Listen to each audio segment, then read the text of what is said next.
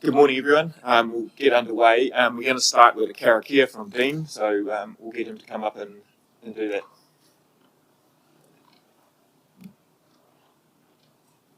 Kātira tia mai ora. E mihiana te tātou whāmaunga ko tarorua, te rātu pono hāpua kōrani, e ne whakararo mai kia whakapuna hau, e kia te wāno o rehua, mai tātou awana ko hōkio kai te mihi. Te tātou mana whenua ana ko mūpoko kai te mihi, karanga mai te tātou i tēnei ata. Whaino, minoi tātou. Huakina, ko te ao tāne kāpapi ko nei, te tawhitoa te rangi, te tawhitoa uanuku, te tawhitoa nā itua. Ko tāne tūturi, ko tāne pēpeke, ko tāne ue tika, ko tāne ue hā, ko tāne te waiora, ko tāne nui arangi.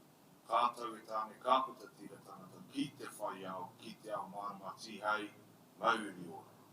E mihena ki a tātou, kai whakawao tēnei, mahi kai nui a tātou i tēnei wā. Kei aku i David Dean, so tēnā koutou. E mihena ki a tātou ka tō te kaunihira, me te hāpuri katoa, o tēnei taki wā. Nā tangata o te whenua, o taitoko, o hora whenua, kei te mihi ki a koutou. E mihena, kia kaha, kia maia, ki te manaki tēnei kaupapa hohunu o tātou katoa. Hai aroha atu, hai aroha mai. Ko tērā te kaupapa, e whakahuarahi pai.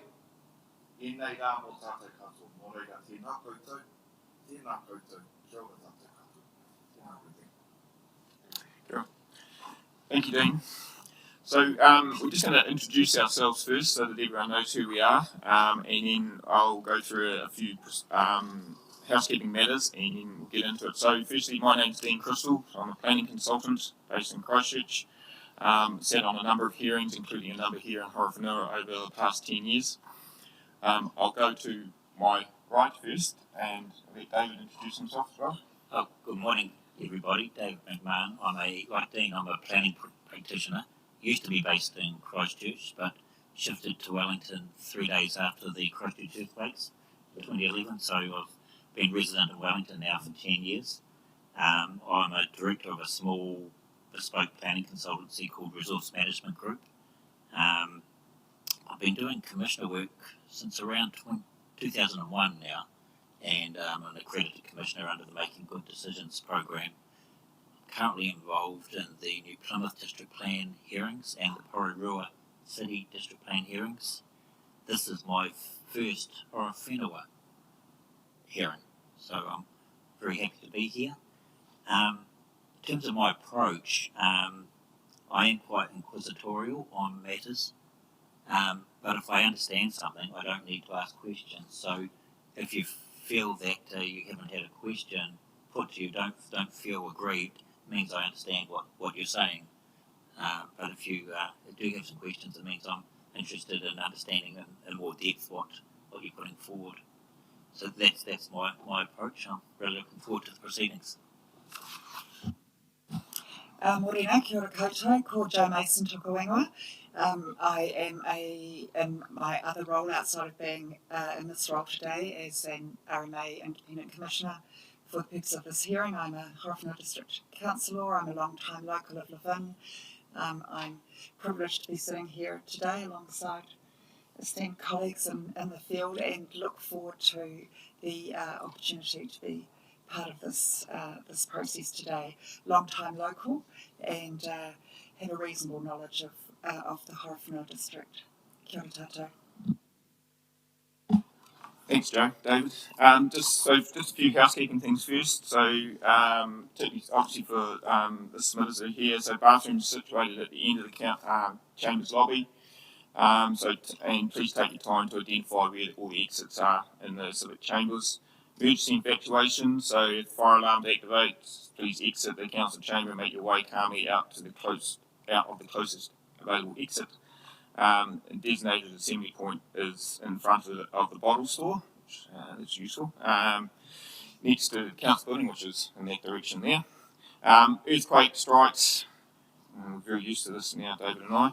Please drop, cover and hold onto your chair or under the table. Do not run out of the room. Staff will direct an evacuation when it's safe to do so. Okay, so just firstly, is there any procedural issues that we need to address up front?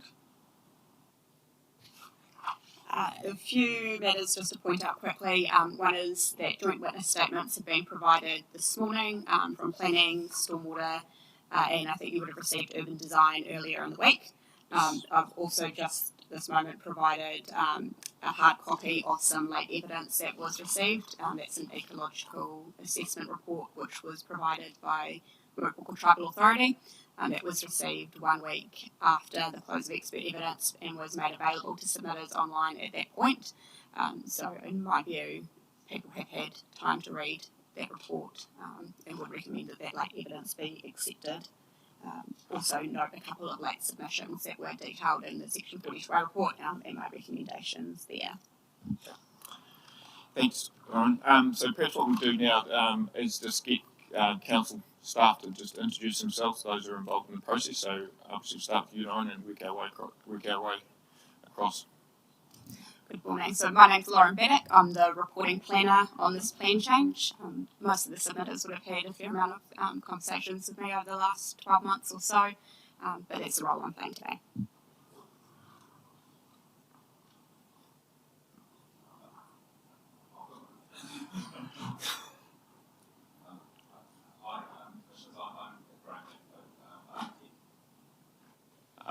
Graham McIndoe, architect and urban designer.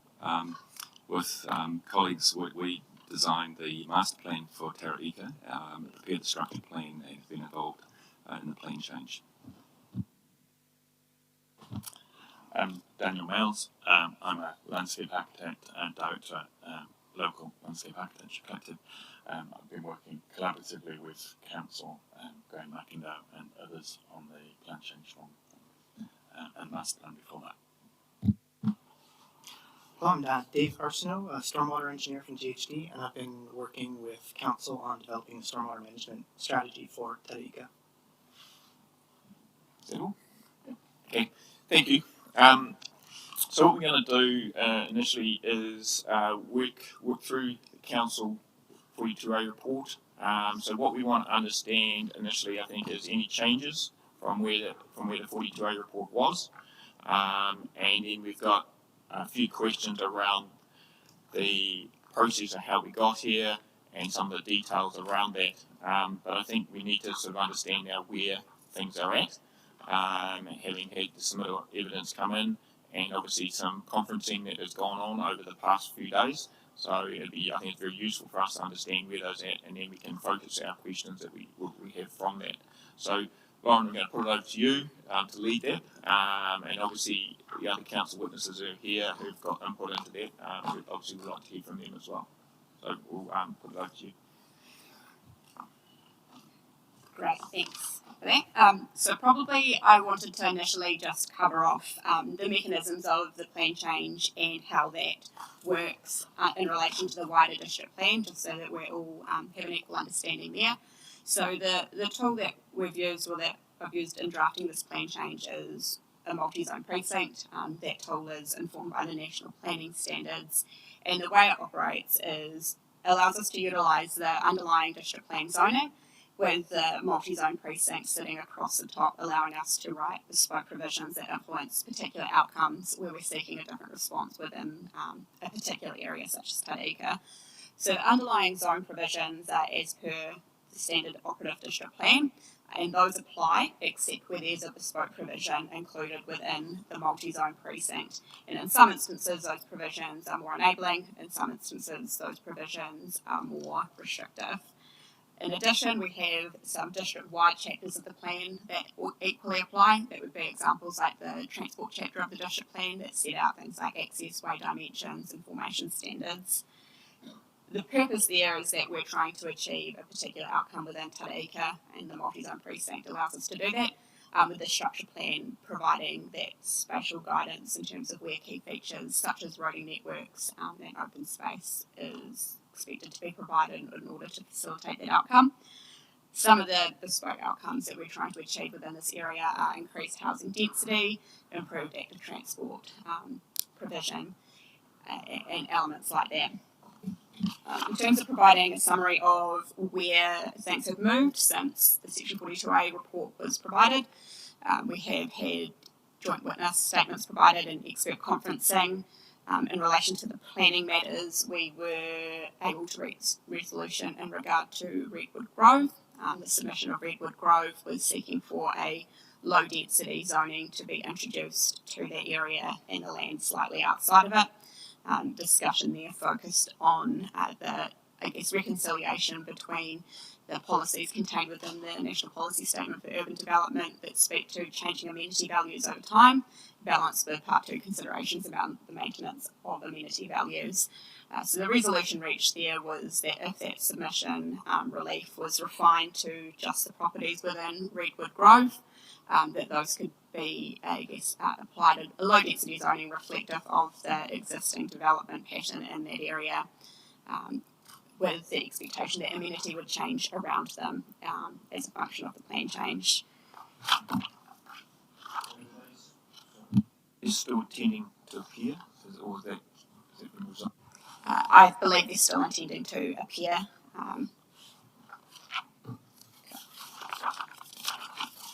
Additionally, as outlined in the planning joint witness statement, we also were able to reach agreement on a number of matters contained within the evidence of the Rupukul Tribal Authority, particularly in relation to the wording of policies that seek to facilitate cultural outcomes.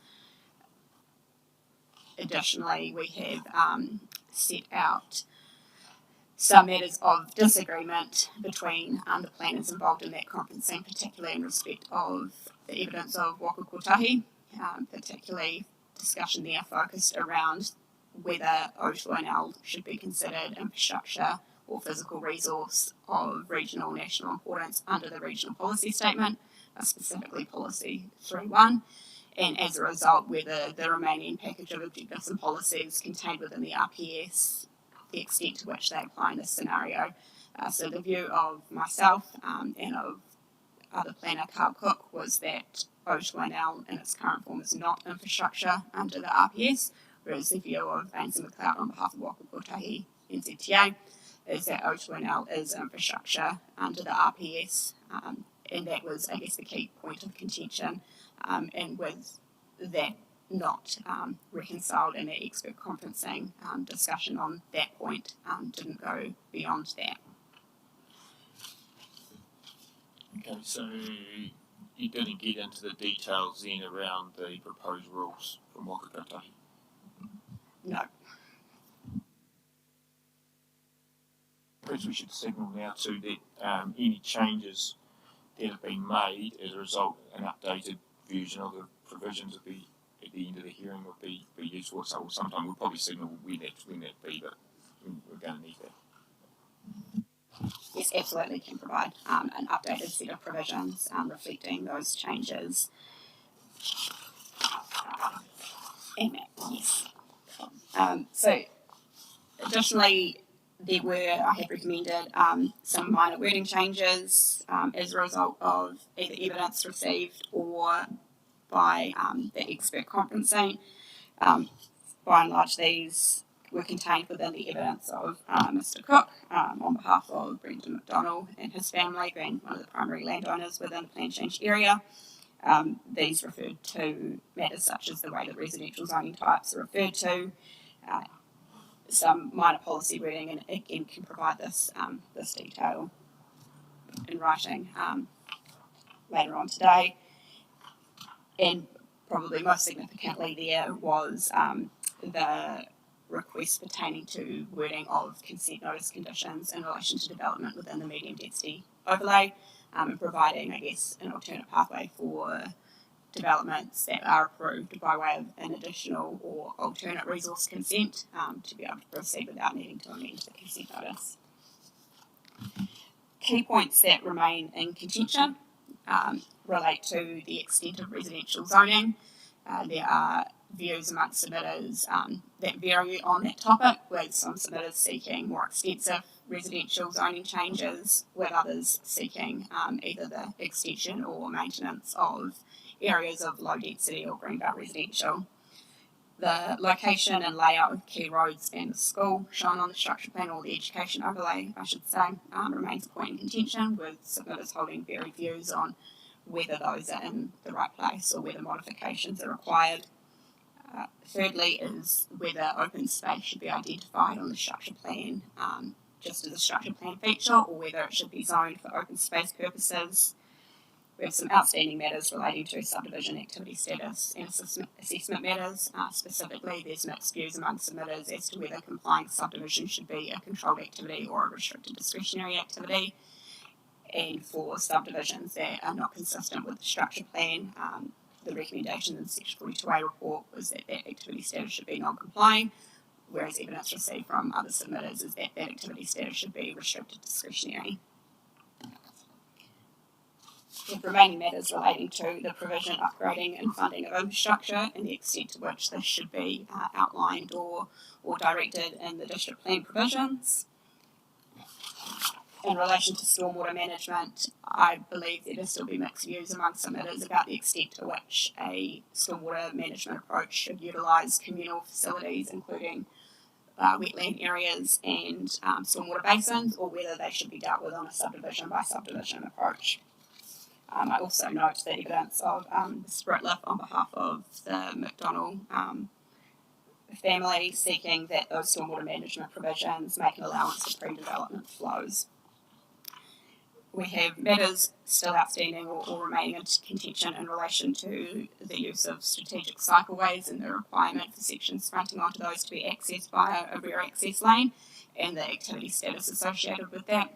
The recommendation is that properties that seek to depart from that rule be assessed as a non-complying activity, with submitters seeking a range of different responses to that, including restricted discretionary activity status or mechanism for alternative approaches to be considered with more flexibility.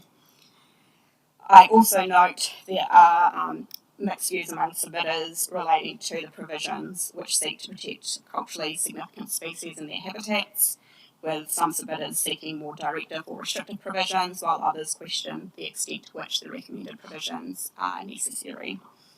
And as I stated earlier, we received the ecological assessment report on the 7th of November, which has been provided in hard copy form to the panel this morning.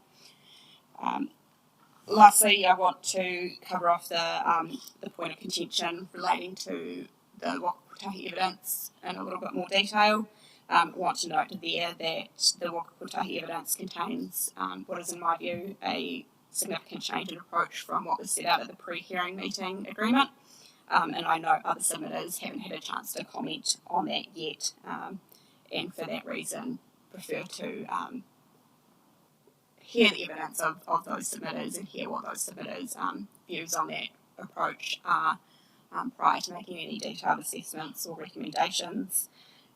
But to assist, as I've already identified, one of the key planning issues is the extent to which O2NL, or whether O2NL should be considered infrastructure under the RPS. Hopefully that was a useful summary. I'm happy to answer any questions or provide any further information around the process that we've been through leading up to this point. It might be worth you actually providing us with a written version of just what you've outlined in terms of those contention issues, so that we've actually got those written down.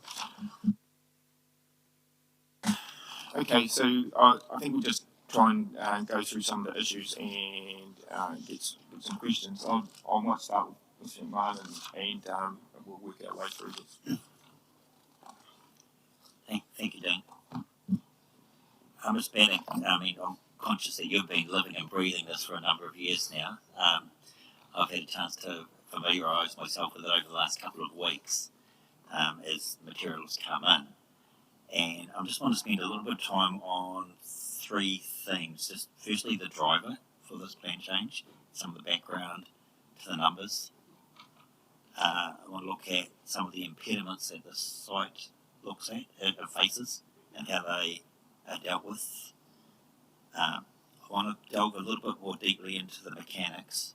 It's the first time I've come across this concept of a multi-zone precinct. I appreciate it's a national planning standard construct, but I just want to see how it works in conjunction with the structure plan. And fourthly, just a few issues cursory issues on some of the matters raised by submitters, and I'll delve into those more with the submitters themselves and in your right of reply. So 3 key areas and then a few matters on submissions. So just starting with the driver for this, and you provide a very good executive summary on page 5, and then you provide some history of the growth area in section 3 under the background on pages 9 and 10. I found that really useful. I mean, what I took from that was this area had its origins way back in the mid-2000s as part of the Horowhenua Development Plan 2008, and that resulted in a deferred zoning, a greenbelt residential deferred zoning. How would you best describe that? Was it a lifestyle type zoning? Was it a rural residential zoning? What was it? Yeah, in this particular area, the Greenbelt residential zone within the Horowhenua district varies quite considerably depending on where you are, largely driven by whether or not there are reticulated services available. In this particular area, it was identified as deferred on the basis that a majority of that area would have been serviced via reticulation, which would have enabled a minimum lot size of 2,000 square metres. So I described that type of zoning in that context as being a large lot residential. There was a 5,000 figure. Was that where there was? There's no reticulation, and that links to the relevant one plan provisions for on-site wastewater disposal. Yes. So, did I read that the underlying or the prevailing zoning in terms of activities was rural? Is that correct? Yeah. Zoning. Yeah. In the absence of the deferral being uplifted, the rural zone provisions apply. Yes. And presumably, had this change not come along, the deferral uplifting would have been by way of council resolution? That's correct, yeah. Resolution of council that the reticulated services necessary were in place. Yes. So and that was Plan Change 21, wasn't it? Yeah, in 2013, that was operative, I noted. Between 2013 and today, how much development was there under that particular zone? A fair amount did occur at the outskirts of the development, or even in advance of that. So the existing patterns of development include Pahudakawa Drive and Redwood Grove, both of which I believe might have actually been developed ahead of the zoning change or ahead of Plan Change 21, but can check that detail for you. Since then, there's been some, I guess, more piecemeal or smaller scale development occurring around the outskirts. Right. I should add we had the benefit of a guided tour around the site late yesterday afternoon and did have a look at Redwood Grove and Pahudakawa Drive, so I'm starting to have a more familiarity with those areas than I had before yesterday. Joe and Dean know the area much better than I do. Okay, so deferred zone, that was promoted large lot subdivision, but really had a rural ambience to it, with perhaps the exception of some closer settlement around those 2 areas that you just talked about. Okay, and still farming activities being undertaken. That still be the pastoral farming, still the predominant. Yeah, pastoral farming still being undertaken on site. Okay, and then obviously the government issued directives under the MPS, firstly the UDC to 2017, and more recently the MPS UD 2020. And so I'm taking that the imperative for Plan Change 4 was the 2017 MPS. Well, both. So, yeah, 2017 NPS, I guess, would have been the driver for the master planning process to be undertaken in response to the growth that the district was experiencing. And I suppose that's the key difference between 2013 when Plan Change 21 became operative and now is that we've entered a period of significant growth. So while in 2013 we were experiencing or expecting some growth, certainly not to the scale now. But with the timing of the plan change, the MPS UD had been gazetted and was in place prior to the plan change itself being drafted and notified. Yes. I mean, that's a nice segue into the growth question I have. you said that the district is growing by an average of 2% per annum in a 5-year period between 2013 and 2018. Have you got any figures as to what's been happening post 2018 in terms of growth rates? Not fixed figures, but my understanding is that that growth rate of approximately 2% has been continuing, and according to the projections prepared by Sense Partners, is expected to continue for at least the next 20 years, and that was the basis on which Council drafted its long-term plan, was on the basis of the significant growth period. So if we go to the table at the bottom of page 8 on your 42A report, and I think these are figures from Sense Partners, that shows the additional dwellings required per year. That's correct. That's based on a 95th percentile growth projection, which is roughly what we've been tracking against over the period between 2013 and 2018. Is my arithmetic correct? Around 2,100 houses, is that what you make it? Can you say that again, sorry? 2,100 houses? In total? Yes. To accommodate the... Up to 2051. Up to 2051? No. So that would be between the years of 2021 and 2031, 400 per year. So over that 10-year period, that would be 4,000. It would be... I need a calculator. Planners aren't known for their arithmetic ability. 4,300 in the first 10-year period. Yeah. 6,800. In the second 10-year period, and then 9,840. 10,000 in the last one. Okay. Yeah. So 21,000. Yeah. Okay. Zero makes a big difference. Okay. Right. So that's the goal. That's what the district is seeking to accommodate over the next 30 years. Great. Okay. And I read that,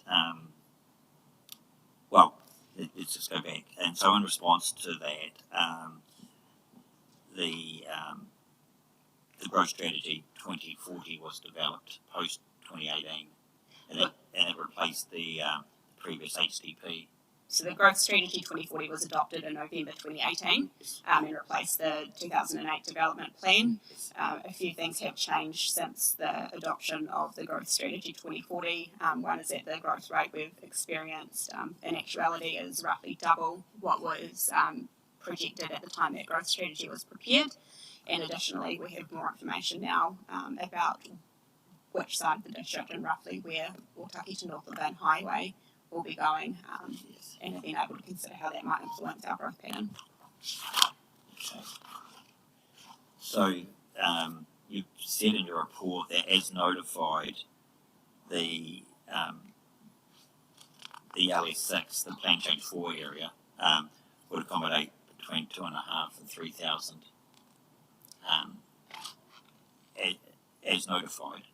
That was the expected lot yield, but if everybody had developed to the maximum available to them under the zoning provisions, it would have provided for close to 5,500.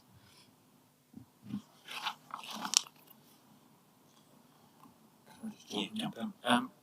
Is that based on the notified structure plan or based on the latest structure plan? The notified structure plan.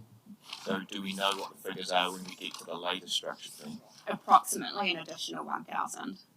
So On top of 5,000? So it pops up our kind of expected lot yield based on, I guess, the level of development that we would anticipate has been around about 3,500, but it could go as high as around about 6,500 if everybody developed to the maximum. But again, happy to check those numbers and provide a more specific response. So the potential here is that this plan change could provide for what's needed over the next 10-year period. If we assumed that all growth was going to be accommodated within Levin, yes, but because we have a range of urban settlements within the district, we would expect to see that growth not only spread between those urban settlements, but also some of that growth being taken up by infill development.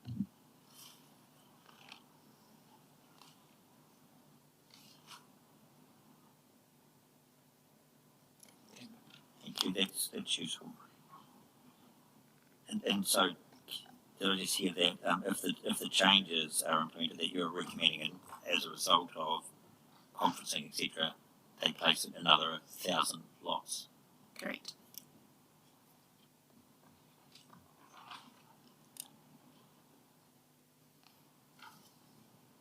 Again, on a full developed to a full potential basis. Based on the expected lot yield. Yes. Yeah.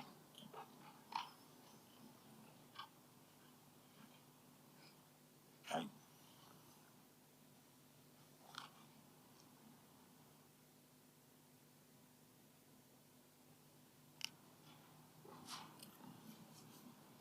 Okay. That's good background. I just want to move now on to some of the impediments of this site, which could actually affect your lot yield, and would have been dealt with in the master planning process. So, starting with soil, I've read that in this case, you've said that the soils here don't really fit into the versatile category. Can you elaborate on that? Sure. So the Horowhenua District Plan has a framework designed to protect versatile soils within the Horowhenua District Plan that applies to Class 1 and 2 soils only, whereas the draft National Policy Statement for Highly Productive Land proposes inclusion of LUC3, of which this site is. To provide, I guess, some local context, the Horowhenua District is blessed to be surrounded by versatile soils, and if you include Class 1, 2 and 3, that covers approximately 40% of the district's area. The remaining areas are more or less hill country or coastal areas.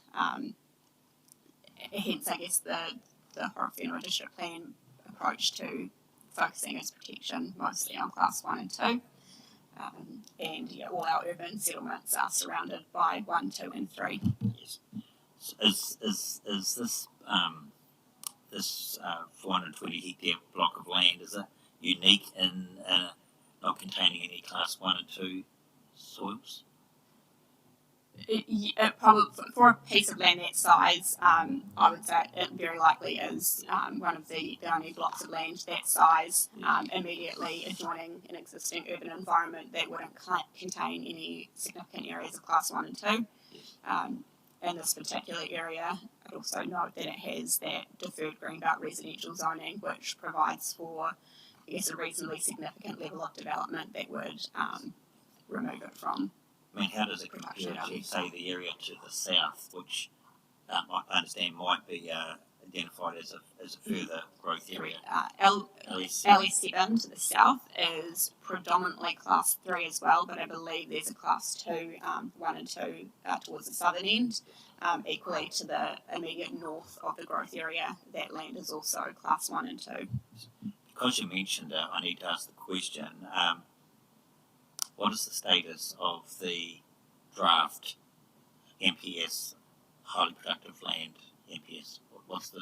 So it's still in draft form, it hasn't been gazetted. I understand initially the intention that the Ministry of Primary Industries and Ministry of the Environment expressed was that would have been gazetted at a similar time to the MPSUD. They were both under consultation at the same period, but I believe work on that slowed due to a range of factors and has not yet been gazetted, but I believe they are continuing work on that and are looking to do so sometime next year. For the purpose of these proceedings, though, the panel is not required to give effect to the draft, is it? Correct. So it has no legal status? Correct.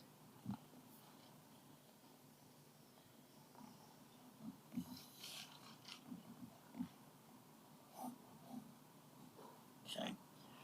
So that was soil. Other impediment, there's an area of some indigenous vegetation, the Waipihu Reserve bush area. Can you tell us a little bit about that? Sure. So the Waipihu Bush Reserve Area is gazetted under the Reserves Act, is owned by Council and maintained by the Department of Conservation. It does have ecological significance and in particular is a habitat for the Pogolephanta carnivorous snail. There are another couple of areas of bush remnant identified. the two cultural habitats that are identified on the structure plan.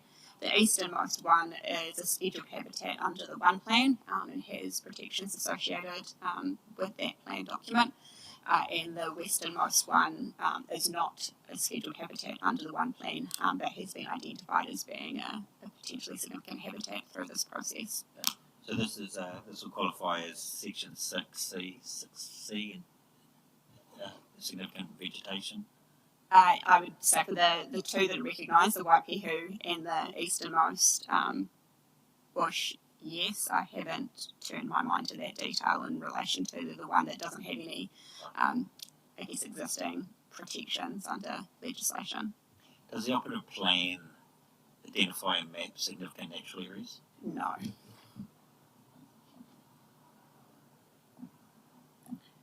Are there provisions on Indigenous vegetation protection? Not within the Korewhenua District Plan. The approach to managing Indigenous biodiversity within the Manawatu-Wanganui region is that it's controlled by the One Plan, with each of the territorial authorities within this district providing or deferring that responsibility to the Regional Council. And I guess is that controlled by way of direct control through vegetation removal, or is it controlled through earthworks? By both. So there are earthworks controls, but in relation to habitats, there obviously are identified ones, but it's an adaptive management regime. Okay, thank you. Okay, that's interesting. Is that approach in the operative district plan under review? Not at the current time, but again, I guess referring to policy statements that are in development, we're aware that there is a national policy statement on Indigenous biodiversity and development, which we of course would need to respond to in the event that it became gazetted, and I do note that provides, well, the draft document anyway provides significant direction that territorial authorities would take a more proactive role in managing that, so we'd be waiting for that document to be gazetted before exploring a district plan response. Okay, thank you. Another impediment or constraint or something that needs to be taken into account of is the presence of transmission lines through the district. Former National Grid and now with Electra, I believe. Yeah.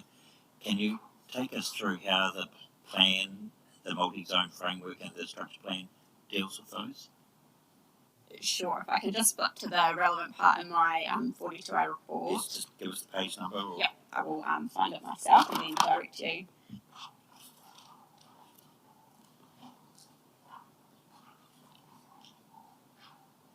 While you're doing that, they seem to be the very old style structures, heavy. Yes, they are. And you're correct, they were until recently part of the National Grid, or not all that recently, but we're part of the National Grid, and as a result had protections under the district plan or district plan rules associated with that. Now that they are local transmission lines and owned by Electra, the National Grid provisions no longer apply, but believe that, or Electra have advised me that their presence is protected by easement, right. And that there are the electrical safety guidelines. That was the reference I was looking for in my report to give you the correct terminology. That's on page 94 of the Section 42A report, which is 1392 of the overall document in Folder 3. Yes. The New Zealand Electrical Code Practice for electrical safe distances controls the distances between dwellings and electrical lines. The plan change doesn't seek to duplicate those provisions. It doesn't seek to duplicate Does those it reference provisions. those provisions? It doesn't reference those provisions. Does or doesn't? Does not. Yeah. I guess the manner in which local distribution networks are provided for across the rest of the district is that they're primarily or are solely controlled by those provisions. The ideal outcome or the future state that we were planning for in designing this was for those lines to be undergrounded or relocated. There appears to be, opportunities to explore that as part of the development of the area. But I also note that there are other areas, Palmerston or Summerhill, for example, where there are quite significant power lines traversing residential areas. So while a less than ideal outcome, was there any consideration to creating an overlay or buffer areas to reflect what would have been under the MPSET, would have been a yard under the old National Grid approach. The rationale for not providing an overlay or a demarcation on the plan is that it didn't see that would facilitate the desired future outcome for those lines to be ultimately undergrounded or relocated. If we were to sort of establish a baseline for them in the plan, it kind of sets the expectation that they can continue or should continue in the future state of Tara-Ika. On the structure plan, does that grid sort of start around here and run up through the site? Is it Approximately there, but it's not directly in line with that road. Is it which side? Further to the east. Yeah. The east. Yeah. Right. Yeah. Around about there. Show you quickly on this plan, that helps the next one, one of them. So basically, it's there. Okay.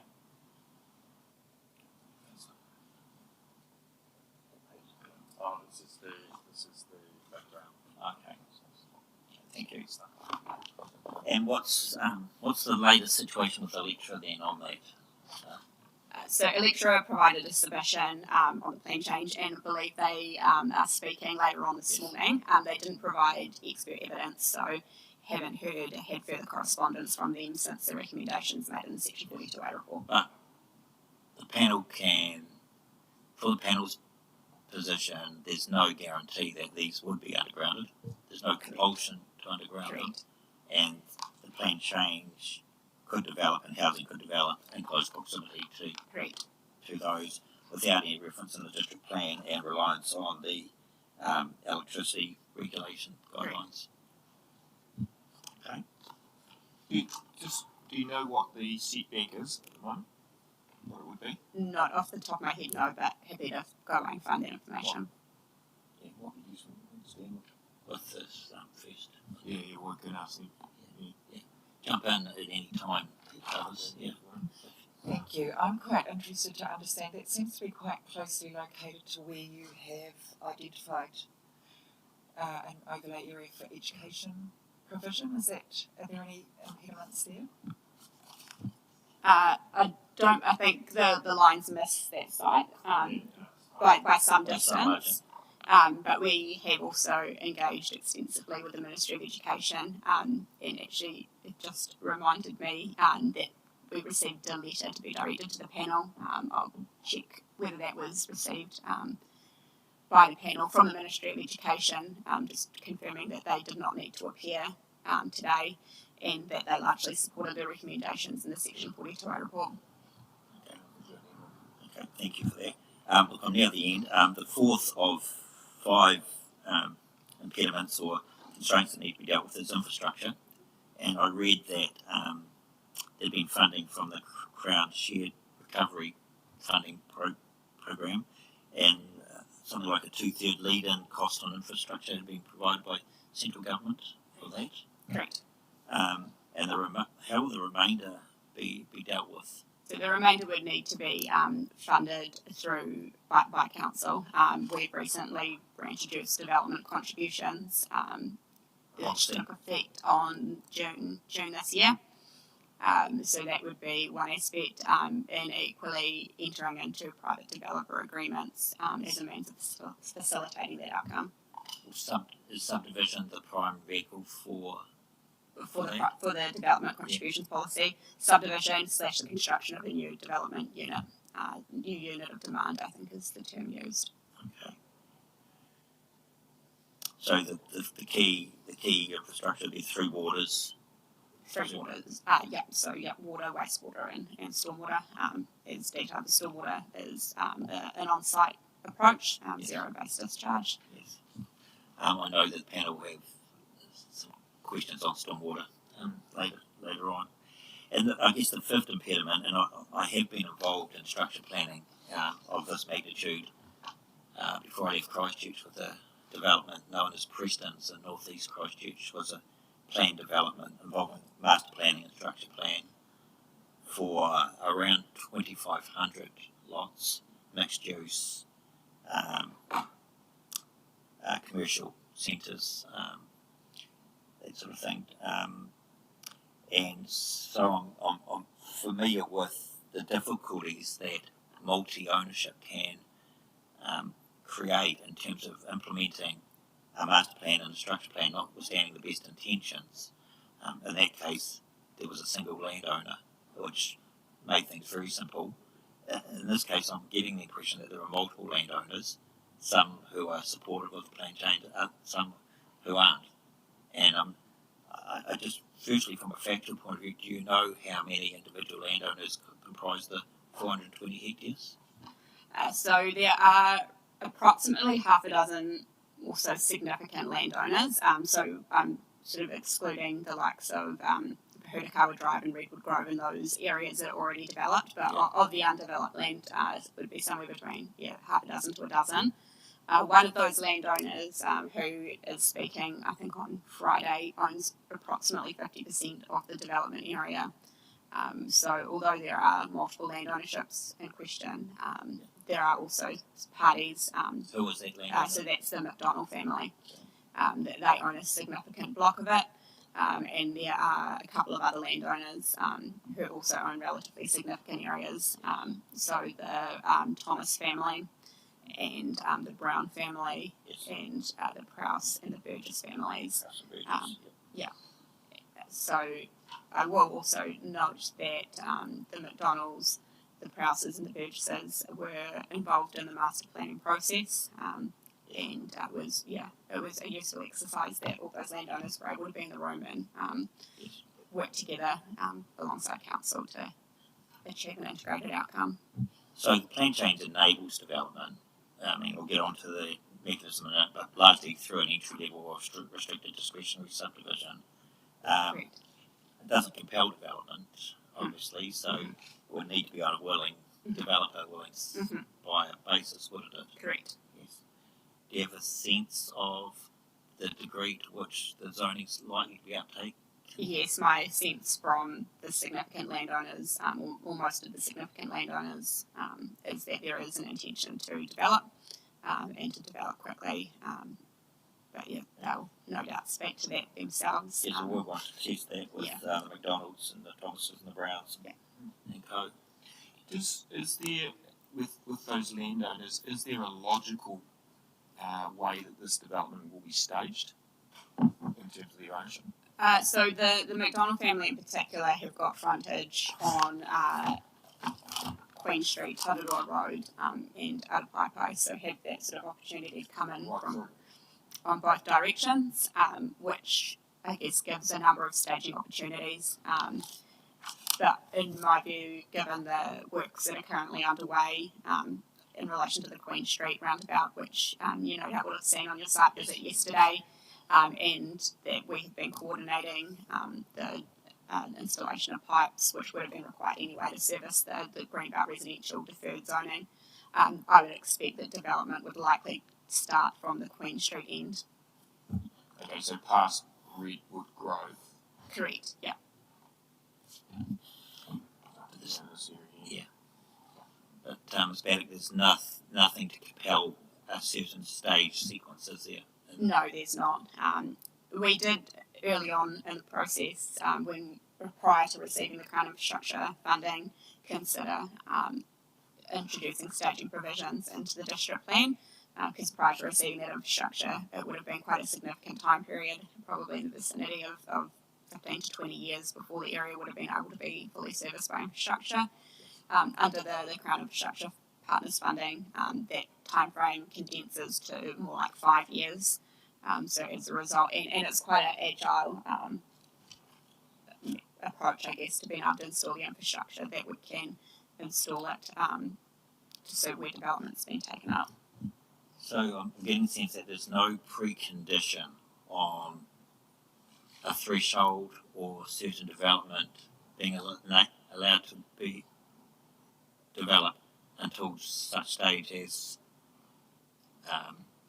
certain infrastructure is in place. It's rather the focus is on the restricted discretionary status to determine compliance with the structure plan and the ability to service allotments. That's correct. So the primary district plan tool is of course the restricted discretionary activity status, but I suppose there's non-district plan and non-RMA factors that would influence how and when developers would choose to proceed with development.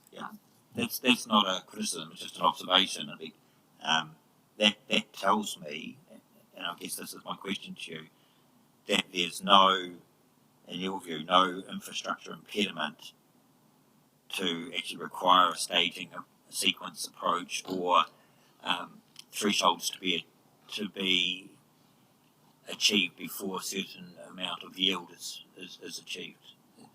Correct. The area is highly serviceable, and the funding only makes that more so. Yes. What about? I'm just going to Yeah. just building on this infrastructure issue. What is actually happening at the moment in terms of what infrastructure is council actually putting in, and where is that going in at the moment? At the current time, we are installing water and wastewater pipes, I believe. I can check those details along Queen Street, given the area was already being, constructed associated with the roundabout that's been installed, and conversations are ongoing regarding stormwater infrastructure. But I can ask for further detail from our infrastructure development team as to the construction and implementation side of things. So that's essentially a pipe network running up Queen Street east up to the reserve. I could check the extent of the pipe, whether it goes as far as the reserve. I don't know the answer to that at the moment. There's no connections that are being provided into the plan change area. No, those would be the responsibility of private developers.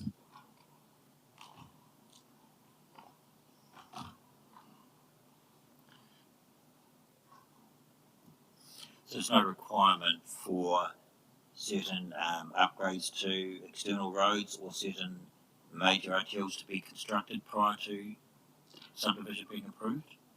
So there are already upgrades to the Atapaipai Queen Street intersection underway. That intersection is already constrained, so the roundabout construction does to an extent address that, though our traffic expert can comment further on that.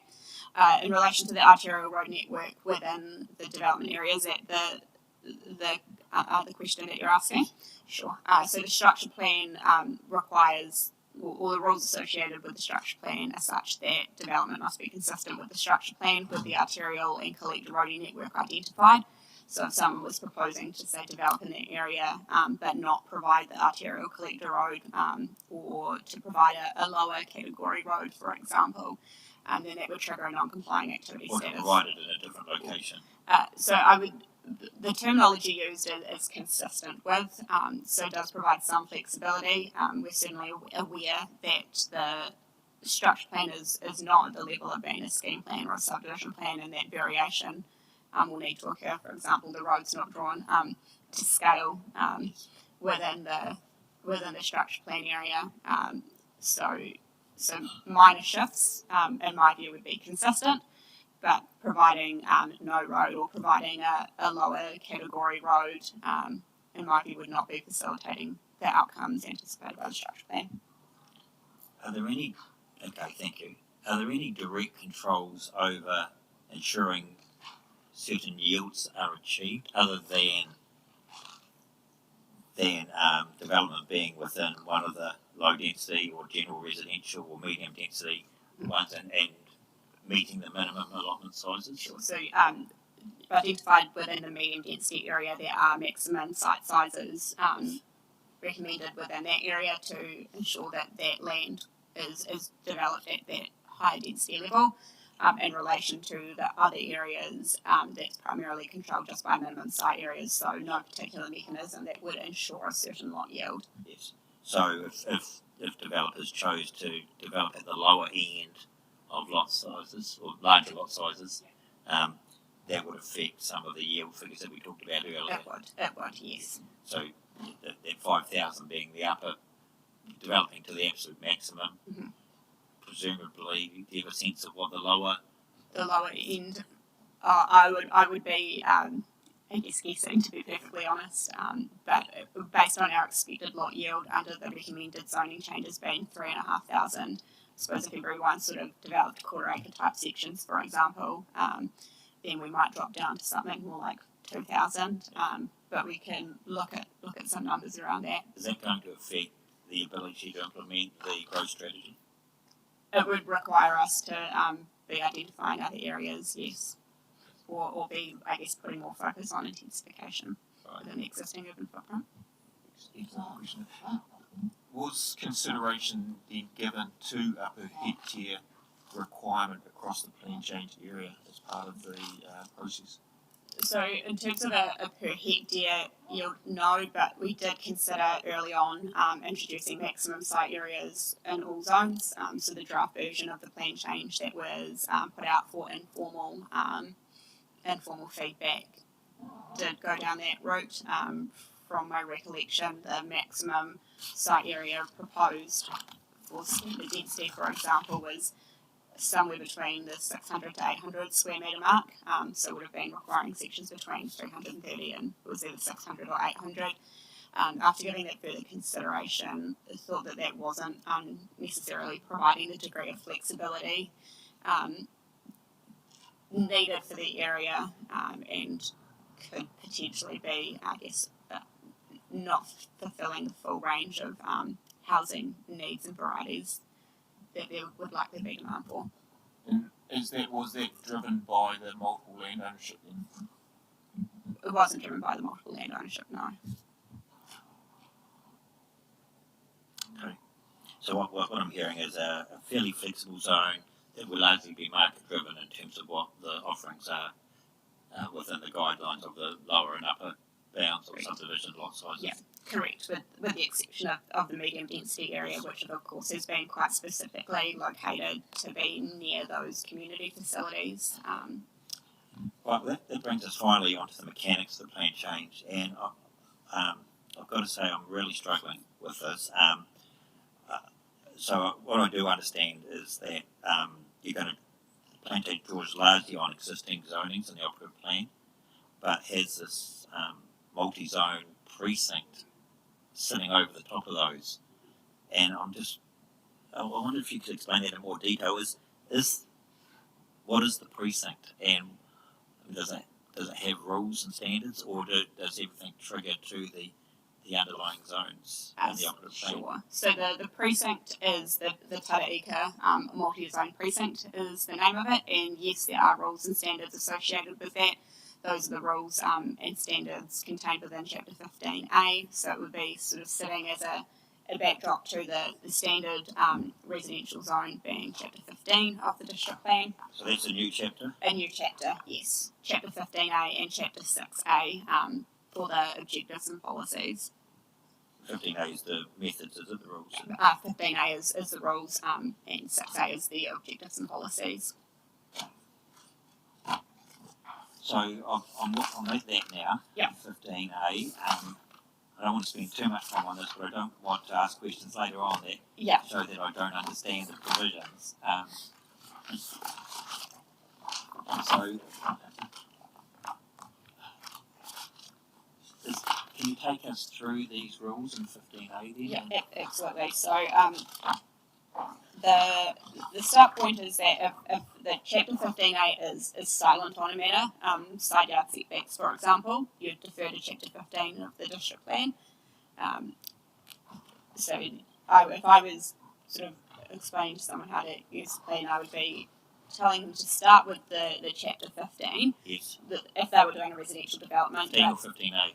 Yeah. No, Chapter 15. Yes.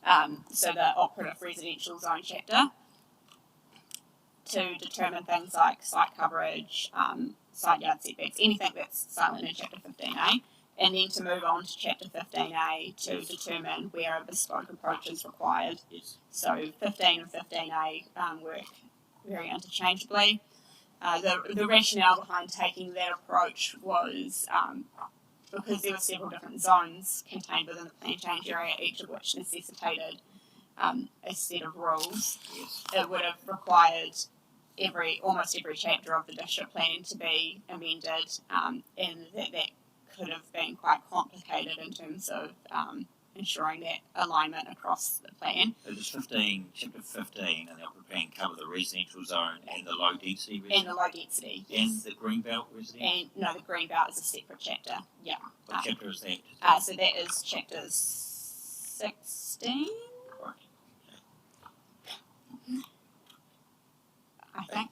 And the medium density? Medium density is within chapter 15. So I guess you could understand Okay. the standard residential, medium density, and low density as all having that sort of that yellow colour underneath as being a residential zone, with the greenbelt residential being a separate zone. So basically, you start at 15. You check out whether there are any equivalent or overriding provisions in 15A, and where in 15A would prevail, presumably, whether there was. That's correct. And the driver there is that I wanted the package of provisions for Tara-Ika to be able to be read as a whole rather than split between all the different zone chapters, so that you could have a better understanding, plan users could have a better understanding of the overall outcomes sought and how those relate to each other. So on subdivision, is lot size controlled through 15A? Yeah, and table 15A3 standards apply to subdivision and residential dwelling units. Okay, and the entry level for subdivision is restricted discretionary. Correct. Some submitters have asked for controlled activity. Correct. And the matters of discretion to be somehow managed into matters of control. Matters of control, and some of those matters to be removed or refined. Yes. And you've recommended rejection of that submission. Correct. But you've also pointed out to the submitters that there was an intention, although it might not have been well conveyed, that RDA subdivisions would be non-notified. Correct. That's correct. Yes. And you've strengthened the wording to I've make that clear. recommended strengthening the wording. Correct. Okay. So, are there any standards or conditions that are precursors to being an RDA?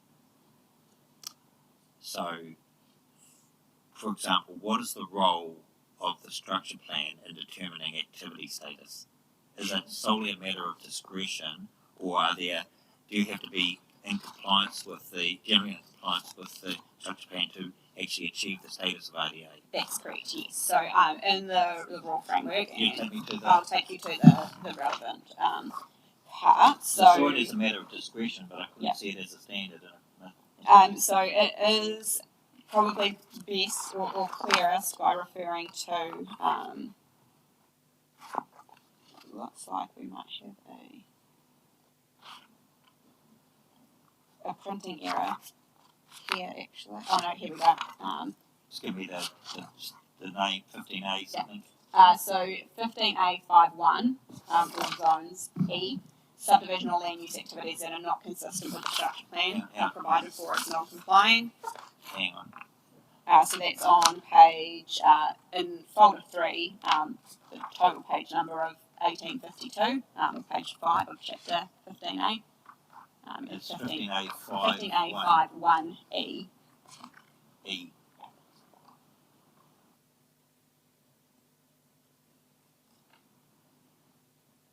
A51E. Yeah, so Subdivision or land use activities that are not consistent with the structure are plan. provided for as a non-complying activity. So that's the function or the role of the structure plan in determining activity status. But then you've got So if there's a determination initially whether you comply with the structure plan. Yeah. If you don't, you go straight to non-complying activity. That's correct. Yet there's a matter of discretion for a restricted discretionary activity that talks about consistency with the structure plan. So how does that work? So I think it's a good point to make, and it is actually a point that's been made by Mr. Cook in his planning evidence on behalf of Brendan McDonald, and probably on reflection, I do think the structure plan is, of course, the key driver for how we're going to achieve the outcome, and ensuring consistency with that is, in my view, critical. In my view, that the need for it to be a determining factor in activity status is quite critical, and having that trigger for that detailed assessment against the objectives and policies. But I guess it is a good question to ask about whether that also needs to be contained within the matters of discretion once you've already passed the test of being consistent with, for the purpose of determining your activity status. Yeah, I had trouble with that, Okay. to be frank.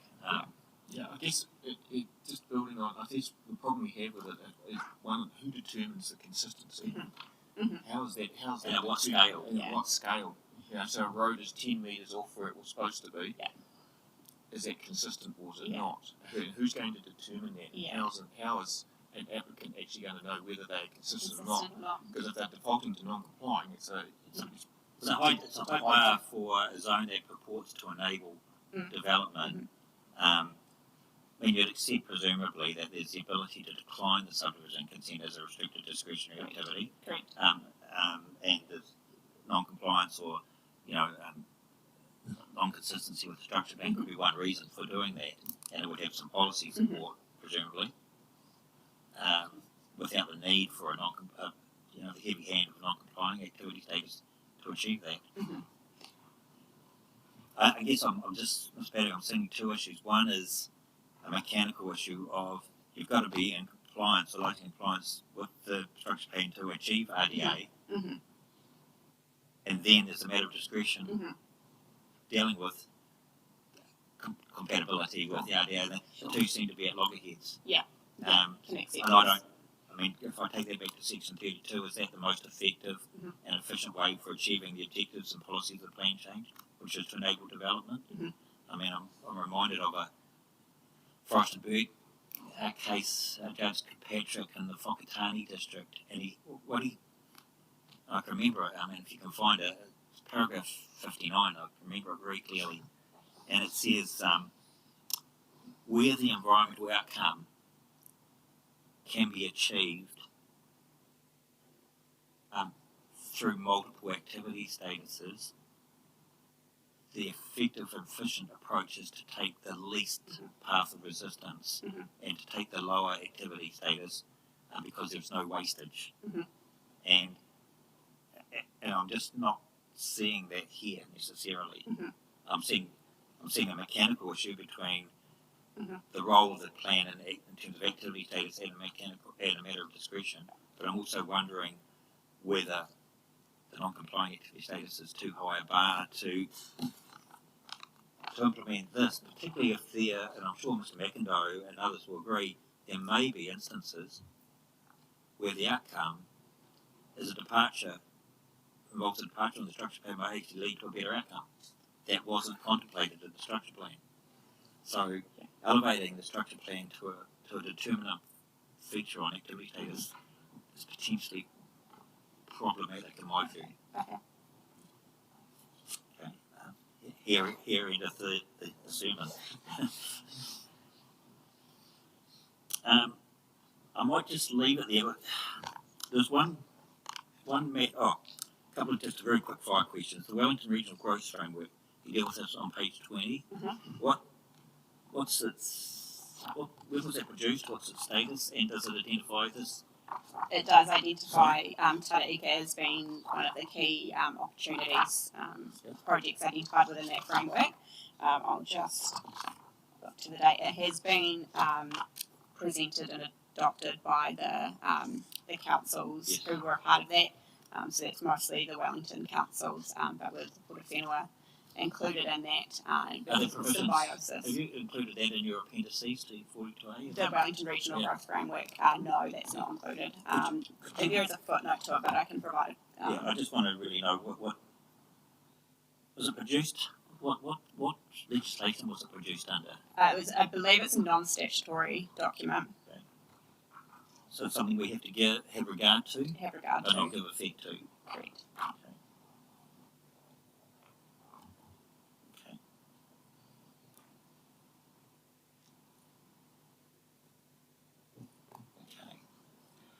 Dean, I think I'll leave it at that. That's been a really good background. It's taking more time than I should have. But no, I think it's useful. These submitted in about 15 minutes, so I think we've still got an ability to sort of tease out some of the other things. And I guess I'd like to delve into where we were in terms of the structure plan a little bit more in having a zoning framework sitting within the structure plan, and I think Mr. Cook has sort of latched onto the open space issue, along with some stormwater evidence to suggest that, well, by zoning things, and if they're not in the right place, you're in an awkward situation of not being, in consenting terms, A, being not in accordance with the structure plan, but B, trying to put residential development on an open space situation. And I guess that's, we actually be getting into a fundamental issue with a structure plan having a zoning framework sitting within it. I mean, another good example would be the commercial area. It seems to show potentially where a supermarket might be located. That might not be the right location, it might not be the right size or anything like that. And yet we've got a zoning framework which is pretty restrictive in terms of going beyond that. And so I guess we're just putting it out there that fundamentally, while this plan change is looking to enable growth, it actually might be in some ways restricting that growth because of the mechanisms that are in place.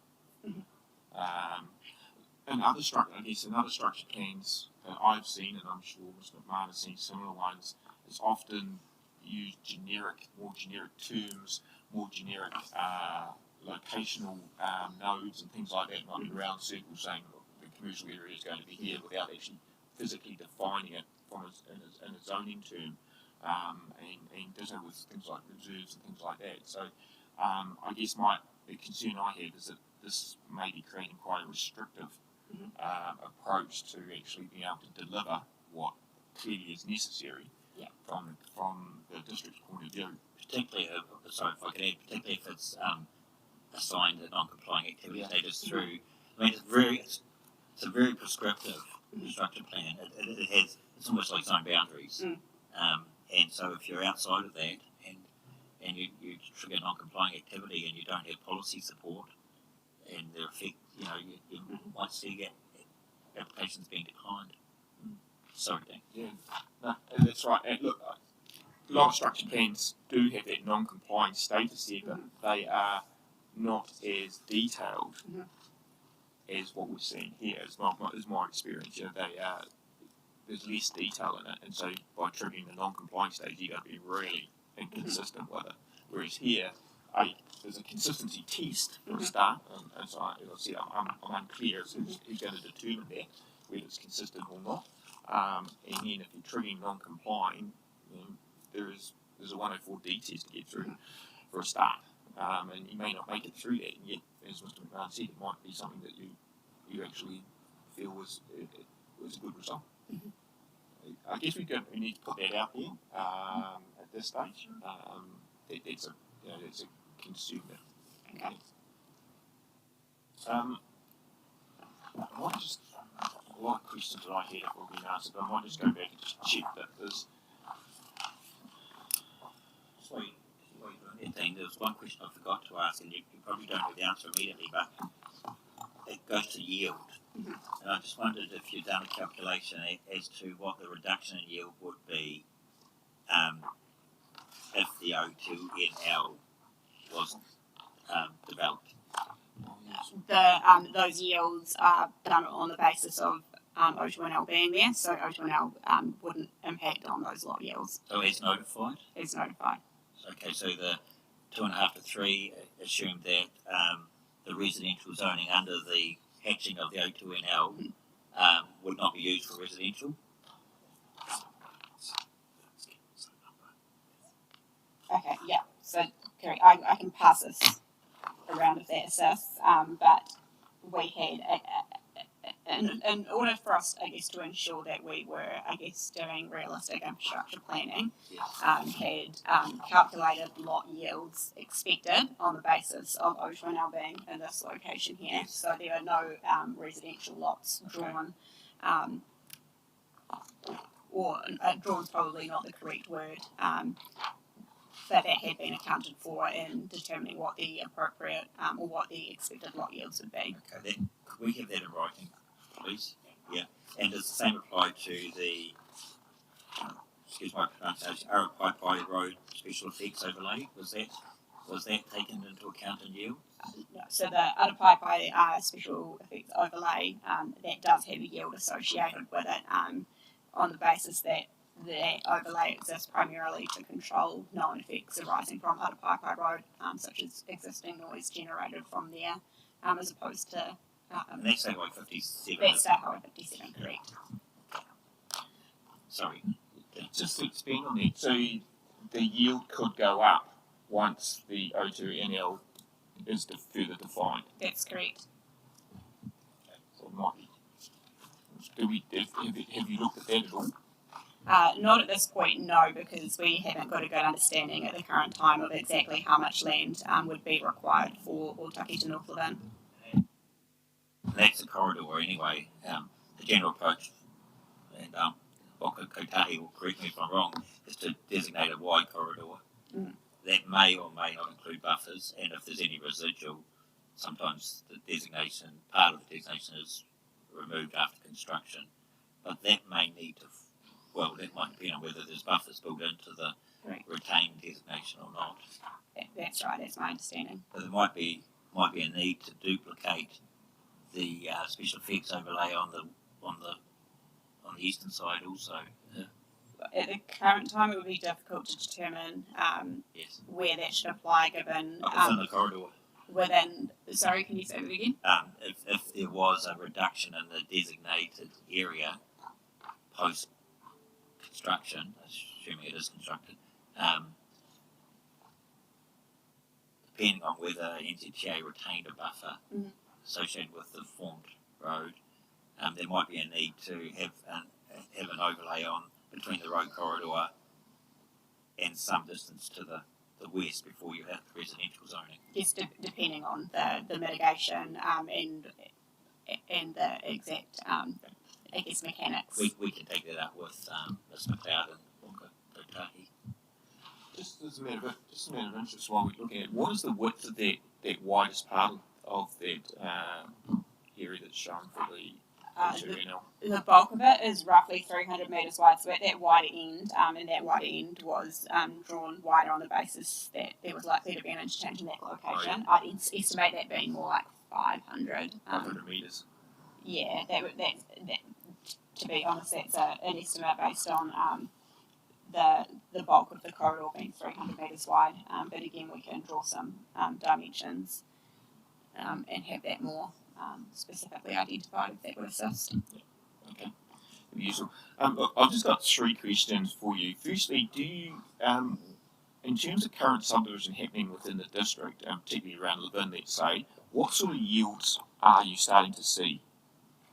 In terms of the number of lots through subdivisions per hectare, I haven't got the numbers on that. At the moment, I will say we have a rule framework that dictates an average lot area of 600 square metres in greenfield areas, which we're proposing to remove here. So be unsure on the extent to which whatever that yield is driven by district plan rules and trying to comply with district plan rules as opposed to what the demand is for example, smaller or high density development.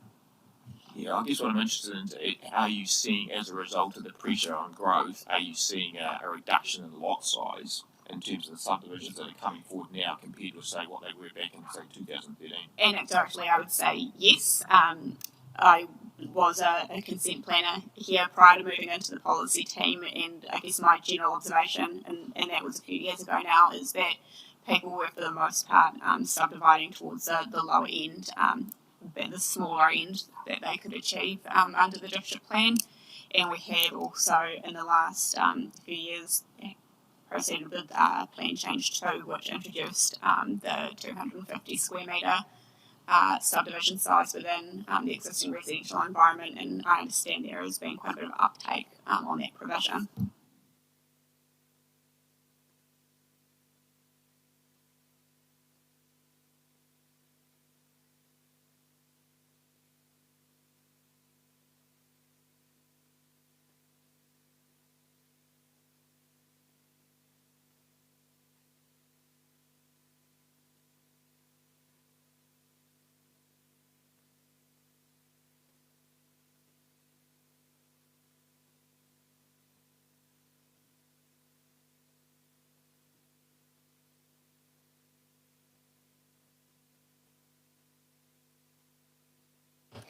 So I suppose my answer to that question depends on whether you're talking about the eastward or westward direction. So obviously the eastward connection through Tara-Ika is very important.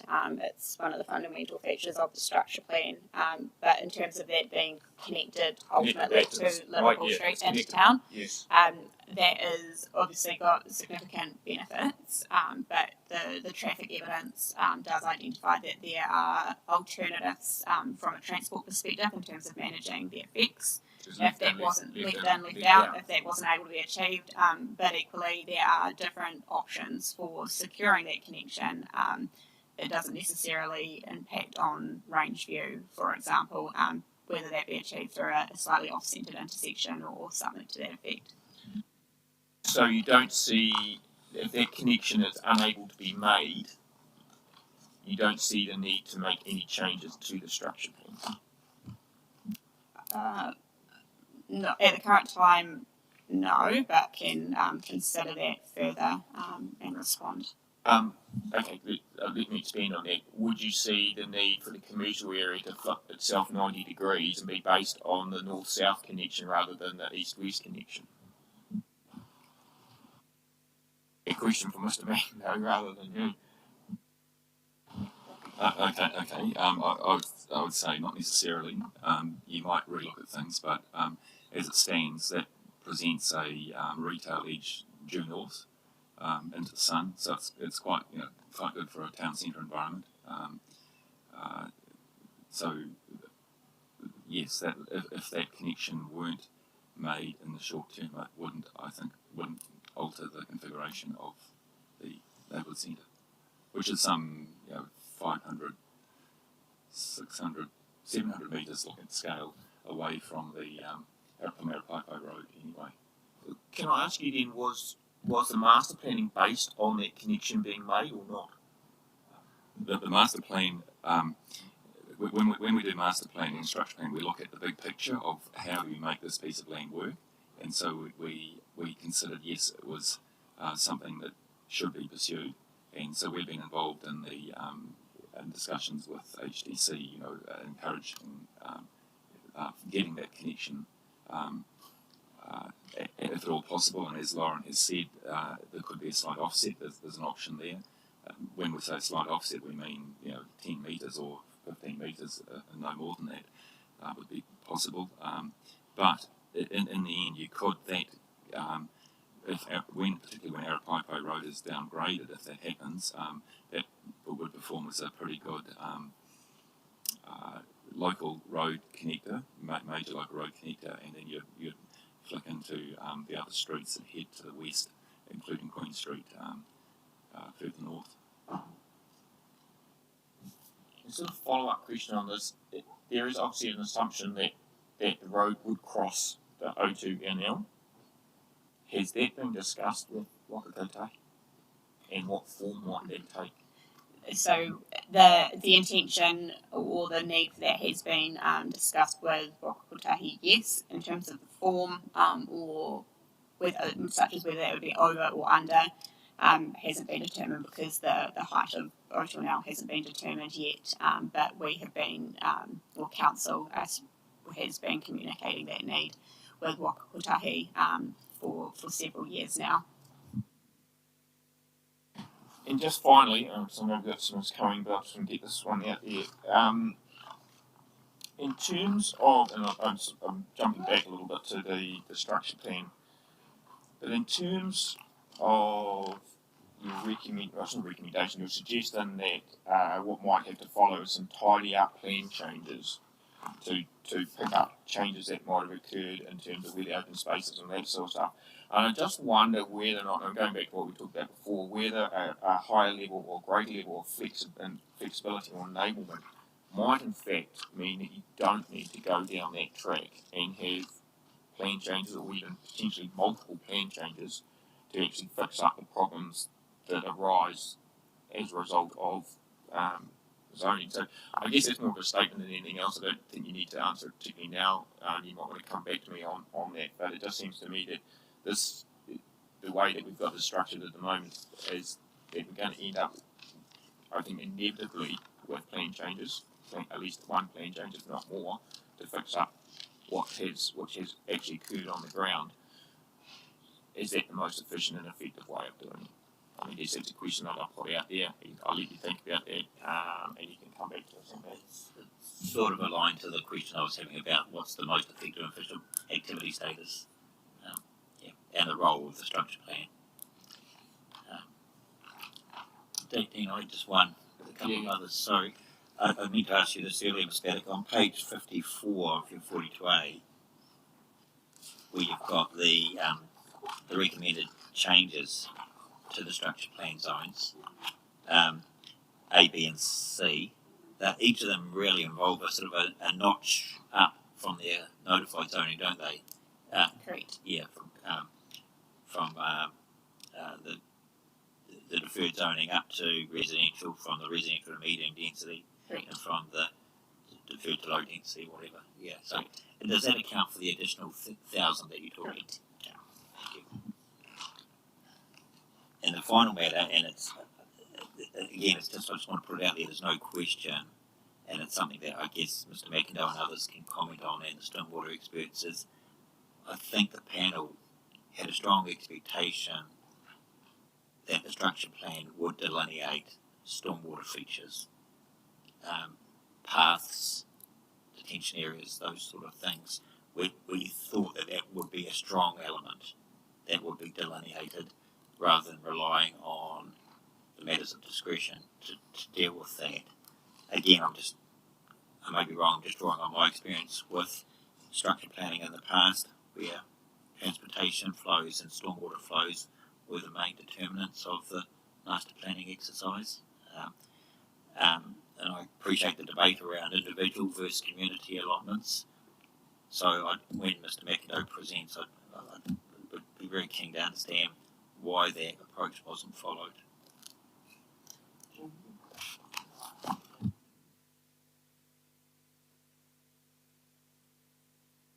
Okay, so thank you for that. No doubt there'll be more questions coming, but I'm quite keen to stick to the timetable. So, got Mr. Andrews.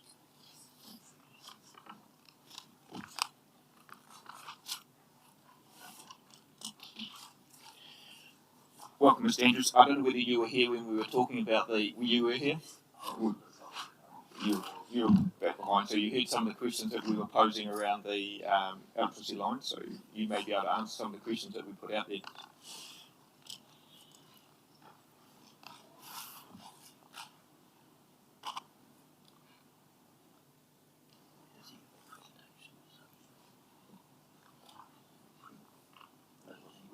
No. So you had nothing pre-circulated to do? So you're going to present, you've got a PowerPoint presentation.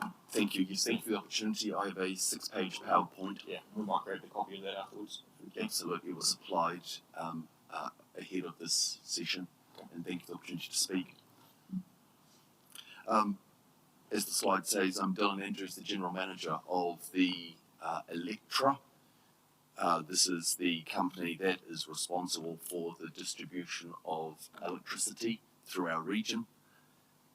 It is owned by a consumer-owned trust, those connected to our network. And you can see it goes through the proposed Tara-Ika area.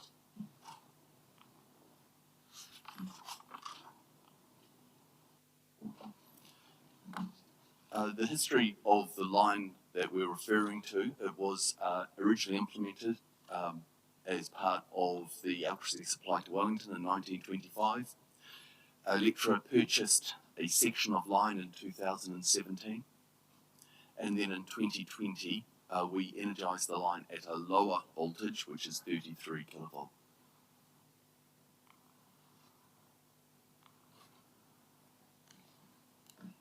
Today you can see through the PowerPoint that we have dual circuits running through that region, running north to south. It is an essential part of our critical network which provides resilience for the wider Horowhenua region, and it is maintained as such. It is fully operational at this while speaking.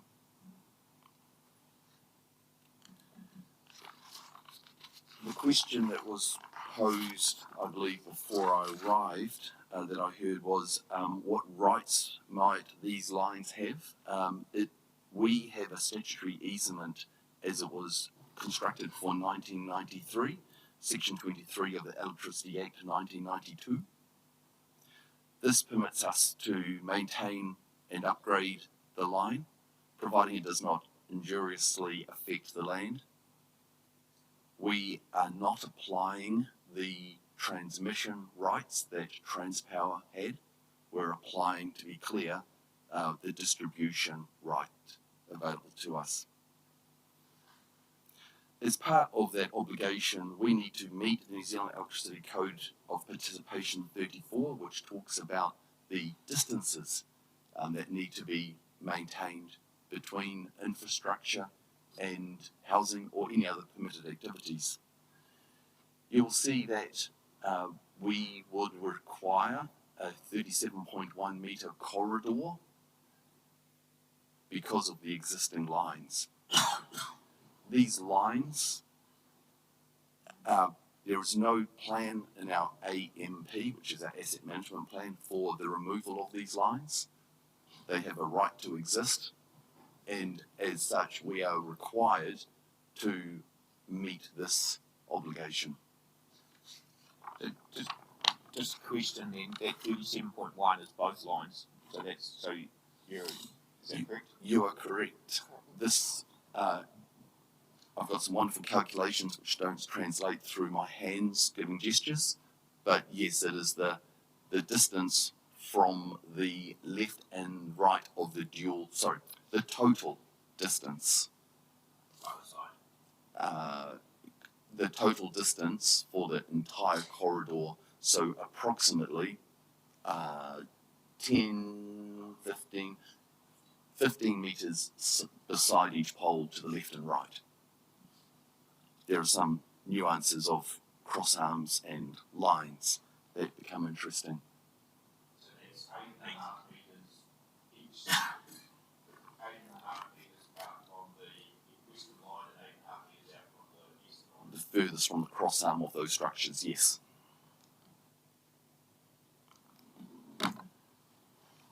To get to the point for us that we recognise that the plan is needed, the proposed plan is needed for the growth in our region. We did not see a designated corridor or recognition of the assets that are in existence, nor any alternative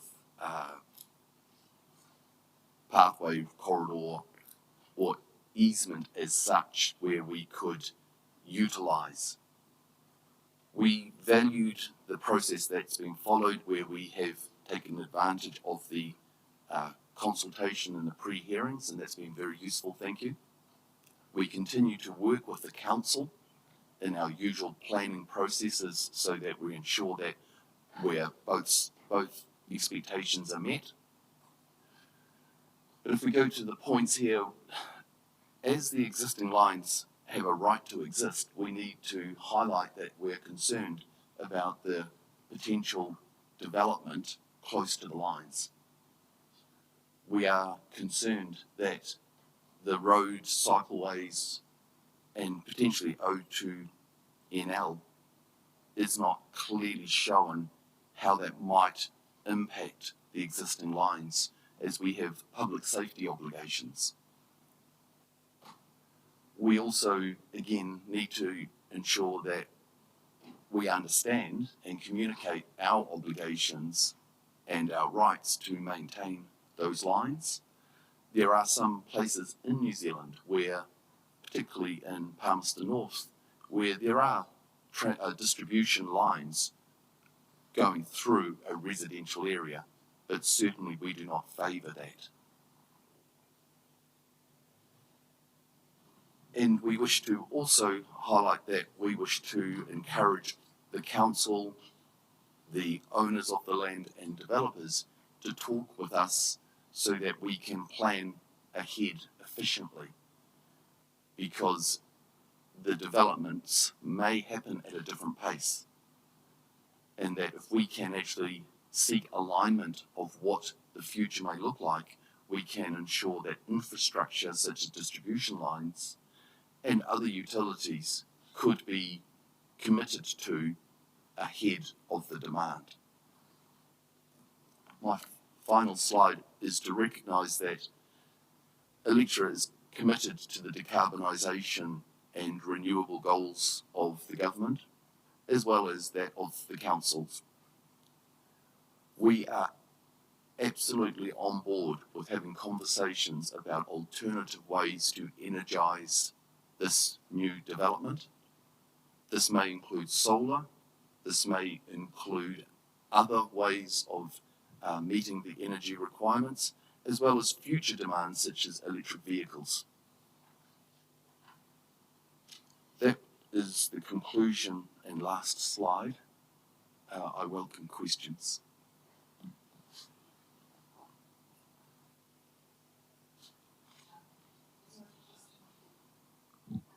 Perfect, thank you, Dylan. First question, you mentioned the change of voltage, I think, in 2020. What can you just elaborate on that? So the old line that was built by sorry, my apologies. The old line, which was owned by Transpower, which was a transmission line, operated at 110 kilovolts. When we purchased it, it was not energised, it was de-energised, and we energised it after undertaking maintenance to run at a lower voltage, which was 33 kilovolts, and that is considered the distribution network. That is why we're only seeking application of the statutory easement. And that's the 37 metres for the entirety of the lines. That is correct. Are you able to elaborate on the statement that you made in terms of talking about security and safety and the location of lines in other residential areas? And you gave Palmerston North as an example, and you talked about the fact that you do not favour this, or your statement was you do not favour this. Are you able to elaborate on that, please? Certainly, thank you.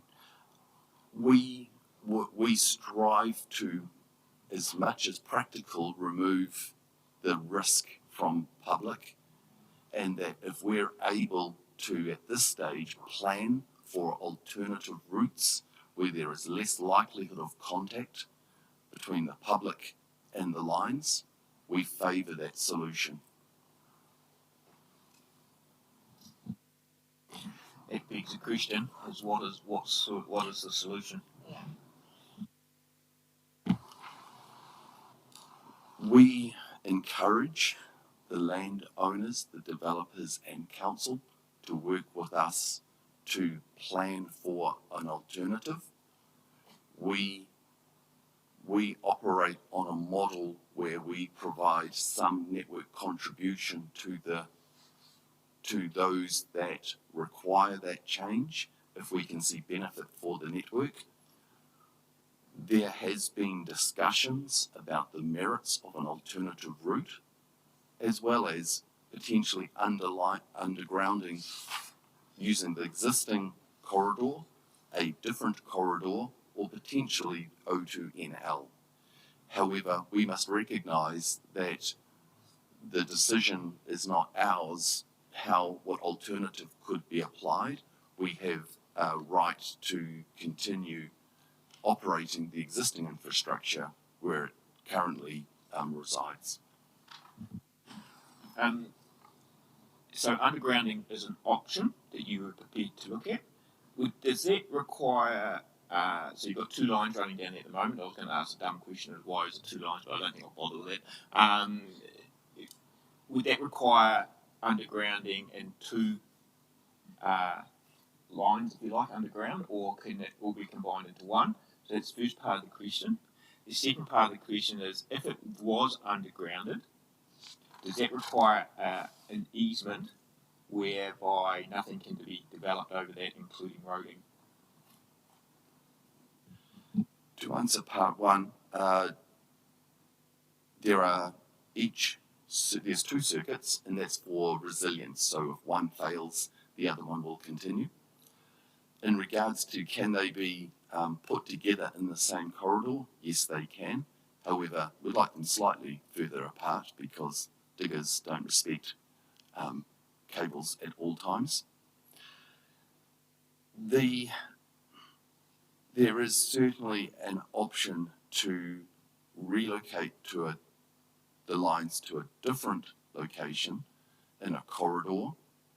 That is absolutely an option, and we would seek an easement of some type that would enable us to operate the lines and ensure that we can service them, as well as minimise any infrastructure that may be required around it or on it. So services such as utilities can be accommodated if the corridor was wide enough. Okay, could that corridor therefore be one of the main, the main arterial road that's running north-south through the structure plan area? So that's the one that runs right through the middle. Yes, absolutely. It could be accommodated there. I'm not an engineer, but I'm sure the engineers would be able to make something like that work. We would encourage the corridor to be not under the seal for obvious reasons, just in case maintenance was required. So it might require a wide corridor. That is correct. Just going back to whether, so just want to ask you about the lines as they exist now. What could be enabled under those lines at the moment? Could you have reserves under there? Could you have roads flowing through under them? Could they be used for stormwater retention, for example? So you've got a 37.1 metre wide corridor. What could that be used for other than just sitting there as grass? I would need to work with the engineers, but I would discourage the construction of public thoroughfares, roading, other utilities in that space, for the reason that when it's being constructed, it would be being constructed actually right next to the existing lines. There are restrictions on what construction can occur, but practically, yes, that corridor could be made sufficient with appropriate designations in the plan and easements to enable a shared corridor of types.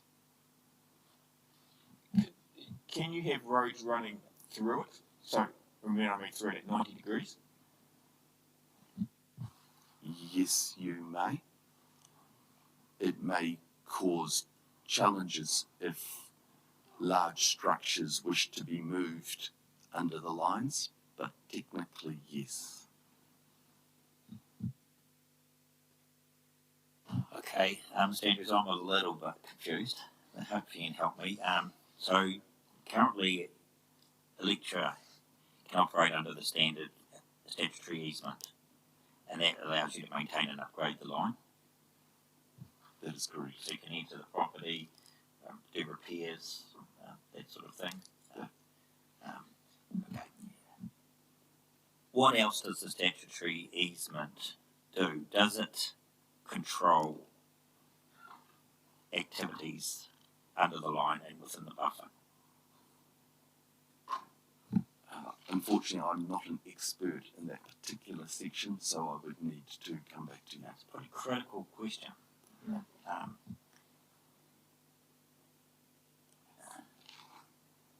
I mean, had Transpower, if Transpower was still in ownership of this, they would be coming to us and quoting the MPS and electricity transmission, telling us that there would be a need for a designated yard and buffer distances under that would prevent subdivision, earthworks, buildings, residences. But you're not telling us that, are you? I would refer us back to the previous slide regarding the code, in which, excuse me while I move back, in which we are required to meet as a distribution company. Yes.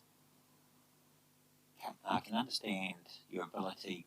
Well, what's the main tool that you have that Electra has at its disposal to meet those clearance and buffer distances when development is proposed?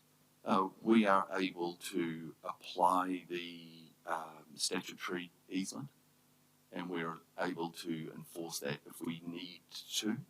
It is usual that we would have that recognised by the developer. Okay. So the line at the moment runs, I think, sort of through here. I think was the indication. Currently, it's mainly pastoral use. So if the farmer wanted to put a hay barn or a second dwelling under that line, does the statutory easement give Electra the power of veto? Yes, it does give us the right to object and veto, if we use those words. What's that the mechanism? Structure. What's the mechanism? I mean, at the moment, let's say for argument's sake that the building was permitted, didn't need a resource consent, you might need a building consent. How would Electra be informed of the prospect of that building or dwelling or structure being within the buffer area? What would the process be? It is not a situation that I have experienced. The Electra does not receive notice of a building construction. So the building could actually go there without Electra being aware of it. If any structure was built, whether it was a hay barn or a windmill, we have regular inspection routines where we inspect all of our lines. We would identify that structure and that we would then approach the landowner. Yes. The building may have been built for several years before that inspection occurred, or several months. Large capital investment. It's there. It's got a building consent. It's got a resource consent. What's the remedy? Again, this situation has not arisen for me. Okay. I believe that we would approach the landowner as we would expect, and we would discuss how it does not meet the expectations upon us or the landowner. Okay. This current situation, the situation in the plan change, PC4 and the structure plan, would indicate that there will be several hundred of dwellings potentially within the buffer area of this transmission line. Ms. Baddock, I mean, is there something that I'm missing here? Is there a standard or a control in the plan change that's proposed to address this? I couldn't see one. No, there's not one. No. So there could be situations where several buildings are built without the need. Without the need for subdivisions not notified, granted by the council for 100 allotments here, 100 allotments there. Buildings are constructed as a right, perhaps, presumably under the underlying zonings, and no necessary involvement from Electra at that point. That is the way the plan is drafted, yes. I suppose it's a question of the extent to which the district plan should control these outcomes versus other legislation. Okay. Well, yeah, I don't know what the answer is really. I had this vague recollection, Mr. McCorkindale's probably going to correct me on this, but I had this vague recollection that this issue arose during the district plan hearings, am I right? It did. And I can't remember what the outcome was. It defaulted to the guide, didn't it? But it wasn't inserted into the plan. So,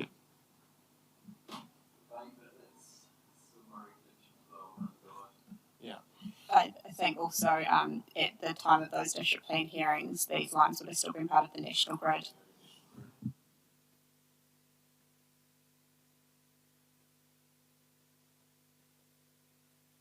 Mr. Andrews, the easement itself, putting aside the practice note, the easement that you've got itself, does it actually have a distance separation for any buildings within it? Is there a, so the easement, I presume, has been transferred from Transpower to you, is that correct? The rights that Transpower had afforded to them is relating to a transmission and at 110. Which is wider. That is correct. It is slightly wider. Yeah. We, as a distribution company, when we operate at 33 kilovolts, that affords us a different set of rights. Yeah. The rights are described in the PowerPoint regarding New Zealand Electricity Code Practice 34. That there dictates how close infrastructure can be built, as well as provide other directions, such as during construction, how close you can be to the infrastructure. Yes. Mr. Andrews, does the easement actually appear on the titles under the properties? Is that the missing link? I have not checked the titles. However, I guess the default statutory easement applies to anywhere the lines exist. Must be on the titles. Look, it would be really good if you and Mr. Andrews could perhaps get to the bottom of this and you write a reply. I mean, there might be a simple solution here that the easement is on the titles, buyer beware, that sort of thing, and in subdivision the easements would be carried through into new title issue. But maybe you can even have a discussion with your development engineer and just see. Yeah, we can do that definitely. Mr. Andrew, what's the relief? What decision does Electra seek from this panel in relation to the plan change? Electra seeks the recognition of the existing line that exists and operates at present. It would favour a recommendation to find an alternative route if that is something that is favoured by the panel. Okay, I don't know that the second limb of that is within our jurisdiction, but on the first limb, how would that manifest itself? How would the panel? I can't remember what your wording was. That the panel recognise the route. How would that be manifest in our decision? That there would be direction to the council planning team as well as those affected that recognises the line and brings this to their attention and the restrictions that apply to that. That would be the minimum that we would seek. So would putting the lines on the structure plan, showing the corridor on the structure plan, satisfy those concerns? Yes, it would. Thank you, as a minimum.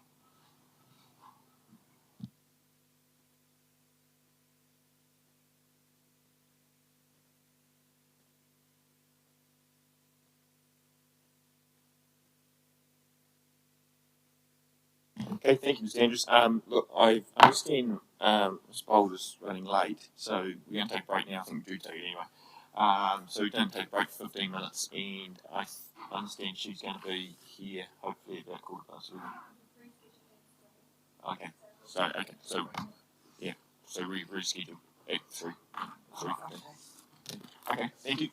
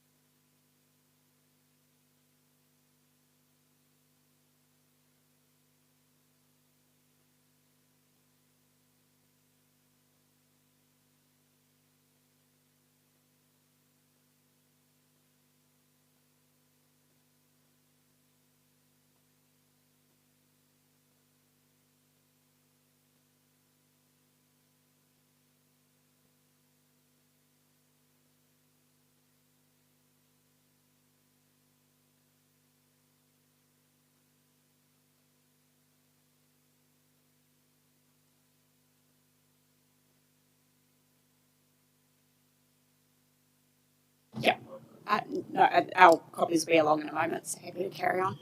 Okay, so we'll make a start.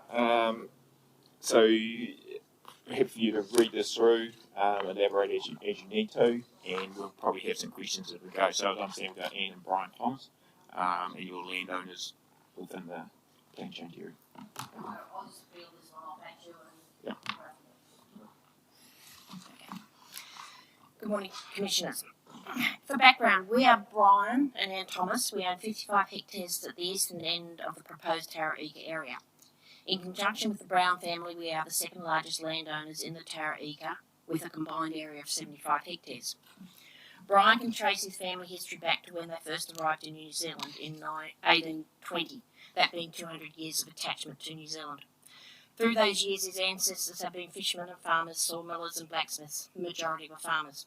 We faithfully farm our land, ensuring that it is left in a better state for the next generations, whether they be our children or others. Only time will tell.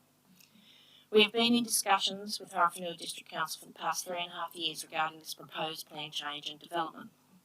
At all times, we have reiterated to the Horowhenua District Council planners and officers that they have a golden opportunity with such a large block of land to create an area that will service the growth needs of Levin for a number of years, probably upwards of 15. We have always suggested that the planners do it once and do it right. This area is Class 3 soil. This area has a natural landfall towards the west, which will provide gravity feedability for sewer and stormwater. That is not contained on site. The area has good soakage, as the land has a deep layer of river gravel stone under the topsoil, this land having once been a riverbed.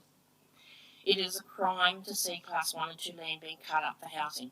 Once that food bowl land is converted to housing, it will never return to productive food producing land. Therefore, being Class 3 land, we have always said make the sections as small as possible, intensify the housing in this area, and this will help to save our food producing land.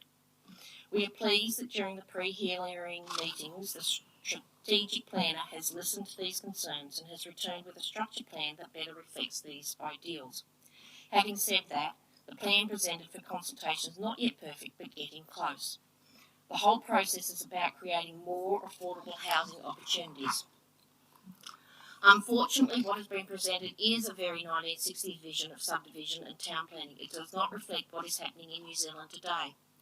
We mentioned the likes of Sunfield and Papakura as an example of modern property development combining intensive housing and green spaces. This is an ultra-modern development that has very intensive housing areas balanced against large open spaces. We are not seeking to see this replicated in Tara-Ika, but do ask that the Commissioners keep an open mind on the issue of more intensification in Tara-Ika. There is a section in Millbell Way, which is part off Pahurakawa Drive, that is just under 6,000 square metres in size and is recently sold for $600,000. And you still have to build a house. This is not affordable housing. Other houses in the Greenbelt area are on the market for $1.7 million plus. Again, this is not affordable housing. The current government is always discussing affordable housing. It is in the headlines regularly. So we need to ensure that this structured plan reflects this and provides for this. This is why we are suggesting more intensification be included into the structured plan. We agree there needs to be some low density area, and for the areas that are already developed to the Greenbelt vision to remain Greenbelt. If housing is not affordable, then the families that the development of Tara-Ika is trying to attract and cater for will go elsewhere. Tara-Ika to be able to support the proposed school, there must be a large number of families to take up residence. If the area does not attract the families due to the housing being unaffordable, then the proposed school area will need to be converted to a rest home facility. The government is also pushing for the increase in the use of public transport. To be able to implement affordable public transport, you need population. To get population to provide the opportunities, you need to provide the opportunities for affordable housing. Zoning. We note that currently there is in excess of 150 lifestyle size sections marked as Greenbelt in the Tara-Ika area. These sections range between 3,500 to 6,000 square metres. There's also currently another subdivision planned before council for another 15 lifestyle size sections. The Tara-Ika area does not need any more lifestyle sections. It does not need to see more land being wasted. To this end, we propose that the narrow strip of greenbelt, solid blue, along our eastern boundary with the residents of Pahudakara Drive be zoned residential yellow. The majority of the properties in Pahudakara Drive have their houses facing out to the road, therefore the houses that adjoin that strip of land designated greenbelt all face to the east. None of these houses are positioned to the rear of the section, and the majority have thick, dense hedges along their western boundaries. It should be noted that with sewer connection to these sections in the future, they can be subdivided, creating section sizes of 2,000 square metres. We also propose that the area of greenbelt land, solid blue, on our southern boundary be zoned as residential yellow. This area is in very close proximity to the proposed recreation area of 1.2 hectares. It is not logical to have 5,000 square metre sections adjoining a recreation area. The precedent is set with the residential yellow adjoining the greenbelt blue located in the exact same area.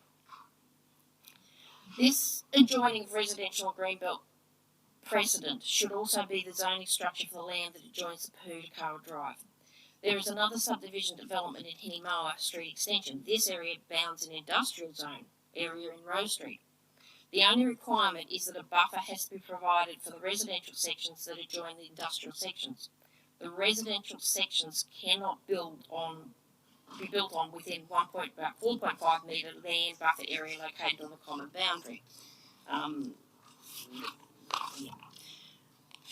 There is a townhouse development being proposed for Maple. Currently it is 43 townhouses subdivision on 9,500 square metres, almost a hectare. But word is that there is an additional 2.5 hectares also to be converted to townhouses, creating a conservative additional 100 townhouses. We are not asking you, the commissioners, to set a precedent. What we have highlighted is already in reality in other areas in the Horowhenua District Council. These small changes to our plan will provide additional affordable housing opportunities. Do you want me to slow up? No, you're right. Roadie. We propose that there needs to be a road through to Pahudakara Drive to connect the area to Tara-Ika. This road will give better, more direct access to the residents of Pahudakara Drive to the proposed service centre. The whole Tara-Ika roading network needs to carry the services of Three Waters and ensure that the installation is to a maximum level to allow for further development. Again, do it once and do it right. Currently, the only way into Pahudakara Drive area is from Gladstone Road, over a small narrow culvert that contains the Kapataroa stream. Should an adverse weather event or an earthquake damage that culvert, then presently Pahudakara Drive and Millbell Way residents have no way out. They are isolated. No emergency services can get in to help if there is a fire or a medical event. By connecting Pahudakara Drive through to the Tara-Ika area, this will provide an alternative access point. The reason for the addition of this is that the connector road will provide an additional safety feature. This connector road was in an earlier version of the structure plan but removed before release for public consultation. So from a safety issue perspective, a connector road is needed to be provided through from Pahudakara Drive to the roading network of Tara-Ika. Strategic pathways. We propose a change to the strategic pathways at the eastern end of Tara-Ika. There should be a strategic pathway that goes from Gladstone Road through Pahudakara Drive and then turns to the south along the back of the Pahudakara Drive sections and joins up with the east-west connector road. This will create a loop strategic pathway to allow people using a pathway choice of how far they wish to go and provide different directions that they can proceed in, either along Queen Street East or along Gladstone Road. By creating a strategic pathway along the back of the western boundary of Pahudakara Drive Greenbelt from our section to the arterial road, this will create a buffer between the current residents of Pahudakara Drive and the proposed new residential housing sections. The addition of a 1.8 metre high closed board fence erected on that boundary will provide the residents of Pahudakara Drive with the safety that they seek. This 1.8 metre closed board fence appears to be a countrywide standard. Horowhenua District Council is used it in Okarito Avenue and Fairfield Palms. The Palms North Council use it along a cow tree, and we've even seen it again in the Hawke's Bay. Conclusion. You, as commissioners, have the once-in-a-lifetime opportunity to set the parameters on a residential development of this large size, which could take up to 20 years to be developed, from the inceptions of the idea to the last house being built. As commissioners, you must be mindful of the changing residential requirements and provide flexibility in the Tara-Ika special zone requirements. Thank you. Do you just want to run us through your probably the first two appendices form, but probably your appendix 3, and just sort of talk us through your. I think I get what you're saying, but it might be just best. Yeah, your map. Yeah. Yes. So, currently in the Tara-Ika Growth, which is the blue area, which is next to White Basin Reserve, there is a strip of blue green belt which is on our land. We want that changed back to yellow. Right. Yeah. And then when you go south, which is our southern boundary, you've got some blue hatch stuff, and then to the west you've got, it jumps back out and goes blue, and then you've got a little green reserve area. We want that strip from the blue hatch through to be changed to yellow residential as well, because we're saying, why would you have green belt bounding a recreational area? Right. I see. When they've already got these sections in. Mm-hmm. And then my little additional bit to the strategic pathway just weaves its way around Poo Drive, goes out on the base road, comes through to that main east-west arch of the road. That's that walkway. Is that a walkway? Yeah. And I think Basin Road, they're not south access. No. Basin Road goes, no, yeah. Yeah.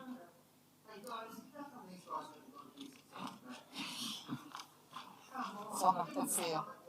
Yes. There. You've got something. Okay, so that's Gladstone Road there. Yeah. Yeah. So I'm saying, because we own a section in here, right? We own this one, I think it is. So we're saying we need a connector road to come out of there and through to there.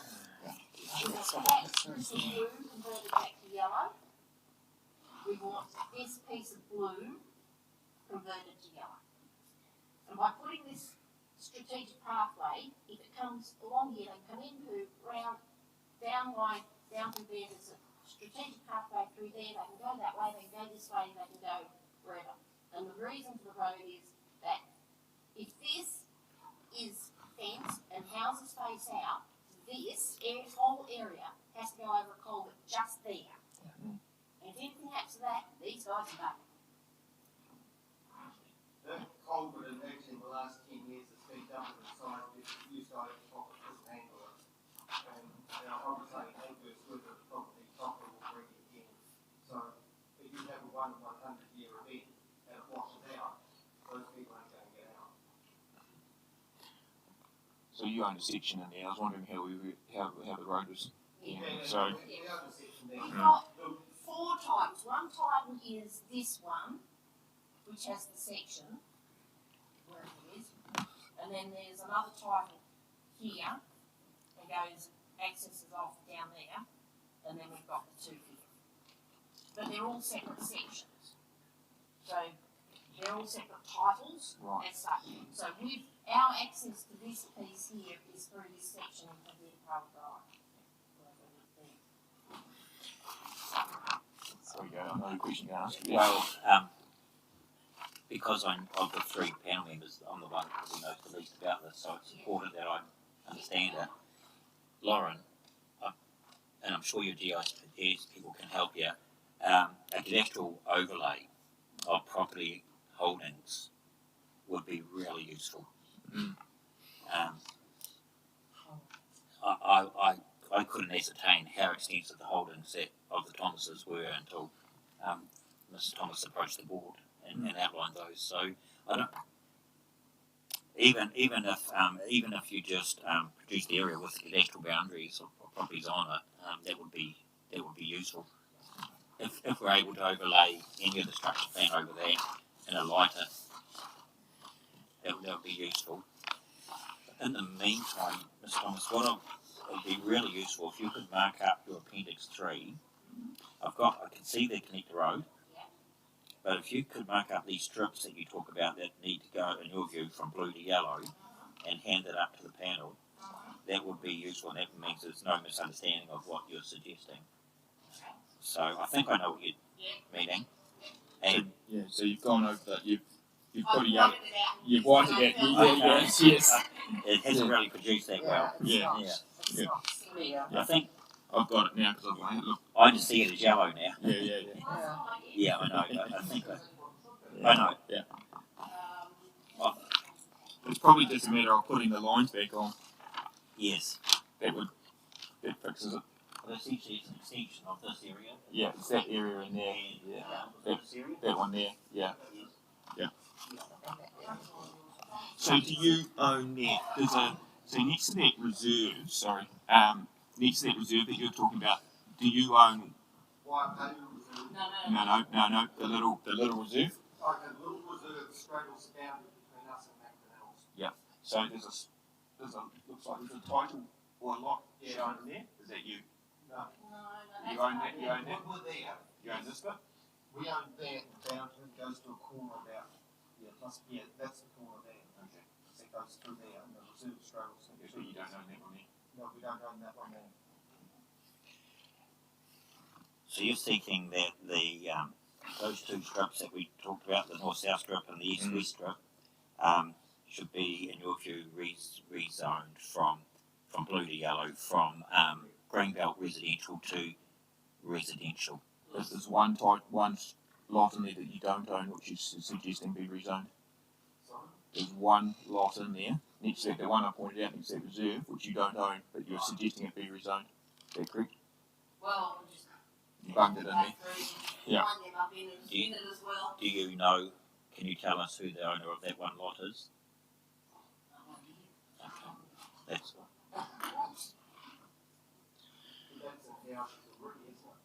It's the one right at the end. Right there, that one there. so You've got two houses down there. look, if you don't know, it doesn't Doesn't matter. matter. it might be in house already, Yeah. because that comes round. That bottom corner, on our That's bottom what we boundary, got last night, no there problem. was two houses. Yes, I think you're right. We went down there yesterday. I think you're right. Yeah, might be cool. in house. Yeah. Yes. Yeah. Yes, we did visit there last night. So I think it is got a house in it. So you might have to take that one out. So that's your relief. That's essentially relief. You're seeking the rezoning of those two strips. Okay. Apart from that, you're not seeking any other changes apart from the connector road. We want the connector road. Yes. There And was, actually, as I will say, I got pretty fired up at one of the pre-hearing meetings because it appeared that you guys, or the council, was trying to deny me access to my title. So I've had some sort of feedback books, and they say that that doesn't stop me developing.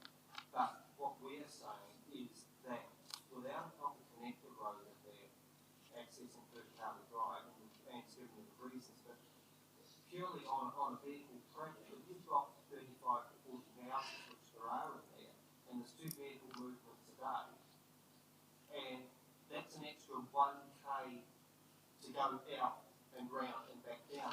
That's what's that? That's 2 vehicle movements is 80 kilometres a day times 7 is 560 kilometres being driven every day by vehicles that don't need to. To me, the shortest distance between 2 points is a straight line, and that's what you should be seeking to achieve.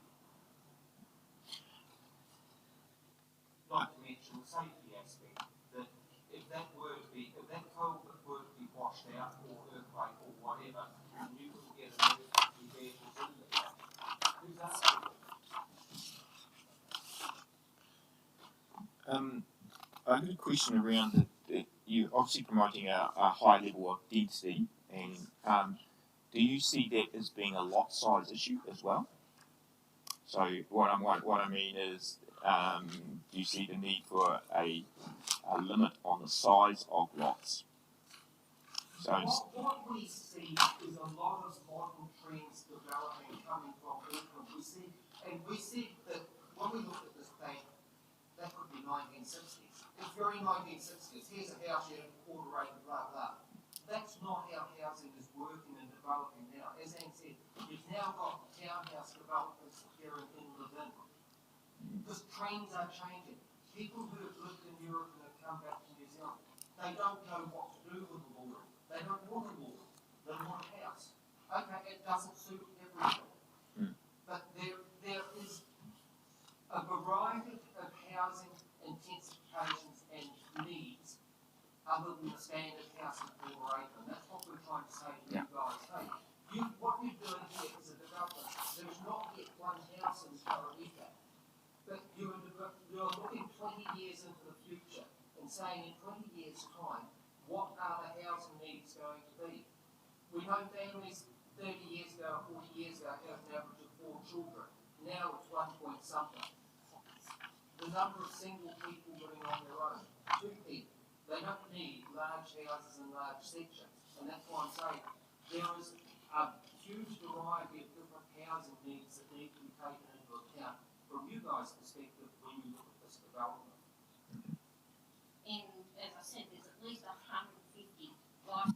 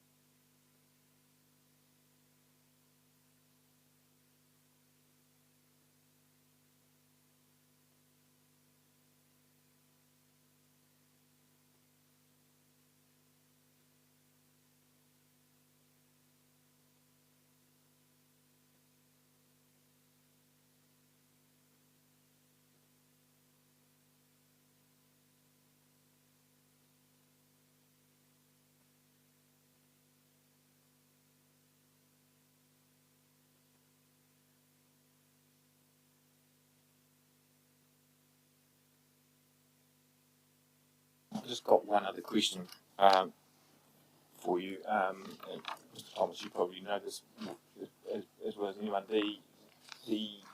Is there any flooding occur on your property during rainfall, or does it soak in?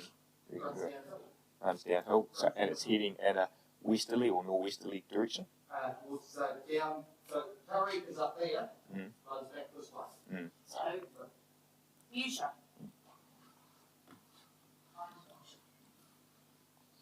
So we're up here, heavy rain events, it will come through from here and runs down this way. If you actually, is it Google Maps or whatever? Yeah. It gives you that. I'm Googling Actually, there's an app on the phone, and it'll actually, if you pick specific points, it will give you the heights, and you'll get the flow. And the flow will, and comes out to Queen Street over this way, and down here. So what do you see when in that rainfall? Do you see a lot of soakage into ground? Is it? Depends how much the rain is. Normally, yes. But if you get really intense rainfall, which because you're closer to the hills, you do get heavier rainfall. And it's quite interesting, even from 10 Ks, because we've got other land over on this side of town, this huge amount, there's probably in times, it's double the rainfall in closer to the hills. So how far down is the gravel? How far do you go down to hit the gravel? Come up and I'll give you a spade. The The gravels itself, for the layers are further down, but there's stone in the top. Like, if you dig a post hole, you'll have a shovel in one hand and a crowbar in the other. Right, okay. And some of the stones can be. Yeah, so it's not far down. No, it's pretty close to the top. Veggie gardens are raised gardens for an obvious reason. Right, okay. Any questions, Dave? No, that's good. Yeah. Okay. Thank you very much for that. It was very good.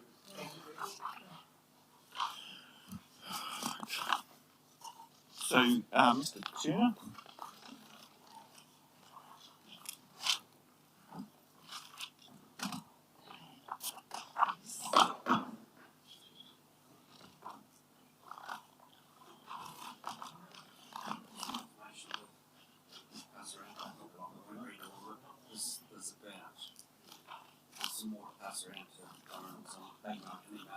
might need copies of that in the future. Have you got a copy? Yeah.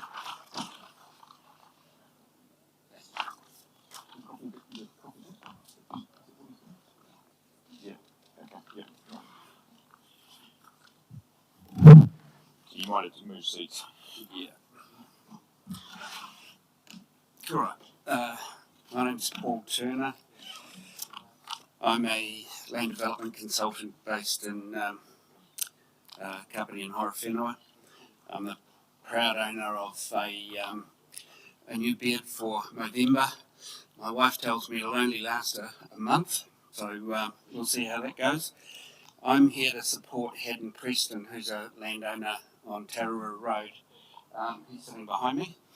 I'll point out his land. Essentially it's 7 hectares, and a lot of the core infrastructure runs through that particular area. We've made submissions on a number of points.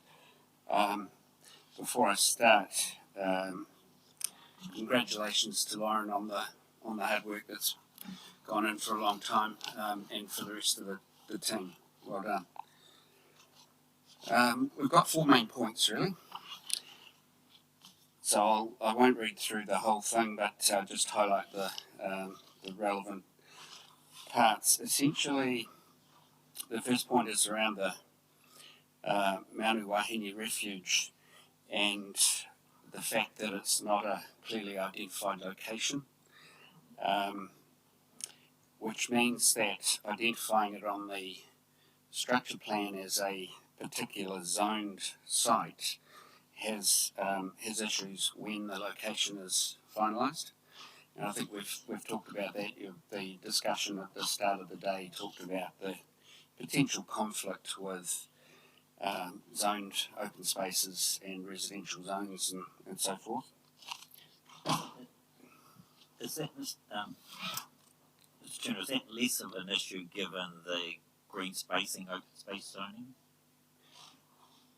Well, as far as I'm aware, I believe that particular site isn't identified yet. Is that right, Lauren? Well, we've got a site on the map which is site of Maungu Wahine. Yes, so it's this area up here, Mr. Turner. Okay, so That seems to be within the open space zone. Well, the circle is anyway. Would you like me to clarify, Paul? So the nature of that site and how it's identified on the structural plan will be covered more fulsomely by the Murupuku Tribal Authority, but I will just say that identification of the site is more about providing an opportunity to identify the associated cultural values rather than necessarily expecting or needing to find archaeological evidence or something like that, which would allow a defined spatial extent to be defined. So yeah, just hopefully that clarifies. thank you. That brings us to the next point in terms of the open space and residential zone, keeping flexibility about the open space boundaries, and we recommended that the open spaces not be defined on the zoning plan, but on a structure plan to give the flexibility that would be more efficient. Through the Section 42A report, there was the opportunity that these spaces where there might be conflicts due to the extent of stormwater assets or open spaces, that they could be tidied up later, but we believe that's inefficient. And earlier in the discussion, one of the commissioners suggested that zoning might restrict the delivery of Plan Change 4. And my note under 4 talks about how even small pockets could require rezoning at some point. So it's and Darcy Britliff's expert evidence also highlights that open spaces don't necessarily align with the stormwater management areas. So I guess the the message is that we think that open spaces would be more efficiently dealt with in a structure plan rather than in zoned areas. I just wonder whether we deal with these issues at the end of each section. Mhm. So, in that sense, the structure plan almost is a zoning plan, isn't it? Yes. Yes, and what is it? Is it a structure plan or is it a zone plan? So if it is defining green spaces for open space and stormwater assets, then that's locking in the location of those elements, which one of the submissions from the stormwater engineer suggested that from David actually on point number 5, that the extent was not necessarily defined at this point because it's a Yes. rather estimated at this stage. Yes. So yeah, okay. Mr. Turner, you have quite a bit of experience in preparing scheme plans of subdivision planning applications and the role that green spaces can have in conjunction with blue spaces in terms of stormwater. The point that you quote from Mr. Britliff about perhaps a misalignment between the location of stormwater management areas and the green spaces, what do you see that as the implication for yield? I don't think it's so much about the yield necessarily. I think it's more a complication for the mechanisms of processing an application, and as was pointed out earlier, restricts the delivery of plan change form because simply there's a lot more paperwork to deal with. In your experience for dealing with this council, is there a willingness to have multi-use of reserve areas for more than just reserve, but for utility functions as well? Yes. We've dealt with a vineyard development in Ohau, just a little south of Levin, and there are some open spaces. There are reserves for various reasons, and yes, there's definitely a willingness. Yeah. Yes, it comes down to whether those areas count towards reserve contributions or whatever. Yeah. Absolutely. That's a critical question, which is part of the point number 5 in terms of how we balance the cost of these assets. Yeah. Well, I won't interrupt you. Sorry, I'll let you carry on. So yes, point number 5, which is the third of the 4, talks about how some landowners' land is burdened with infrastructure, roading, and so on. I say burdened, but it's essentially a key component of the Tara-Ika plan change. You can see where I pointed out the extent of Hedman's land, that he has a key roading and stormwater assets, and just about everything you could be looking for is located in this particular location. So we're essentially looking for that financial equity that I've pointed out in 5A that David described, that the measures that would be helpful to identify the relative imposition and cost of providing these assets need to be considered carefully because those are assets for the wider community. I appreciate that there might not be a plan change matter, but it's still very important for implementation.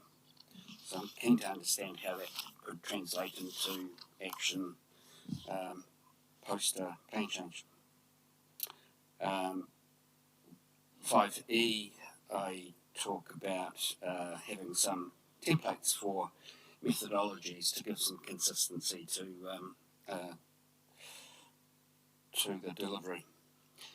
And I think listening to the Electra presentation earlier, relocating the Electra infrastructure into a corridor elsewhere, which could be through key roading networks or even the expressway, will require a consideration of the cost of relocating that infrastructure, which wasn't raised in the discussion earlier. Clearly, a 37 metre wide corridor for overhead lines is a big imposition on development. Just on that, as with the survey, is your understanding that statutory easement is conveyed on titles? No, I don't believe so. So I think that my experience is that prior to 2003, when the Electricity Act 2003, I believe that's the date of it, came in, those assets didn't need any easements, but after that time they do. So that while they don't need easements, clearly they're an asset that is relevant to development, and so I think that there's a community benefit to relocating these overhead lines, clearly undergrounding them if possible. It would trim down the corridor necessary, I believe, from my experience. Undergrounding doesn't require the separation distances. I think it's as described earlier, it's definitely an opportunity to improve the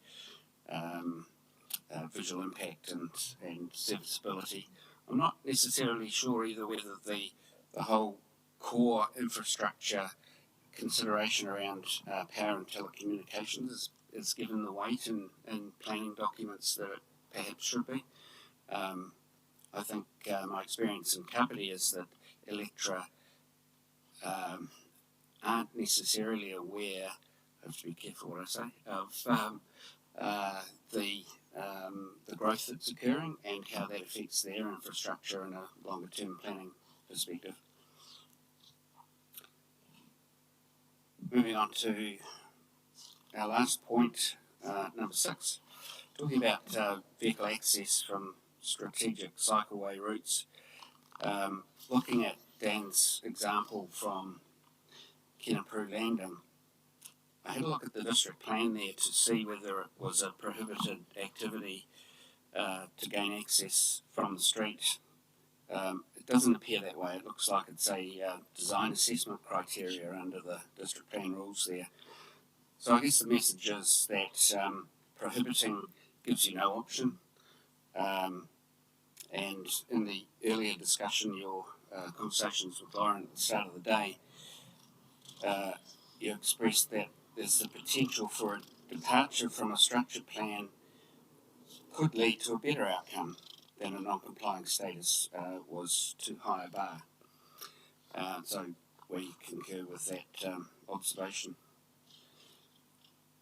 Our last page is simply acknowledging some of the work that's gone into considering all of the various observations. So again, thank you, Lauren.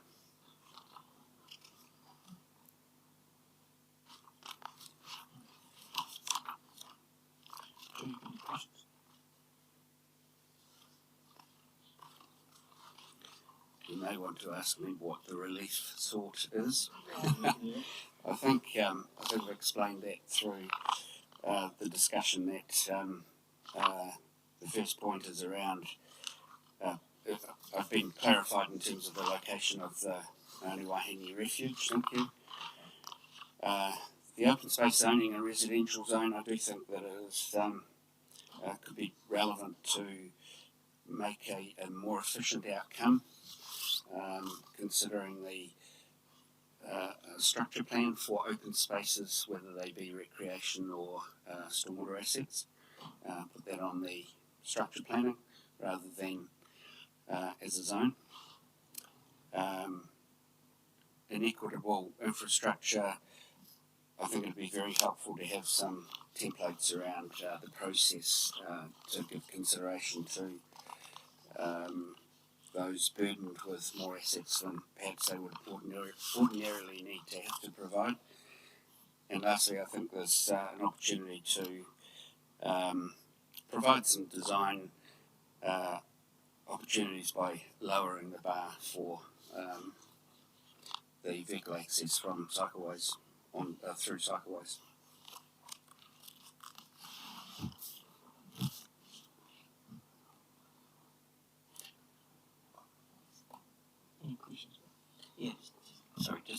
couple, in addition to the ones I've asked already. In terms of the open space residential zone flexibility issue, section 0.4, are you suggesting that the open space areas be deleted from the structure plan? No, I'm suggesting that we be clear whether we've got a structure plan or a zoning plan. And if it's a structure plan with certain things locked in place, for example, some of the roading locations, but that the open spaces, which can be a combination of recreation space or stormwater assets, be regarded as matters of consistency rather than locked in terms of a zoning map, because that creates work later. It avoids the tidy up exercise. I mean, the reason I ask that question is when I look at the structure plan and I look at the legend and I see pockets of green space that are zoned open space, I don't necessarily equate those with stormwater areas. But that might be the intention. And I know it's a matter of discretion when the subdivision comes in that council will consider those matters. But if Mr. Brutliff is correct and there's a misalignment with the location of these reserves with potential stormwater management areas, then if you've got an activity status that depends on complying with the plan, and you're triggered to non-compliant activity status, then that's potentially a problem. David may have some observations on that, I'm sure he will. Yes, we'll come to that. Okay. As far as your client's concerned, Mr. Preston, are you able to more precisely delineate the extent of his land holding? Yes. Are you able to do it so that you can mark up one of our plans? Yes. Can you do that? But you indicated that he's really got a bit of everything. He's got some arterial roads. He's got looks like some low density, or is it medium density? Medium density. Some residential, some open space, and collector road. That's right, and some stormwater assets, which. I was interested when you said that. When you say stormwater, you're saying because of the green space. Yes. It's my understanding that they're dual purpose open spaces, that the stormwater assets aren't otherwise shown on the planning on the structure plan. Are you seeking any particular relief to that zoning pattern over your client's property? No. Okay. Okay. Thank you. That's all from me then.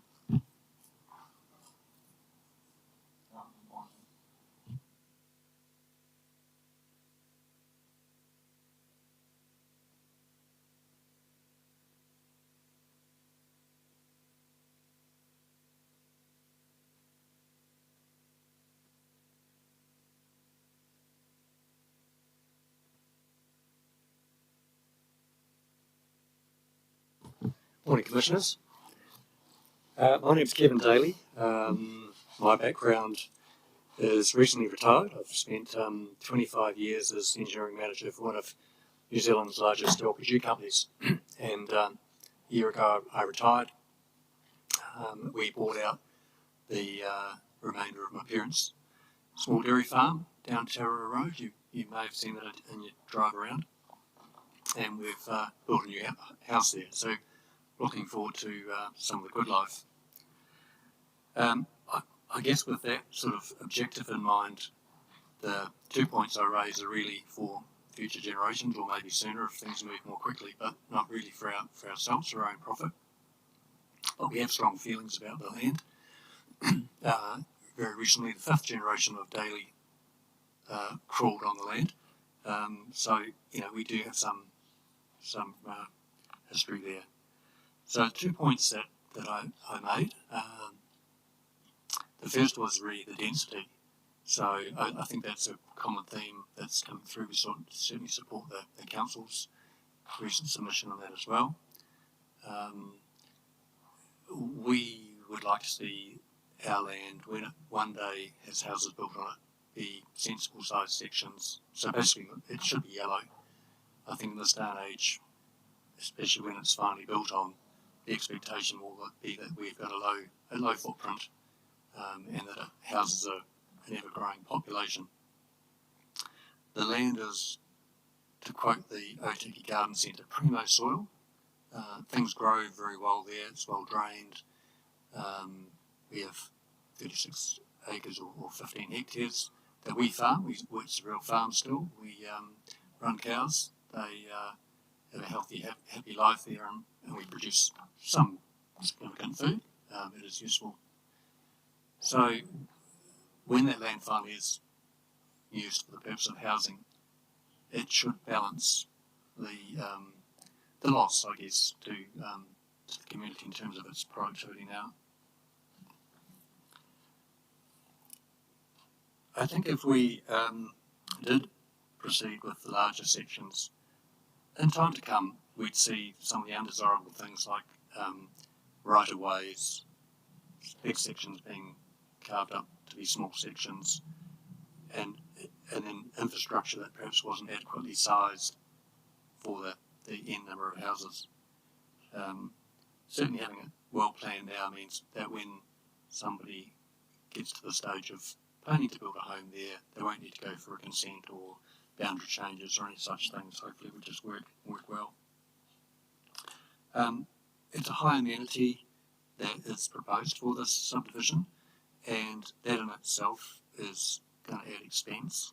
I think there needs to be enough sections there to kind of spread the financial load of that high amenity. I attempted to count up the sections on the plan, and I think it was approximately 90, so that would give us a yield of six houses per hectare, 15 hectares, if that was the case. So that to me is something that needs to be improved on.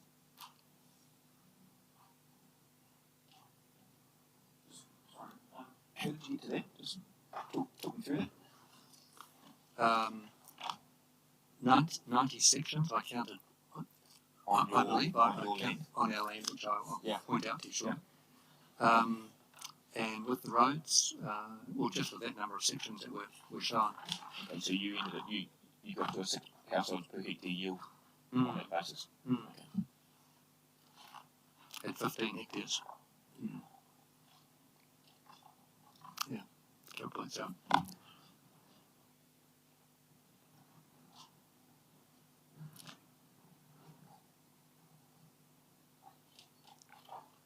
So that's the first of the 2 points.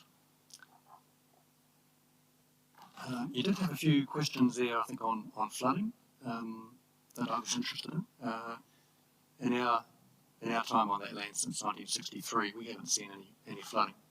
It is well drained.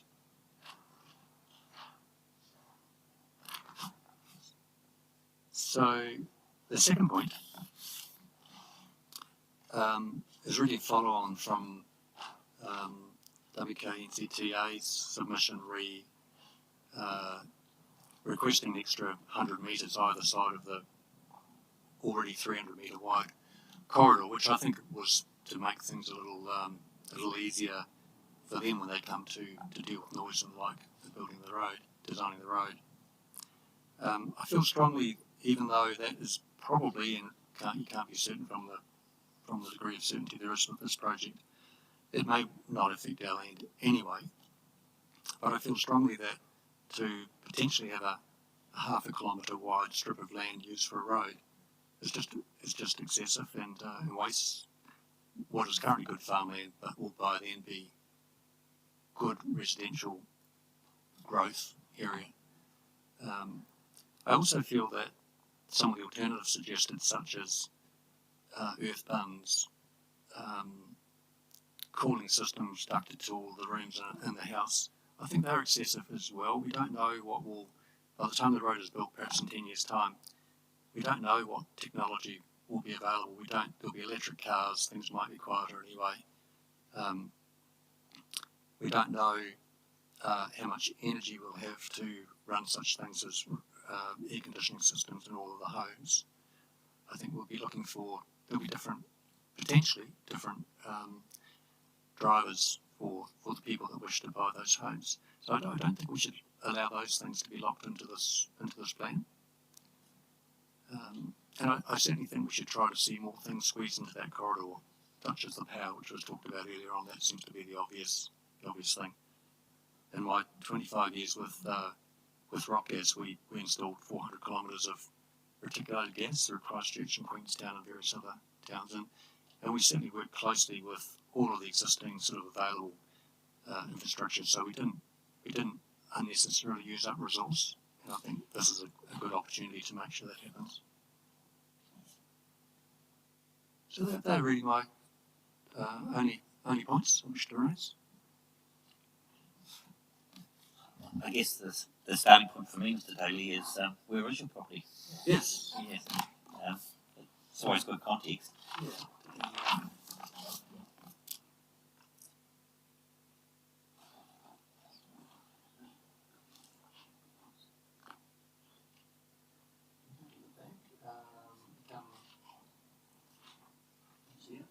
Along to there.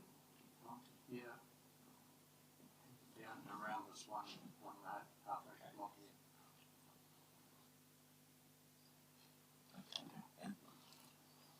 And it's a 15 hectare single title or multiple titles? There's two titles. Two titles. Potentially a third, only because we have built a second dwelling on the land, and it just happened to be that the original farmhouse, was part of one of the two lots. So, yeah. So you've got predominantly residential zoning. You've got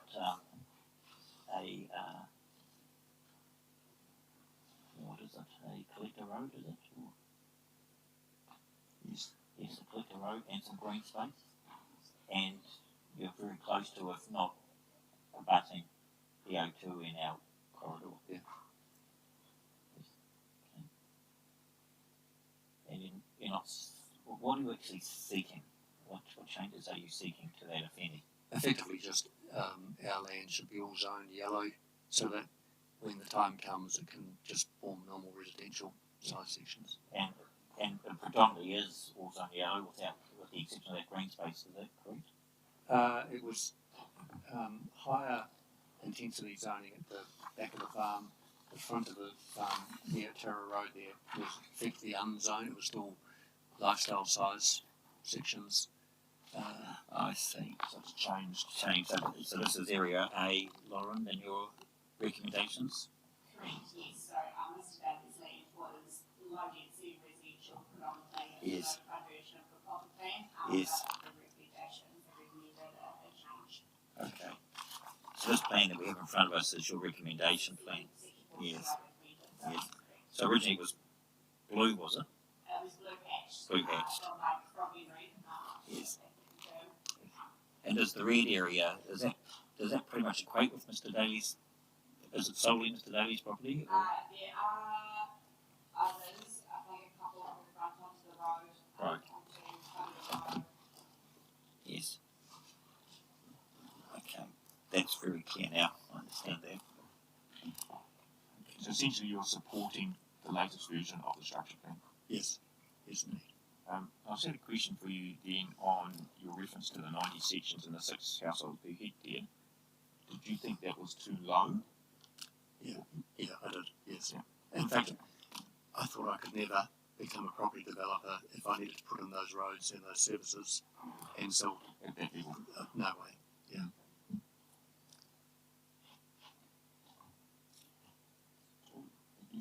No, that's Thank you,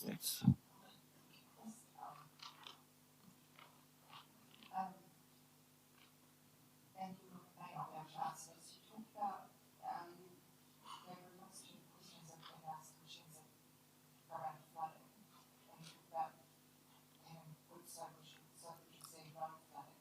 Is that because, as you understand, there's sewage, or is there overland flow elsewhere? Or there was some very heavy rain maybe a month ago, and what I saw was some puddling on some of the paddocks and the lowest points, and some of those puddles you could almost see continuous water between those puddles. I would say they would be very, very shallow, just wetting the soil. As soon as the rain had stopped, that disappeared. So I don't think there was like a river flowing down off other land and continuing across our land. I think it was basically soaking to the subsoil there. So your experience is similar to what Mr. Thomas talked about before, is that the gravel, the shingle is quite close to the surface and the water's getting through and it soaks away. Yeah. I've dug a few. I'm digging post holes as well, and basically it's a shovel of topsoil, shovel of clay, and then you're into that metal. And if you were to put the garden hose at full noise into the bottom of your hole, it would just disappear into the pit metal. Yeah.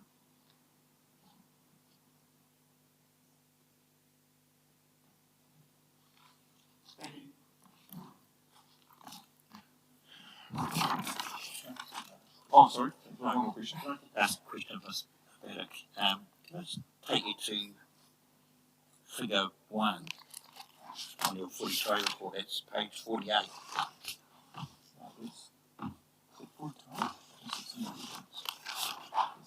Oh, that's 48, I think. Yeah. This is where the specific rezoning requests plan, and I guess it's the basis for figure 3 where you've recommended changes. So this, I don't know if it's navy or black polka dot area,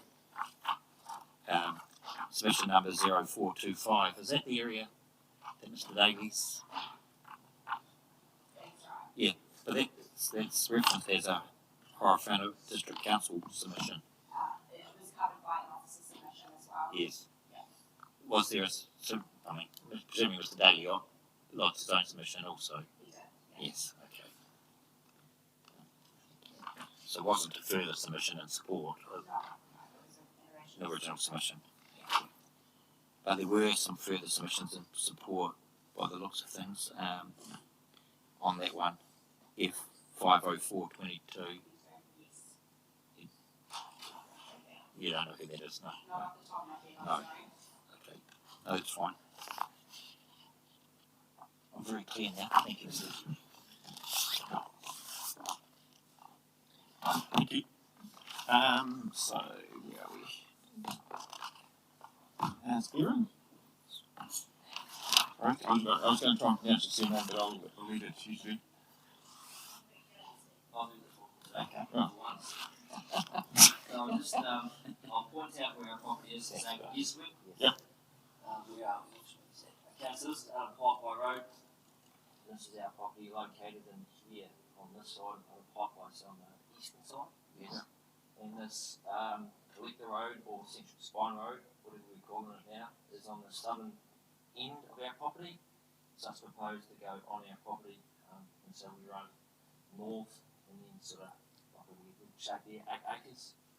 So we're Point to the allotment to make up your property. yeah. I don't know how far it goes. I think that's our boundary. Yeah. Yes, that looks like a property Yeah, boundary. and it comes up on a sort of Some of which. yeah, wedge. Yeah, that's right. Yeah. So is any of your land within that corridor? Of the arterial. Yeah. Yes. Okay, so you do cross into that corridor as well? As in the O2 and L Yeah. corridor? Yes. No. That's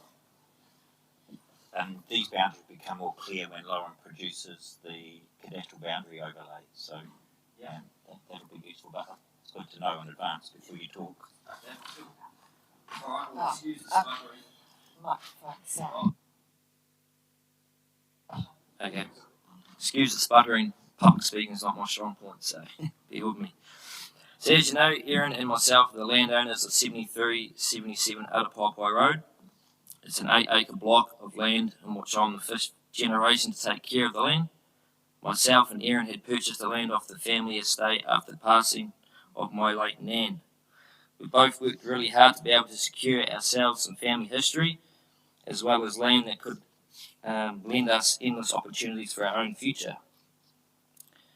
In relation to our submission, we did sit neutral. This was for a couple of reasons.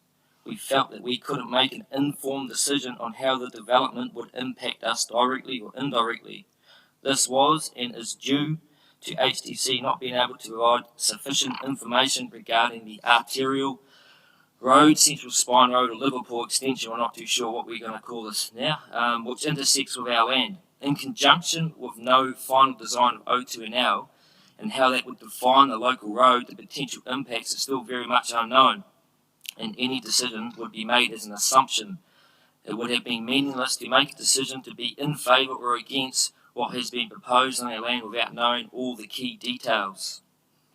As the process has evolved, we have understood and discovered new information. Our decision on our submission has somewhat swayed.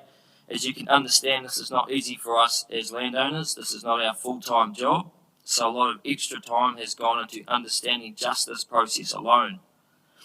In our submission, we raised concerns in regarding to Liverpool Arterial Road and the special effects overlay.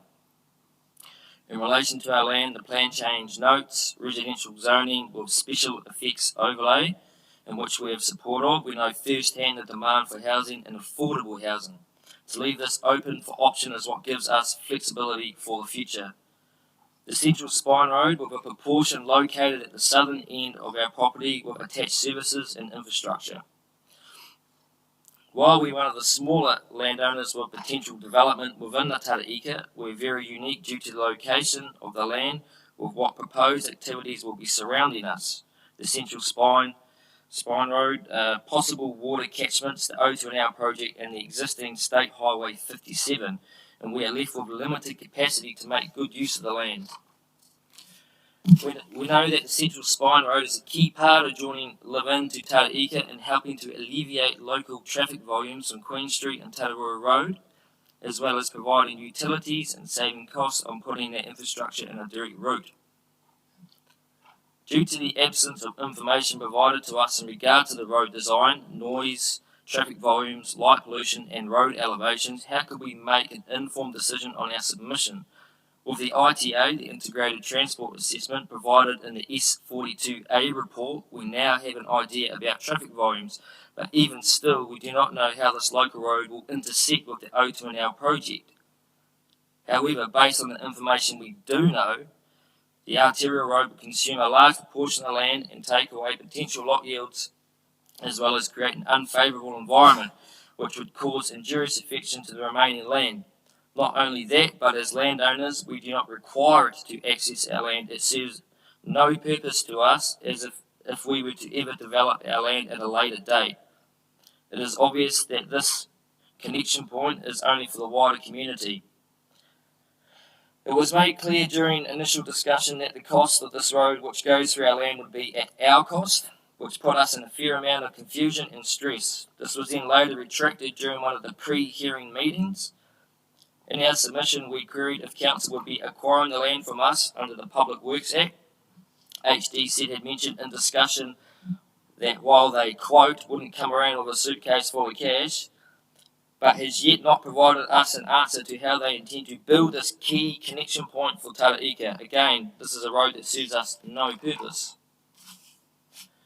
The Central Spine Road was also stated very clearly in all plans provided that this is a fixed road with no prior consultation with us of its assignment. During one of the pre-hearing meetings, the information which we had been provided was very contradictory to what was stated in the plans, which has caused us a lot of confusion as to exactly what the plan is. There was mention in discussions that Liverpool Street extension would not link up with the existing Liverpool Street and only form onto the State Highway 57, and now we know it is not considered part of the plan change. However, it is evident that the council has made a decision in regard to this matter with the following statement. Council will be implementing the Tararua-Arapapai Road intersection by June 2022 and the Liverpool-Arapapai intersection by June 2024 from Section 32 Report Appendix 8, statement from HDC Roading Service Manager. This surely had been considered appropriate as part of the plan change if the whole intention is to connect the town together and not sever it. We have perfectly suitable access to our land from State Highway 57 for any future development once it becomes a local road, which it more than likely will be based on the statement from Emma Spate of Waka Kotahi in the Stuff article May the 3rd, 2021. She stated that State Highway 57 will continue to be an important local road after the highway's completion. For such a significant road, further detailing should have been made available for the Central Spine Road. We understand this is due to the O2NL project still being in planning stages, but as landowners this leaves us in utter limbo. The frustration of being told to contact the O2NL project team from the council and only to be turned back around and referred back to council as it being a local road. We've had to both finish work early and take days off to attend meetings which got us nowhere, which occurred on numerous occasions. With much consideration, we know that this road is going to happen whether we want it or not. However, this is a road which again serves us no purpose as landowners, and this should not be at our detriment, which would only service the HDC and other developers' needs. In the executive summary, it notes that Council, alongside key landowners, developed a master plan for this area. This master plan is the basis for this plan change. Due to the location of our land in relation with Liverpool Street, it would be fair to state that our land is considered to be a key connection point to Tara-Ika. However, we were not consulted on this fixed arterial road shown on the plan until it was released to the public. Erin and I are both hard workers and put in endless time, energy and back-breaking work to get to where we are today to be able to secure ourselves a stable future. We're not willing to sacrifice our efforts to allow for a loss for the sake of HTC and a large developer's gains. As one of the smaller landowners in this development, we generally have felt that we'd just be collateral damage in the grand scheme of this plan change. And to have a key arterial road connection put on our land is inequitable to us. We do feel that through the initial process of this plan change, we've felt unheard and left out, and we've had to research and dig up documents, engage and pay for specialists to ensure we are protecting what we've worked so hard for. HDC has failed to keep us up to date with the process, and we've only come to learn about Tara-Ika was planned from a local real estate agent who had copies of yet to be released plans. We had also not been invited to the sod turning and blessing with the Iwi Prime Minister in December last year, which has made us feel we're not part of the process of developing the land for the wider community. Our land, in line with the proposed plan change, does provide a key connection point to Tara-Ika with Levin, and maybe while it is not critical to kick off Tara-Ika, this connection point does support the development. We feel that HDC has failed to make us part of this journey and a part of the community. With that said, I want to thank the other landowners for their support and have found the pre-hearing meetings as recommended by the panel very helpful. We know our submission wasn't very detailed, and this is partly due to how many unknowns there are with the O2NL project having such an influence on how this plan will develop and impacts it could have on our land. We both work in the construction industry, so we understand the need for growth not only to create affordable homes and create an environment that is desirable to live in, but also create jobs within the community. We accept that development is inevitable, and while we do support the development of Tara-Ika, it shouldn't be at a hard-working family's detriment. Finally, we want to be assured that the right decisions on the plan are sought, and that the landowners who are making sacrifices of their land and family history of the wider community are listened to. Thank you. I'm just wondering whether we can get a copy of that. Yes, of your old... We haven't got the printer around the paper this morning, so we can email them if you'd like. Yeah, that would be... Yeah, We can run them off now if you want. Okay. Yeah.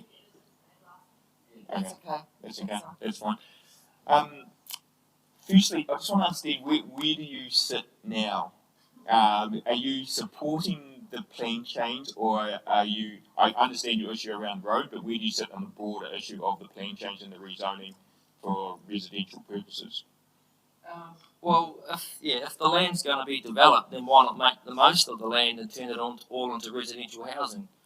I think that our general consensus is that we're not against this development. We know that's going to happen, and that's we said that. The main focal point of our submission was the arterial road, and we don't know anything about it. We're none the wiser sitting here today making our final sort of stand.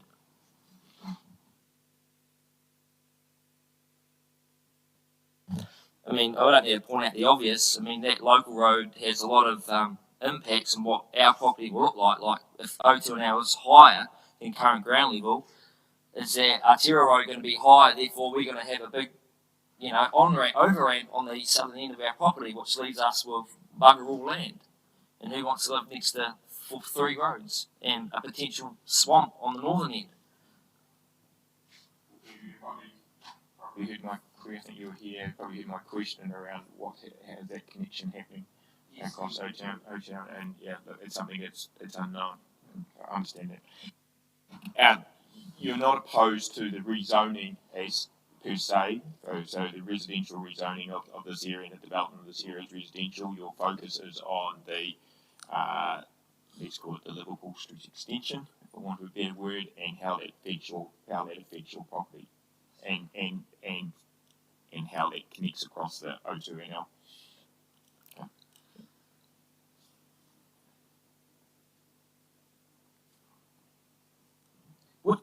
I have a question. What do you do on your land? Well, it's just a rental at the moment and fatten some cows.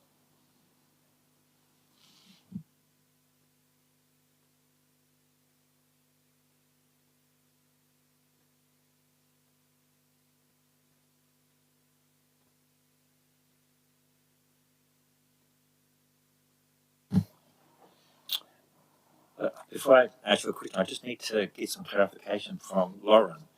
Lauren, the land of the Smith is zoned residential, but it has the Arapaipai Road Special Effect Overlay over it. Correct. Essentially, what's the impact of that overlay? The impact of that is that it elevates activities of any kind to restricted discretionary, which I do know is the same as residential subdivision anyway. Yes. And then has particular matters of discretion and standards associated with noise insulation and access, and that relates to the existing State Highway 57, Yes. which in addition to being a state highway and needing noise insulation as a result, is also limited access, which creates some access challenges for the properties that front onto that. Yes. So the idea was to provide as much flexibility as possible for a piece of land that is, for the most part, quite constrained, Yes. so that a suitable flexible solution can be devised. So it's an overlay trying to deal with reverse sensitivity type issues, essentially. In relation to 57, State Highway 57. Noise and access, primarily. It's both noise and access, I guess, in some ways. It's to recognise the constraints associated with the existing highway, both noise and access. But all other standards relating to lot size and activities are all the same as the rest of the residential zone, correct? Yeah. So does the noise restrictions drop off as soon as the state highway is lifted? So under the current provisions, no, because one aspect is we don't know for certain that it will drop away as being a state highway, and secondly, even if it does, at the moment we don't know what the traffic volumes and associated noise impacts might be.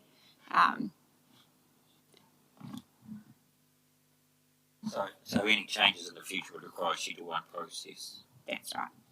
A Schedule 1 process is a public process. Right. Yeah, like another plan change. Yeah. Just raising another interesting question. So you said any activity is RD in this area, which is that different? That's different from anywhere else? So the idea was that it would pick up land use activities as well as subdivision. So would that mean that bulk retail on that site would be RD? Yes. As opposed to anywhere else where it's not? Yeah, and so just really trying to recognise. Presumably that wasn't the intent though.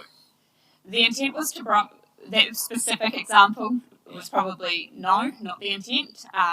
But the intent was to provide for flexibility.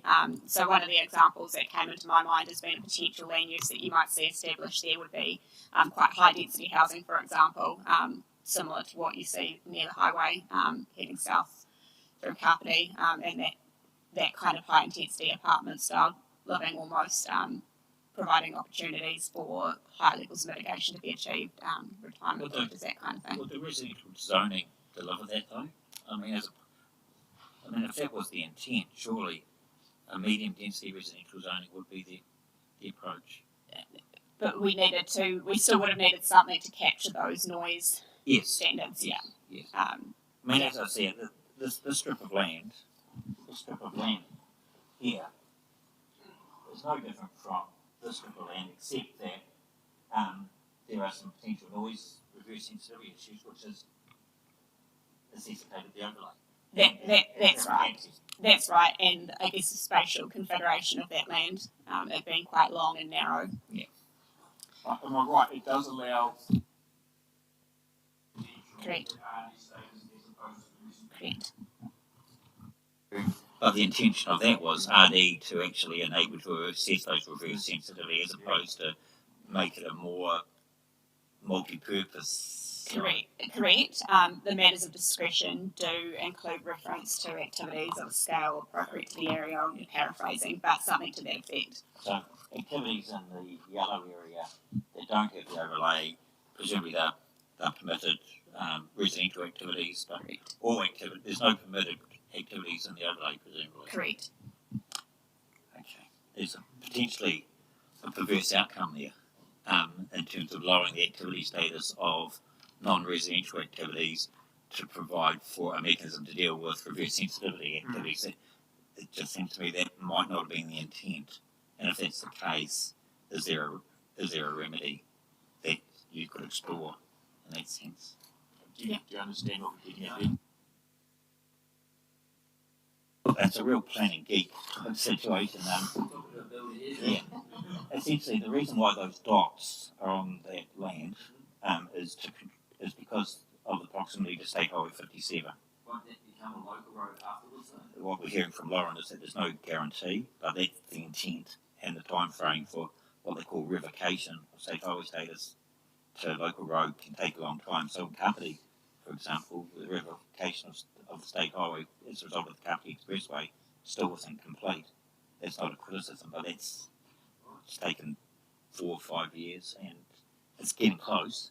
Yeah. But it's a process, and so the intent is for it presumably to be revoked from the State Highway and become an important local road, and obviously an interior road. Yeah. But until that happens, because of the noise emanating from it, from traffic, what Lauren's saying is that they've put dots on the plan, and those dots means that any dwelling that you put in, any activity, requires a process to ascertain how you're going to achieve an acceptable noise limit with a level within your house, presumably, and whether, like ventilation, double glazing, that sort of thing.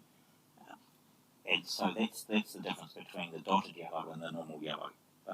So the process they're using to do that is called restricted discretionary. So all activities require restricted discretionary intent. But one of the perverse outcomes is that would allow some commercial activities to come in through the back door, presumably, that wouldn't normally, large format retail that wouldn't have that status. I mean, I think large format retail in the residential zone is a non-complying activity normally. So that overlay is solely because of State Highway 57 is there. issues, access and noise. Yeah. So that perverse outcome is on the basis that, let's take large format retail, doesn't necessarily need to mitigate against the noise. And for you, it's a windfall gain in a sense because not only are you getting residential, will be having to mitigate the noise, but you can have a lower activity status for commercial activities on your zone, which I don't know if that was it doesn't appear to be the intention. And whether it would happen, who knows? But that's just. Because in the traffic, in the traffic volume and wasn't the report in the last, in the ITA, wasn't the main centre arterial road in the new Tara-Ika same traffic volumes in 2030 as State Highway 57 when it becomes a local road? I can't remember, but it was like quite high traffic volume through that Liverpool arterial road. It was over 3,500 a day, wasn't it? Yeah, going east and west. Raising one of the questions that I was introducing earlier this morning about the connection across and what the difference that becomes. So if there's a connection across the existing State Highway 57 to the existing Liverpool Street, that becomes a direct connection into town. What's the difference between that and not having that connection with the left in, left out option? And now that's something we will be questioning through the planning process. But yeah. There are some flexible locations for local roads and laneways over solid lines over your property. I think that's what they are. Yeah. Do you have any comment on those? Uh, I thought they were property parcels first, but obviously they're not. They're the roads. They're roads. Yeah.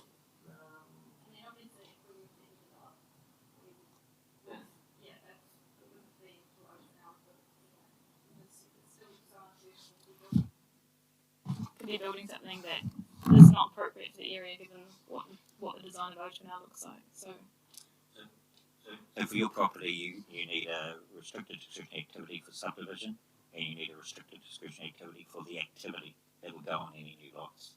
Right. Primarily because of the reverse sensitivity issue, as I understand it. So, okay. Yeah. But it's still, I think Ms. Bannock makes this point, it's still an enabling provision. It's a low-level consent. I mean, permitted, controlled, and restricted discretionaries are defined in the NPSUD as enabling activity statuses. So, and enabling means it's contemplated. The expectation is that it would be approved, subject to conditions. Whereas, well, I'm talking about residential development. Yeah. Whereas once you get into a discretionary status, fully discretionary, there's an ability to decline, and when you get into non-complying, there's a tough test to actually get an approval. So you're in an area that's enabled for residential development, albeit that there's a special characteristic about reverse sensitivity or noise that the council want to control through glazing and other mechanisms to achieve presumably indoor noise levels as opposed to outdoor. Yes. The other issue there is that you're in one of those areas where the O2L alignment is very wide, and it's probably at its widest there and at the other end. So there's a long way to go before that's refined down as to just exactly where it is. So.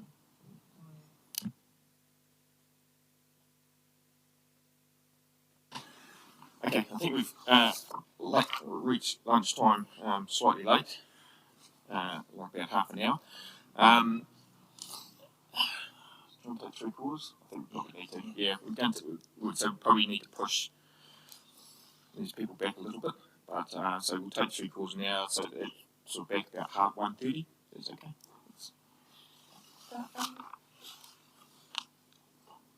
Browns.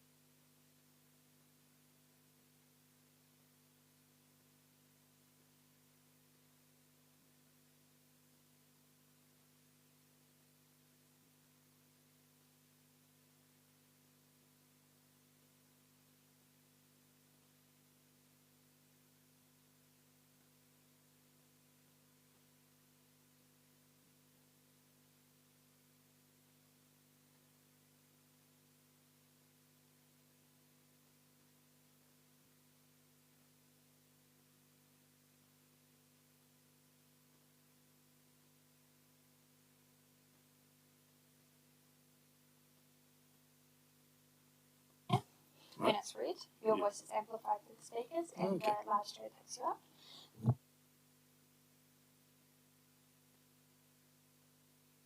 This one here. Right.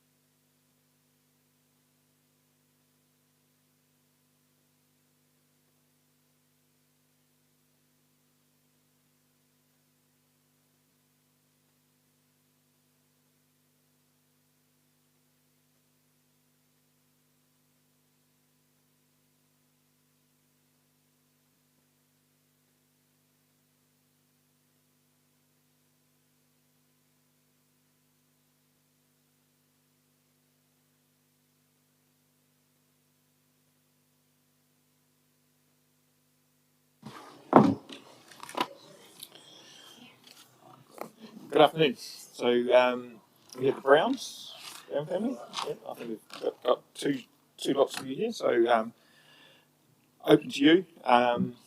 So just a quick introduction: David McMahon, Dean Crystal, Joe Messon. So and the floor is yours. Oh, and just need to press him.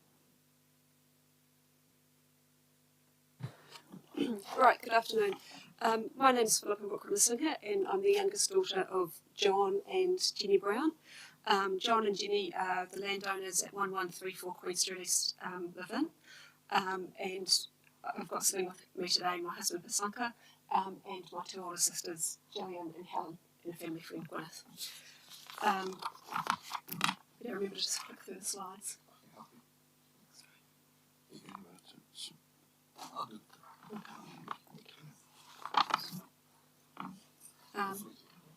Sorry.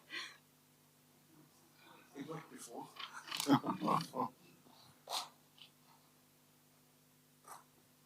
Okay, well, while we're waiting for that, the two main areas that we're going to be talking on today are around zoning and the interconnected issues for us around open space and Mana Wahine. And at this point, I'd just like to take the opportunity to thank Lauren for her help with us working through these issues. Similar to Mike and Erin, who you heard from earlier today, we came to this process a little bit late. But she's been very supportive in responding to our queries and helping us to understand some of this. So thank you for that. Right. So just for context, that map up there is probably one you're familiar with because we've taken it from the Section 42A report.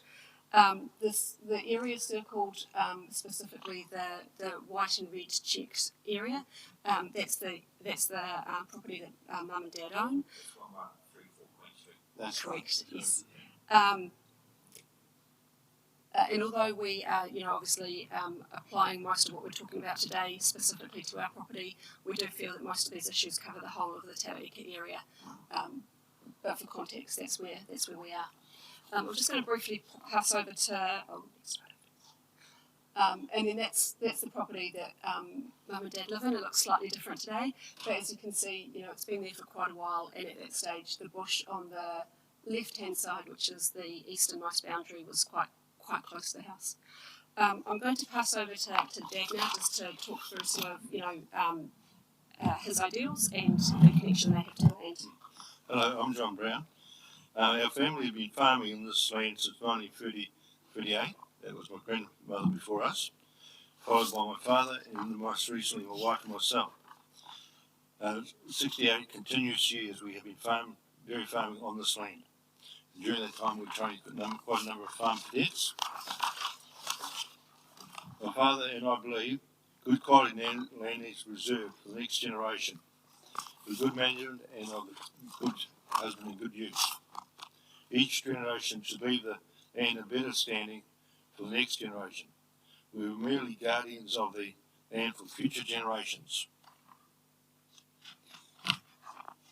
Our family vision that this family farm would be farmed by future owners, this sadly will not be the case.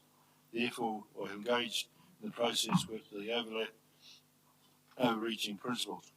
To do this once, and we do it right. The land is used with maximum potential to protect further encroachment on Class 1 and Class 2 lands found in other areas of Laverne. This land should be used to solve the housing problem in Laverne. I'll hand back to Philip. Thanks, Dad.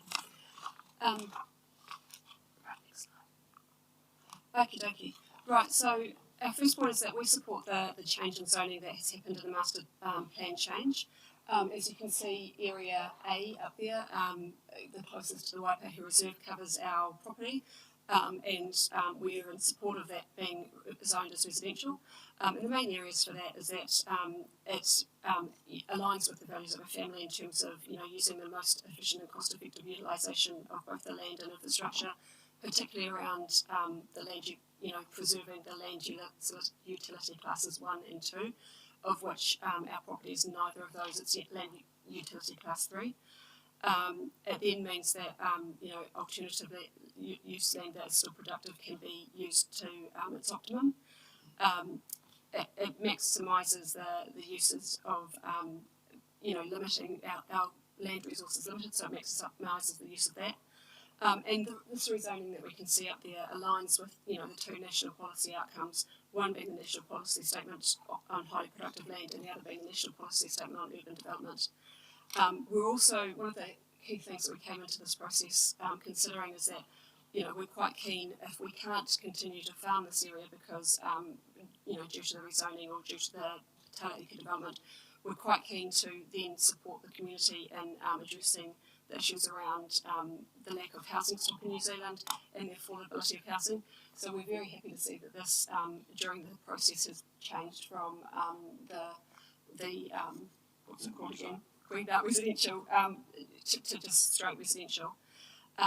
It also, addresses some of the economic viability of development, some of those issues that there might have been if it was purely just a greenbelt residential. However, we do request that the remaining greenbelt residential that is can be seen up on that slide in the thin yellow slip. We request that is changed to the standard residential zoning in line with the property to the west of it. For the main reasons that within the Tara-Ika development there is already sufficient greenbelt residential zoning, as you can see by the rest of the blue on that map, which basically means that there's a large existing stock of greenbelt residential properties, and on average, property owners who have a property of that size tend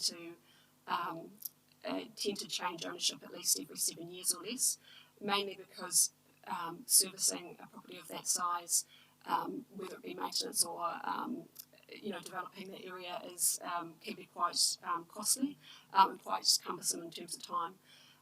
So we're conscious that there may not be a huge requirement for properties that are zoned greenbelt. This change is also consistent with the residential zoning that we see next to Redwood Grove. So the picture there on your left is a Google Map photo of Redwood Grove, and the picture on the right at the top is a picture of Pahutako Drive. So you can see on the left-hand side that not only has the counter put it together, but actually that the zoning all around Redwood Grove is residential. However, that's inconsistent with the current zoning around Pahutako Drive, where instead of the residential zoning going straight up right next to the existing subdivision, there's been a remaining strip of undeveloped land expecting to come in with the greenbelt along there. So although we're happy with the existing residential zoning, we would request that that remaining strip along the boundary of Pahutako Drive is changed to residential. So that's consistent with the submission of the Thomases, is it? That's correct. Yes, that's quite right. Right. The backup that originally owned that, and we sold that to Thomas's. So we both can secure the same thing. To take the strip right through as resident.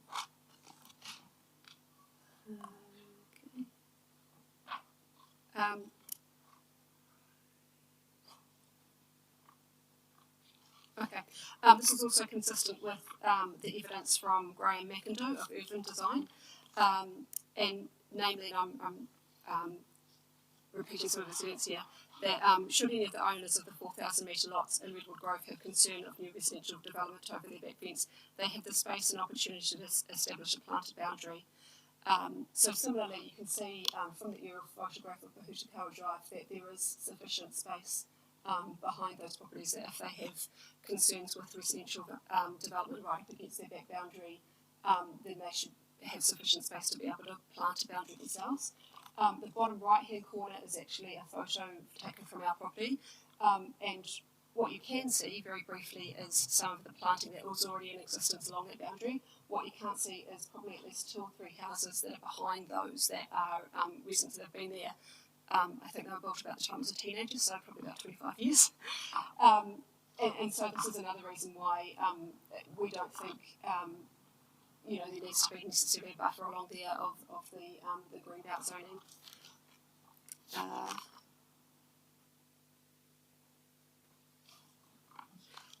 Further in Graham McIndoe's evidence is that the back-to-back lot arrangement anticipated by the structure plan is an optimal way of achieving the transition between residential areas of different character. So although these properties in Pahutako Drive may have residential zoning up against them, most of those properties, as you can see, face out into the road that goes through the middle. They're also facing out into the Tara-Ika road ranges that are situated this side of the slide. And again, reading from here,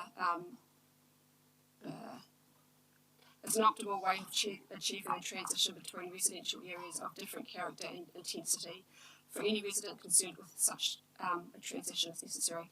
I recommend that submission is rejected. Existing properties in this area exceed 4,000 square metres and the provision of a buffer outside of these properties is unnecessary. Some planting already exists within the larger lots within this area. If separation from new development is required, such a buffer is easily accommodated within the larger lots. And I think you can probably see that there, even though it's got a bit of fuzz over the top.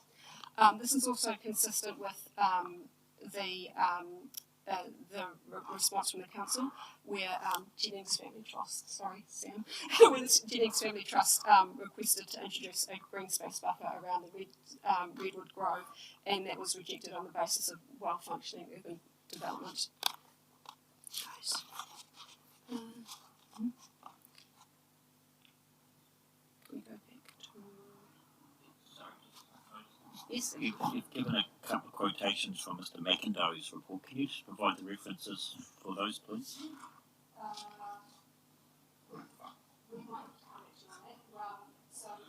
You've quoted from his report, though.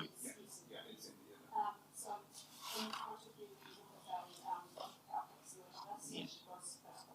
But presumably they were recommendations by Mr. McIndoe in relation to submissions by Redwood Grove. Okay.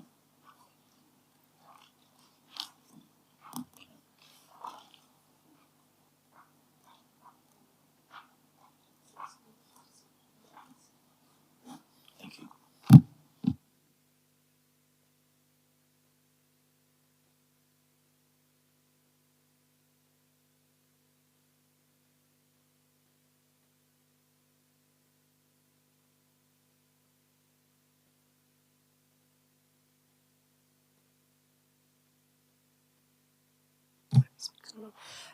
We're also a bit concerned about what may happen in the future, because if we were to leave this as greenbelt, there is the potential that there will be infill housing in the future, which wouldn't then provide the best outcome for the whole development. And it also helps to support New Zealand's need to reduce the housing crisis, which can happen sooner rather than later if we recognise it as residential at this stage. As I said, the property that Mum and Dad own is LUC 3, so it's Land Use Utility Class 3. And by developing this space to its maximum potential, then we can preserve the LUC Land 1 and 2 that is situation in other areas, particularly around the Horowhenua, knowing full well that the Horowhenua is, is sort of known as the green grocer of New Zealand, and that it produces quite a lot of fruit and produce for the rest of the country. And again, just to be consistent with Redwood Grove. Further on that, we support the expert witness evidence of Daniel Miles on behalf of the landscape architecture, who states, I recommend that submission on behalf of Tom Anderson, on behalf of Redwood Grove property owners, be rejected. Existing properties in this area already exceed the 4,000 square metres, and the provision of the buffer outside the properties is unnecessary. So on that same basis, we believe if the Pahutakawa Drive residents require a buffer, then there is sufficient space within their own property to do this. And as you identified before, this is consistent with our neighbours and Thomas, who are to the north, to the south of us. Just to make it weird, they're not pursuing that anymore either in Redwood Grove, as we understand it from the planning evidence. Yeah. To support your argument.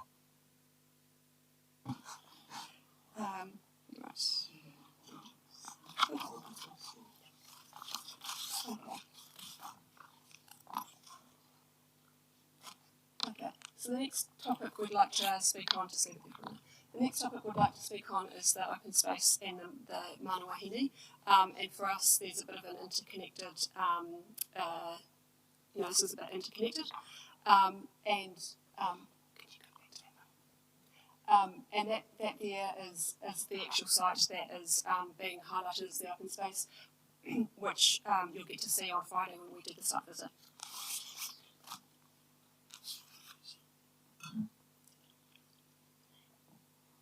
Next one.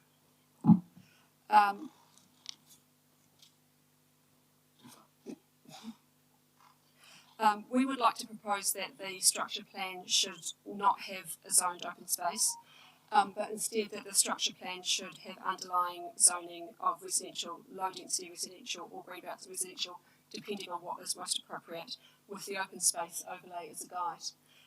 You can see there that the open space that is next to Waikahu Reserve is 1.5 hectares, so that's the area that is on Mum and Dad's property. And the area circled in red, that is the site that is being identified as potentially having the mana wahine on it. And I say that because, as I believe some of the submitters have identified this morning, the mana wahine has not actually been identified with certainty. We seek changing objective 6A.6, open space to be guided by the structure plan rather than by compliance. We request changing the requirement from consistency with structure plan 13 from non-complying activity to restricted discretionary activities. And the reasons for this requested change is that the layout of some of the roads, the cycleways, the stormwater and other infrastructure requirements may change or may develop as the subdivision process has gone through.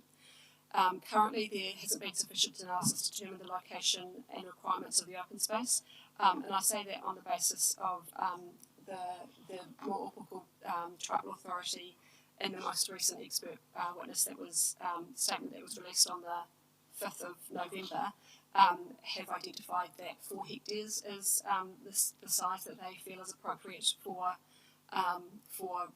recognising their cultural values and the mana wahine.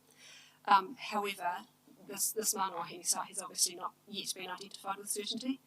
And if the cultural site is discovered in different locations, the size can be determined during the subdivision process.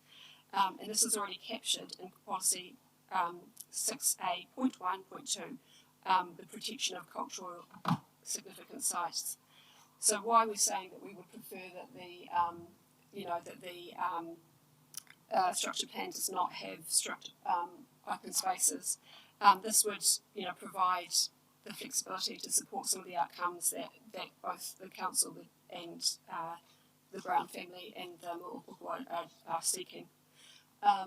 Furthermore, to comply with stormwater requirements, Rule 15A.8.2.2, we would like to see, obviously, we need to see the optimal area for stormwater management has not yet been identified. This map here is one of the early maps that was established with the expectation that we would, to support submitters in understanding stormwater arrangements. And you can see the purple lines on there, which are the old water races that used to run through this property, and the black arrow towards the top right hand corner is actually the direction of the fall of the land. So what we're saying is that if the open space is specifically in the corner closest to Waipahu Reserve, but the fall is in a northwest direction, then actually it's not going to support the stormwater outcomes that are needing to be achieved. And this has the further issue that if we are strictly, if we need to, for example, go down the route of complying with the Mo'opoko's request for 4 hectares of open space, and then on top of that there's further land area that is needed for stormwater management, that could end up being quite a significant area of land. I'm just going to point out on the Browns property there's also the collector road, the cycleway, and I think there was earlier submission which talked about getting some clarity around, I guess, the infrastructure and I guess how the recognition of these infrastructure on individual landowners benefits the whole of the region, so like the collector road, like the open space, and I believe there was a request for getting some clarity and guidance on how that will be, I guess, compensated or compensated on, so that's probably all the relief sought. Thank you. So although we've, covered off that point with respect to the open space that's been identified on Mum and Dad's land, these are still values that we feel apply to the whole of the Tara-Ika development, and we would like to see that there was scope or provision for zoning put under those open spaces.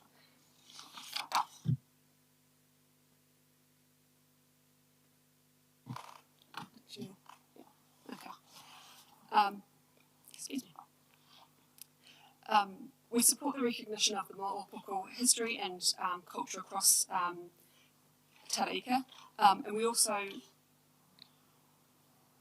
support the recognition of other history as has been submitted by both ourselves and some other submitters. We support allocation of open space at 1.5 hectares to achieve the outcomes of recognising the cultural significant site that is thought to be next to Waipahu Reserve, and to protect the possible location of mana wahine. However, we oppose the allocation of open space near the Waipahu Reserve area greater than 1.5 hectares. Subject to the rest of the 42A report, which included the Mo'opoko Tribal Authority Cultural Impact Assessment, we met with MTA and the Council on the 19th of October and discussed some of the rationale behind having this site being 1.5 hectares. prior to this meeting, our family were not particularly comfortable with even 1.5 hectares being the open space that was proposed there. I'm just going to point out, and one of the reasons for it, as you can see, it's the largest open space area within Tara-Ika, other than the central area. It's a bit hard to see, but the 1.5 is the largest, and I think the next largest is the 7 hectares in the centre and the 2 hectares right next door. And everything else is much smaller. So we're just trying to understand, I guess, why the 1.5, which is a large area, is in really the outskirts of Tara-Ika. We also feel that's rather disproportionate when you think we start off with 20 hectares and you're taking that much land out of one block. So, however, at this meeting on the 19th, Council helped us to understand that actually the reason that it was zoned at 1.5 hectares was, not just open space, like potentially some of the other areas are more just for that purpose, but actually it was to support a number of objectives being both cultural, environmental and social.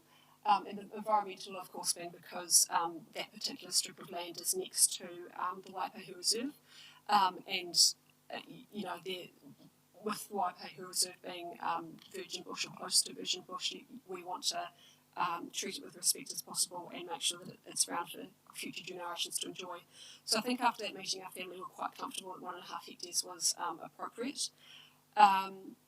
Subsequently, there has been expert witness documents that have been released, where it has been identified that 4 hectares was being sought with a width of 200 metres, and we're opposing the allocation of anything greater than 1.5 hectares.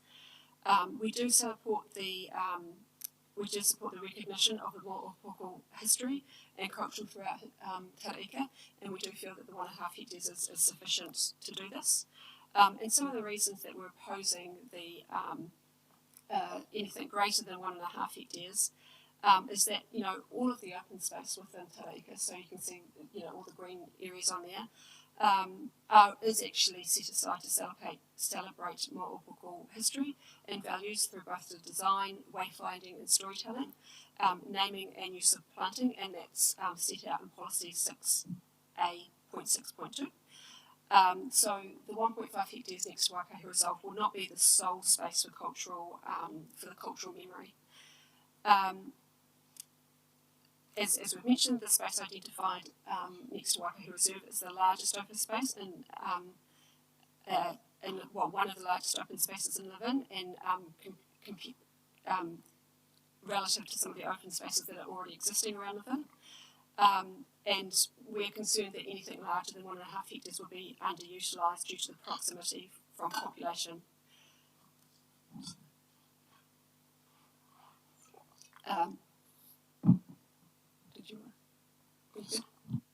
So this is the 1.5 hectares and the dimensions, and one of the points is, I guess, with the open space, one of the reasons for trying to use it as a guide is you can always modify this space to get its best use. So we just want to demonstrate, I guess, the 1.5 hectares and how much can, I guess, broadly fit in there. So the 1.5 hectares, the whole area, but where it says 1.5, it's actually that dimension is 1 hectare, with the 0.5 being that narrow area. So 1 hectare is roughly the rectangle, with the smaller rectangle being 0.5. So just some context.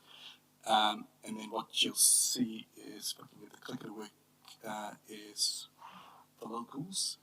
You've got Jubilee Park, which is roughly the size of 0.8 hectares, and just trying to demonstrate how much space there is within that. So I guess the concern is the largest space, what are you going to put in, what are you going to utilize? So it's just to demonstrate actually with the existing, while the dimensions can change, the area is reflective of, a fair decent amount. So it's not about the width, you can always change that. It's about, I guess, the area that's been allocated. So 0.8 is Jubilee Park, and this is just pictures from, kind of hard to see, but the 1, 2, 3 is the 3 areas that we've taken the pictures from. So. Just ask a question around that. In terms of, and you've identified the area, do you know why the area goes beyond the bush and why there's the smaller triangle? I had understood the reason we were further in the bush potentially initially was to protect the reserve, but actually when you look at that, it's possibly maybe shot maybe a little bit too far north because that direction's north. And that section right beside the reserve, so the bottom of the reserve has actually been built on. You can't see that there because it was built on in the last couple of years. Yes. So the Google Maps hasn't updated. So there is actually dwellings up in that corner right under the Waipahu Reserve. So, John, because you're not too sure, and I guess one of the things we took away from it was not just protecting the bush, because I guess on the other side, and we don't have a picture of that, it's actually got properties all along that side of the bush, which is longer, and along the other side. So I guess from a bush protection perspective, you already got, the same size zoning properties all along there. So I guess we took it as what you're trying to protect is the more local cultural value element of it. And look, this question is probably going to come back to council, but does that and maybe more important, does that cultural value extend into that bit that goes beyond the bottom, but beyond the trees? Does it extend that far down? So like we said, sorry, I think so like I said, the main reason. The main reason we understand, I can see I was going to jump in as well. The main reason we understand is because the Mana Wahine site is believed to be in this area, no, actually, I think it was actually believed to be in the skinnier area. It's in the skinnier area. Yeah, and the reason, you can see it up on the map over there. So this is why some of the chambers are mentioned, I think, so I would almost sort of go, you'd fit that the other way, pretty much. But those are things that you need to work through or whatever, but it's, Mana Wahine area goes partly into the Waipahu Reserve, that's what? Well, that's the bit that's unknown because the Mana Wahine site, I believe the best source of reference is the Adkins maps. Adkins was an individual who obviously travelled quite a lot through Harawhenua and did a lot of documenting of the things that he saw throughout the space. And he identified on one of his maps the area that he believed was the Mana Wahine. So he was quite well respected in his work. However, his particular identification of this site was based off conversations with other people, so it wasn't work he did himself. We actually, based on conversations Dad had with his father, actually believe that potentially it's not in that space at all, that potentially the Mana Wahine was more in the area that's already developed in Putakawa Drive. And we do have, other people that we've spoken to who believe that potentially it is in that same sort of area or closer towards Waipahu bush on the basis that some of the trees that they observed in that area were younger than the rest, and so it would make sense that if there was a place that they'd gone to that would have vegetation that was more recent than the rest of it. So in short, we don't know, but we do obviously recognise that this is been proposed in this way because then it sort of supports the cultural memory as opposed to identifying the exact site. No, just so again. That green part you can see on the top part, that was cultivated one time, and there's no land disturbance. There's no area with the stones. There's no area with the shellfish or anything to indicate there's been any sort of settlement there. So it's just sort of vague. It's in this area somewhere. Okay. And I guess just, moving on, so, sorry unless there's any other questions. and this is why we also, we don't... Sorry, go on. Do you have a reason why that, do you be able to answer why it extend below the reserve also? Sorry.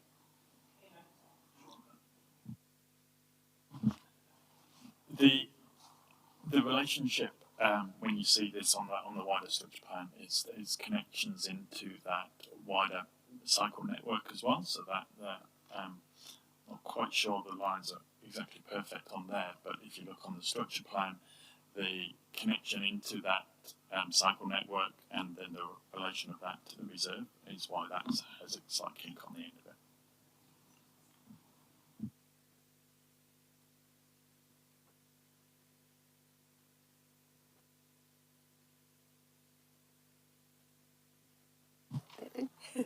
So I guess the other reasons why we oppose the 4 hectares is that we're concerned that this site is not as centrally located as some of the other larger parks, and therefore it might not get the unit usage that it would benefit it. And that also, given the size, meaningful design and development would be a real challenge, and we would really hate to see that it would actually be such a challenge that it didn't happen at all. We do believe that this is a great opportunity for the Mo'opoko, and we've had a number of conversations with Di from the treaty from the NTA, and they've been very positive, and we did say to her, we're really supportive, and they've been a fantastic space for your iwi. And we also have some minor concerns about affordability.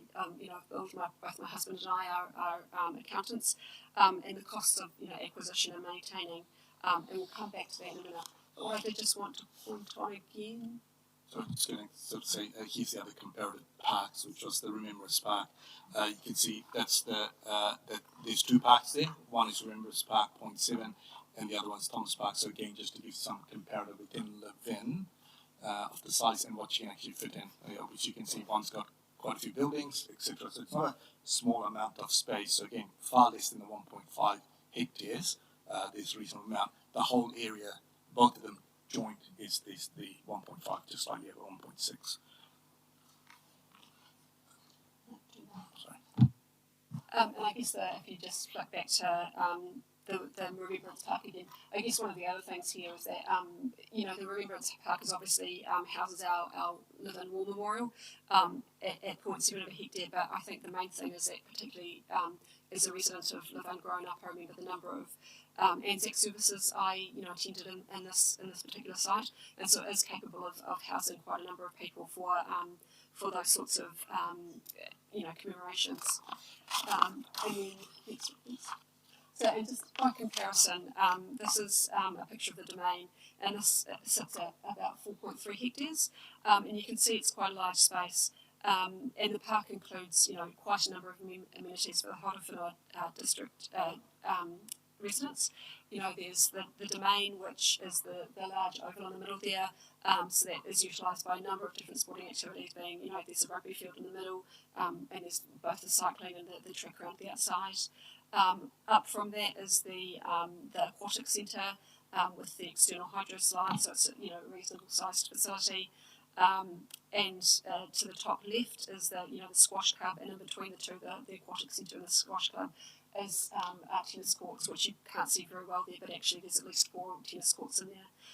There's also the Live-In District's brass band and a number of a reasonable sized park area as well as children's playground. So this just really gives context around. I know that the MTA have said that they feel that 4 hectares would be the appropriate size for this sort of for their requests. However, I think it's really good to have a look at the scale and see what the comparison is. And again, that just gives some consideration around what it takes to acquire, what it takes to maintain, what it takes, how much space there is, so what is possible to be developed on that site. And when you see what's already on the site of something that is 4 hectares, it really gives you a good juxtaposition of what's there. And I guess really our main point here is that the space to represent the Mo'opoko, the Manawa-Hini, is of benefit, but too much of a good thing can be too much of a good thing. And it also, at that size, you are starting to pull away from some of those key outcomes that we're looking to achieve, like better housing for the Horowhenua area, better use of land, and keeping farming land available for future generations. And just finally, so the red circle on the left, that's the Horowhenua domain that we were just looking at. So you can see how centrally located it is to the rest of Levin. And the blue circle on the right is the space that has been identified for this open space. And you can see how it is off to the side of what will be the rest of the Tara-Ika development. So it's not quite got that central location, which means that it possibly wouldn't get the same usage.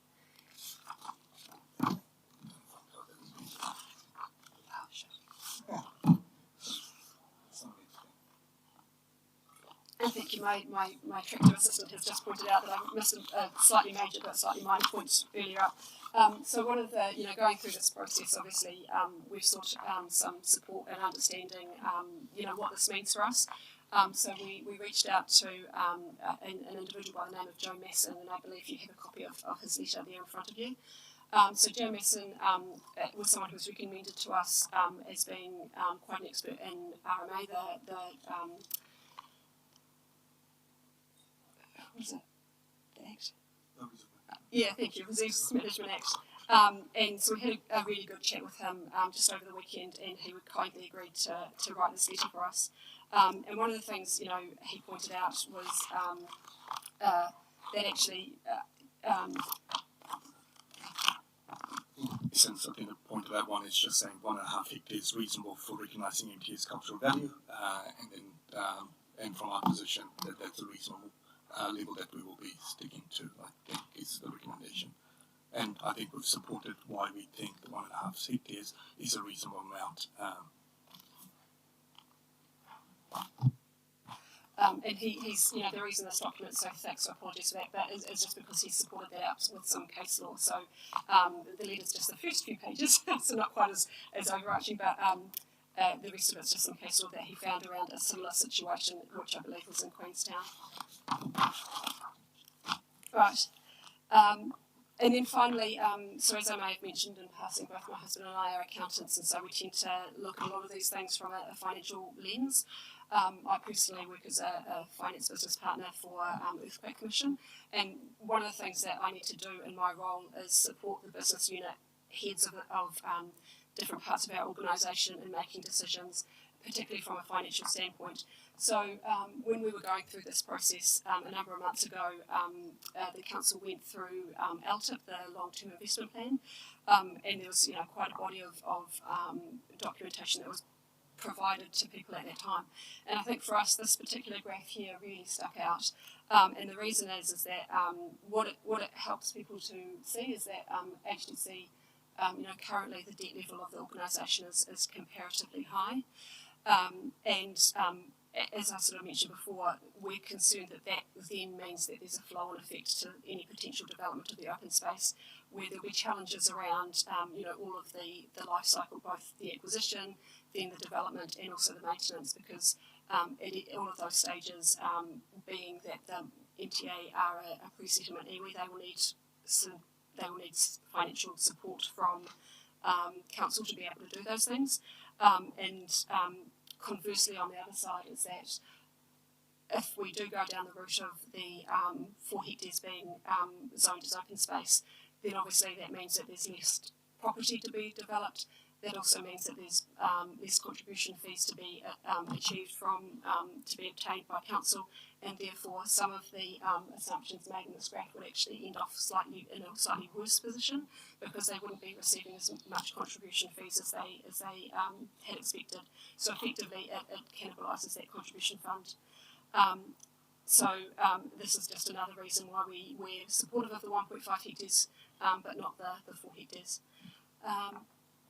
And now I'm going to pass briefly to Basanka to talk about the Sakaway. Would you see any questions on that section?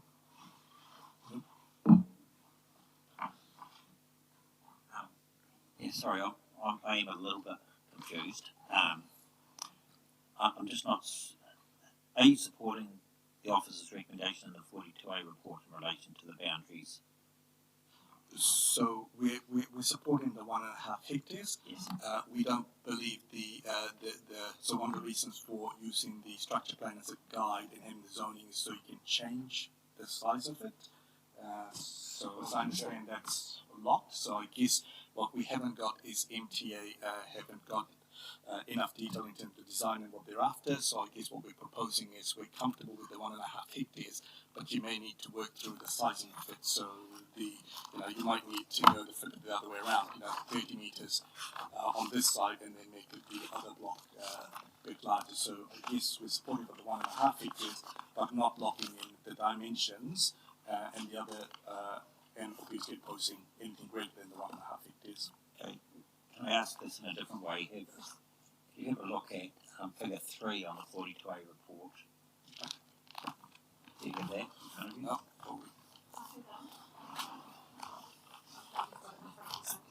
So that one? Yeah. That's the one. Yeah. So the red boundary along the eastern boundary, which goes down and then dog legs across, is that a boundary that you support or not? So what we're saying is that we support 1.5 hectares. We don't believe it needs to be that boundary, so we would prefer that instead of the open space being fixed, that actually open space is identified for that area, but to provide what we'll call the Brown family with the ability to manage through the development process, we would request that both the zoning underneath is identified and the open space is fixed, the 1.5 and not more.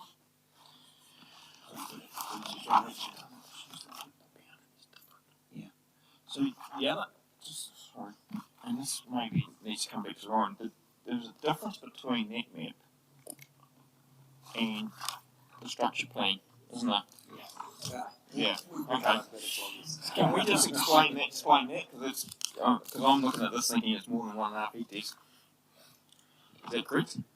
I can explain that. So yes, when I prepared this image to assist as a figure within the Section 42A report, it didn't reflect all of the zoning changes, hence sort of the boxes around the outside. So that was really just to help understand the residential zoning recommendations. But the structure plan that's included as Appendix 2 of the Section 42A report in the version behind you, that is the sort of official recommendation in respect of zonings. So the reserved space on the Browns property is wider at the Queen Street end on that property by approximately 15 to 20 metres. It's about 30 metres wide on that version and about 50 metres wide or thereabouts on that version.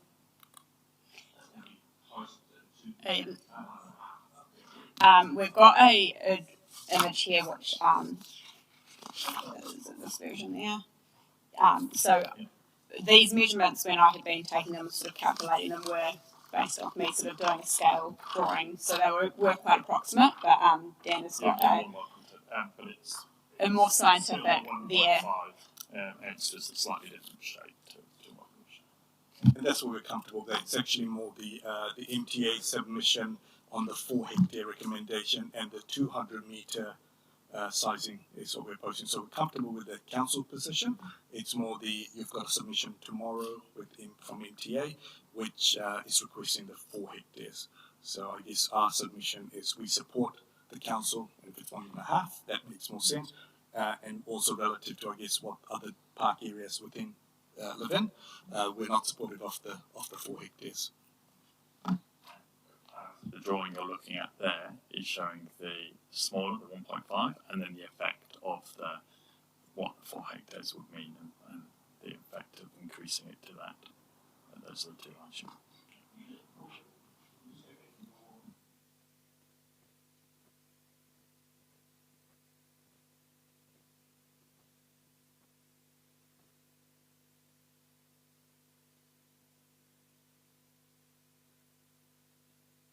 It's a continuous strip rather than an L shape on the plan that's on behind you, but still the 1.5. Slightly there. That's the. It's like exactly lining it with that cycle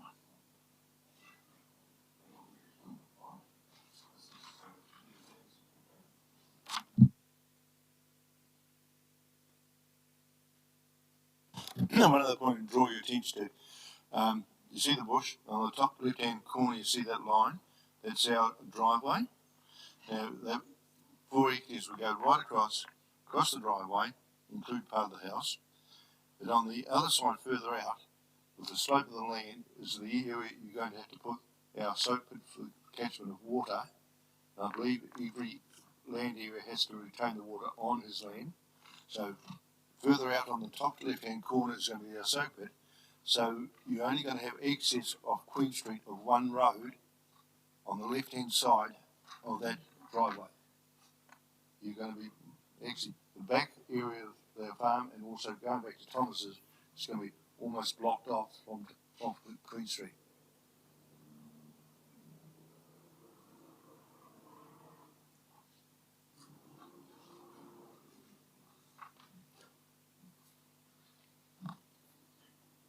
Well, look, I'm going to be quite blunt here. If the structure plan is going to continue to be a zoning plan and the lines are fixed, then you and the council need to sort that out and provide a line. But if the structure plan is going to be pared back and be more flexible, then there's less onerous requirement to do that. So this seems to me this is a matter that you need to sort out with Lauren and come back to us with some sort of agreement, really. So can I just test my understanding, because obviously we're just going through this and we're sort of new at this, but I guess a couple of the other submitters submitted, it's a structure plan and zoning plan or structure plan, so I guess some of the conversation was about having an underlying zoning so it provides greater flexibility, so that's one of the things we're requesting as well. So would that outcome satisfy that? Because again, recognizing the fact that roading, stormwater that we demonstrate not in the right place. So we've got to go through all of that. So rather than setting something fixed where we don't have clarity on it, isn't that other option a better outcome? Yeah, well, there are two options. One is to downgrade the importance of the structure plan to something that's more flexible and it doesn't have fixed lines, and therefore the area becomes still important, but the lines on the plan become a little bit less important. It's about the intention. But if it's still going to have the status of affecting an activity, and if you're not in accordance with this, and you're not providing green space in accordance with the lines on this plan, then you need to come up with an alternative line that you can both live with. Ms. Maddox advises and yourself.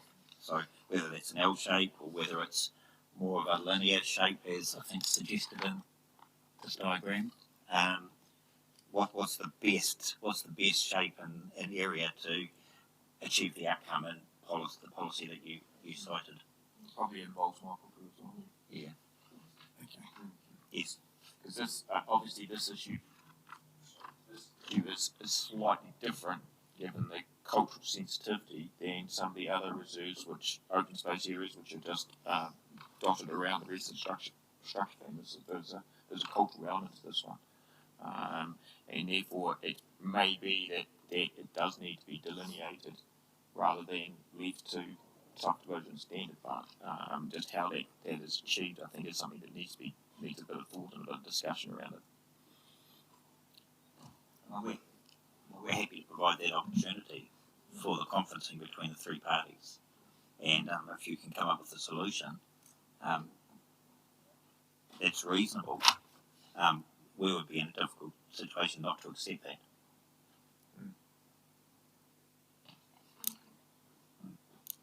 Happy with that, because I think some of the things is just shifting the cycleway more to the other side, as an example, so that reduces the size of it, and put the importance on the dogleg bit, make that larger. So just practical things like that, because at the moment trying to satisfy too many things and you end up with an actual larger area. So the guiding principle should be the policy. What's the policy trying to achieve?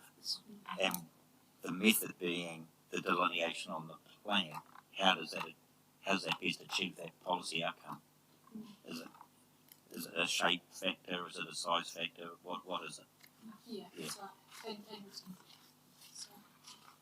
And speaking with more people in last week or so, one of the things they highlighted is that they're still in the very early stages of thinking about the design, and so potentially that means that if we could maybe change the shape a little bit, that would help the design process. I mean, we're going to be asked to make a decision on this, and so there has to be a line. I hate the term line in the sand because it seems a misnomer, but there needs to be a line somewhere if the council is still keen to proceed with the structure plan in its current format and the way it's being used in the zone rules.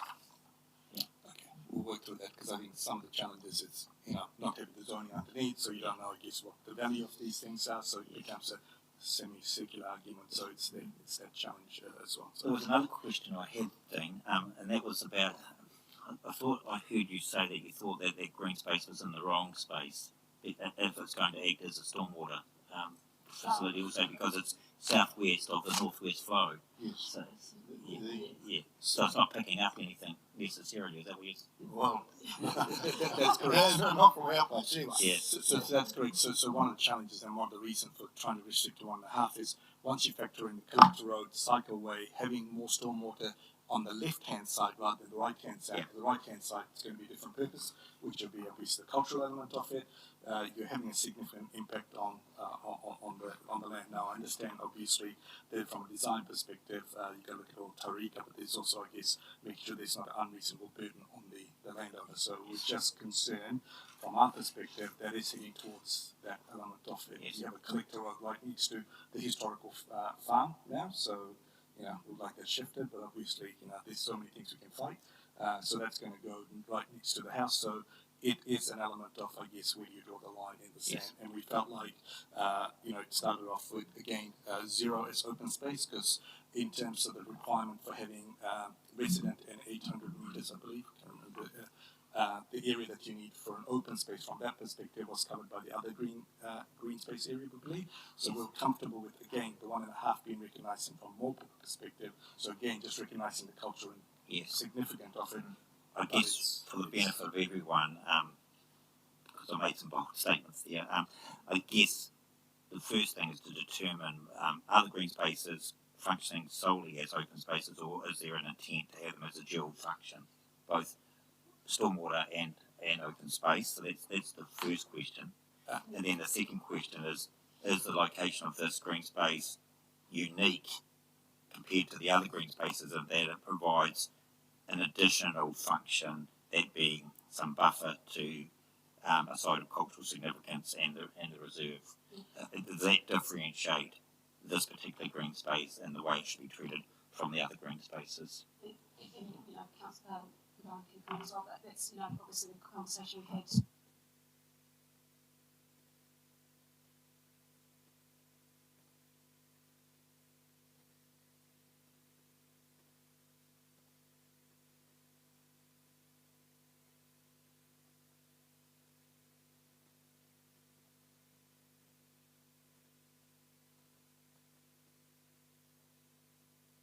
The answer to that second question will have a direct impact on the size and shape of that additional green space outside the reserve. The answer to the question about its function in a cultural sense will have a direct bearing on the size and shape and boundaries of the additional green space. And we recognise that, hence the 1.5 hectares, and that's where we will be uncomfortable shifting past that, because we do believe that the 1.5 represent a reasonable area to reflect that. Okay. So I acknowledge your point, and we've sort of recognised that. Hence why we've engaged the legal process as well, just to I guess work through some of that if that needs to be. Yes, and we hear from the tribal authority. Absolutely. So that's without prejudice to their position. Jumping ahead a little bit about with the idea of the three parties getting together, but ultimately that still might be the way to go. Yeah, and I think we'd probably be open to that, given that we have already had a conversation between the three parties. So, right, Cycleway. Sorry, this is just a very minor one, but I think other people have already covered it. It's just the vehicle access across the cycleway, and I guess the concern is that effectively banning that when there's so much road layout would be challenging from a design perspective, but I know other people have already commented on that, but our view would be that shouldn't be, I guess, but that can be relaxed a bit on a case-by-case basis rather than like banning any vehicle access through roads. I guess all of the, I guess, because there's quite a few, I can understand the collector roads, but then you've got, I guess, these Ashira roads, which I guess this applies to, so it's just, I guess, the significance of that.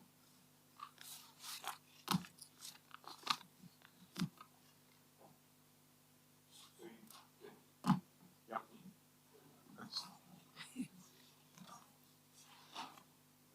Thank you.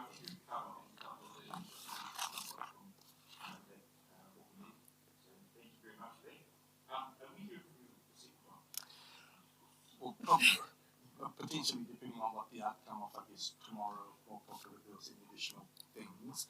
Probably the only other. I've got you two down to the 1.5 today. Not today. It's already past today, isn't it? Are you looking at Friday's schedule perhaps? Oh, so sorry. I think what you're looking at is possibly one of the early versions where we had said that we would present as a group because we obviously are. Yeah. Yes. But you will. Yes. Yeah. We're all about economy. I think we're going way over time. We're still well on time.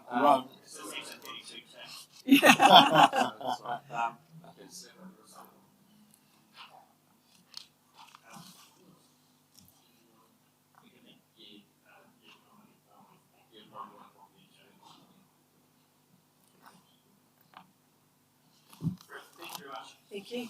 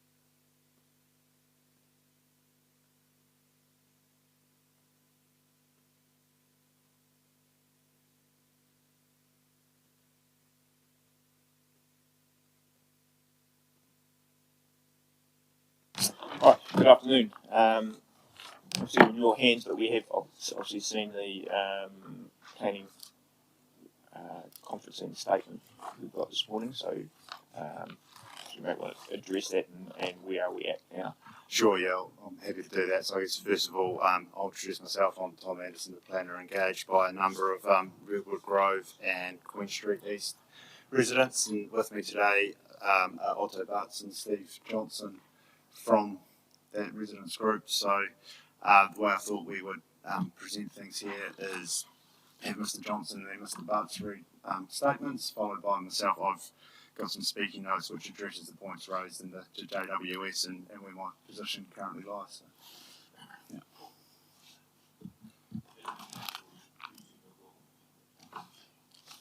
I have copies of my presentation, if that's helpful.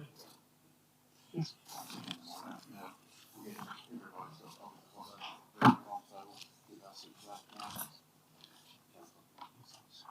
So, Mr. Anderson, the presentation from Mr. Bond and Mr. Johnson, will that be constrained to what's now agreed, or will it be broader than that? Slightly broader and wrapped up by me. Yes. This morning after reviewing their statements. Okay. Okay, so there might be some matters that they address that are no longer being pursued. Yeah.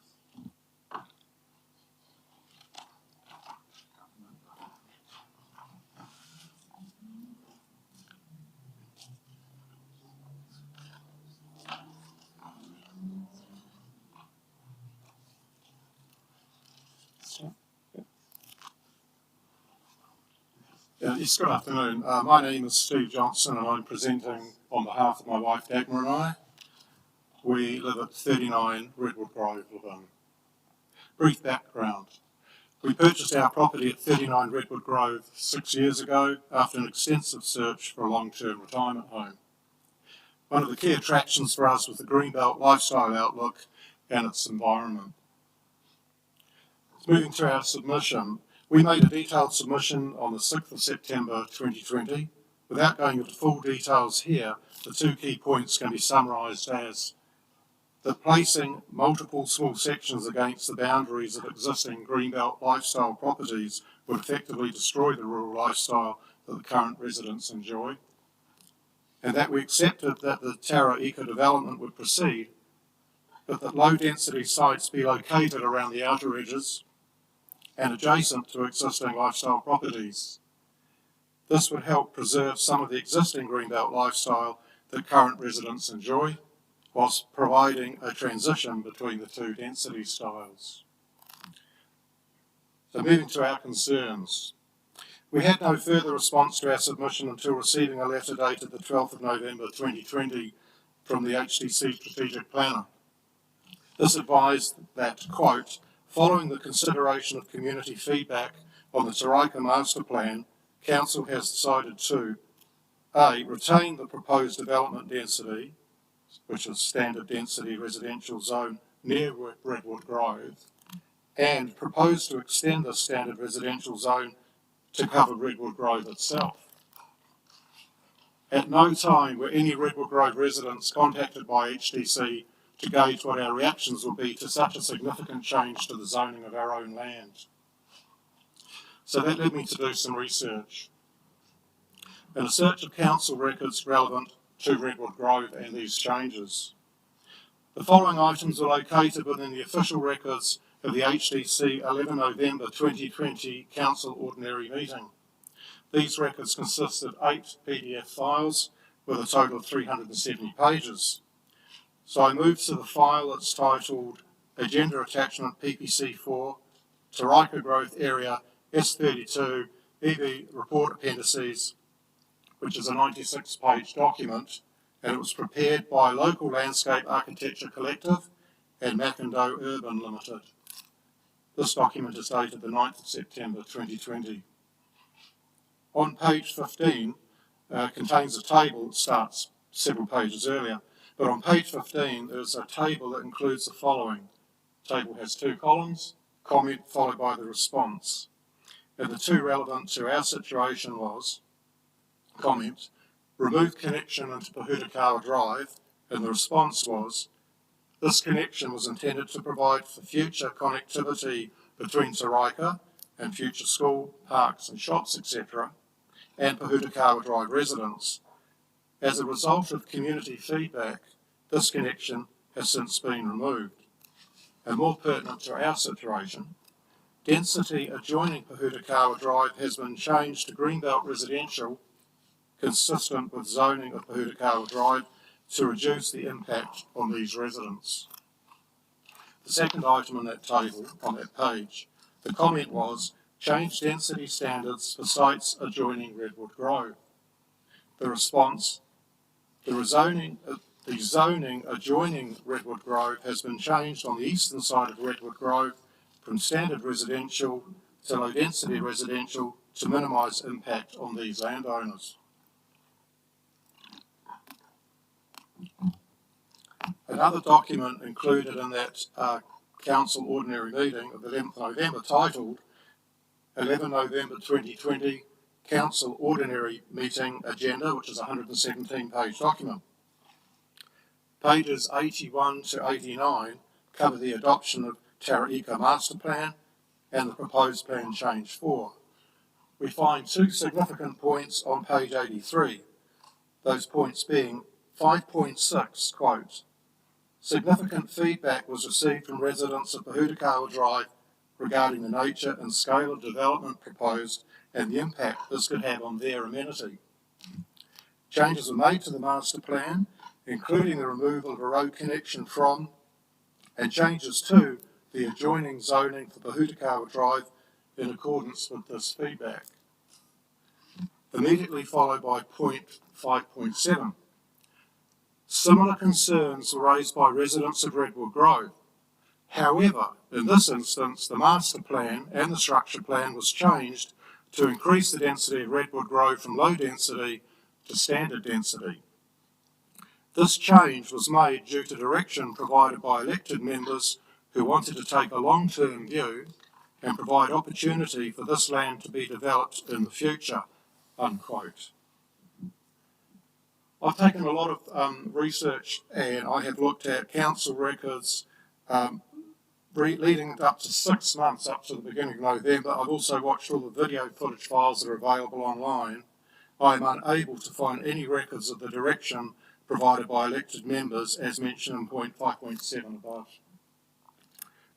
In conclusion, I would like to underline the disparity that we see in the responses to almost identical concerns raised by two groups affected by the Tara-Ika development as shown in the HDC meeting record points 5.6 and 5.7 above, as well as the apparent disregarding by elected members of the advice they received from local landscape architecture collective and Mackendale Urban Limited about retaining the low density residential zone for Redwood Grove. Thank you. Can I ask you, do you support where the latest iteration has got to with, in terms of where the planning conferencing has gone? Sorry, I have a hearing issue. Oh, sorry.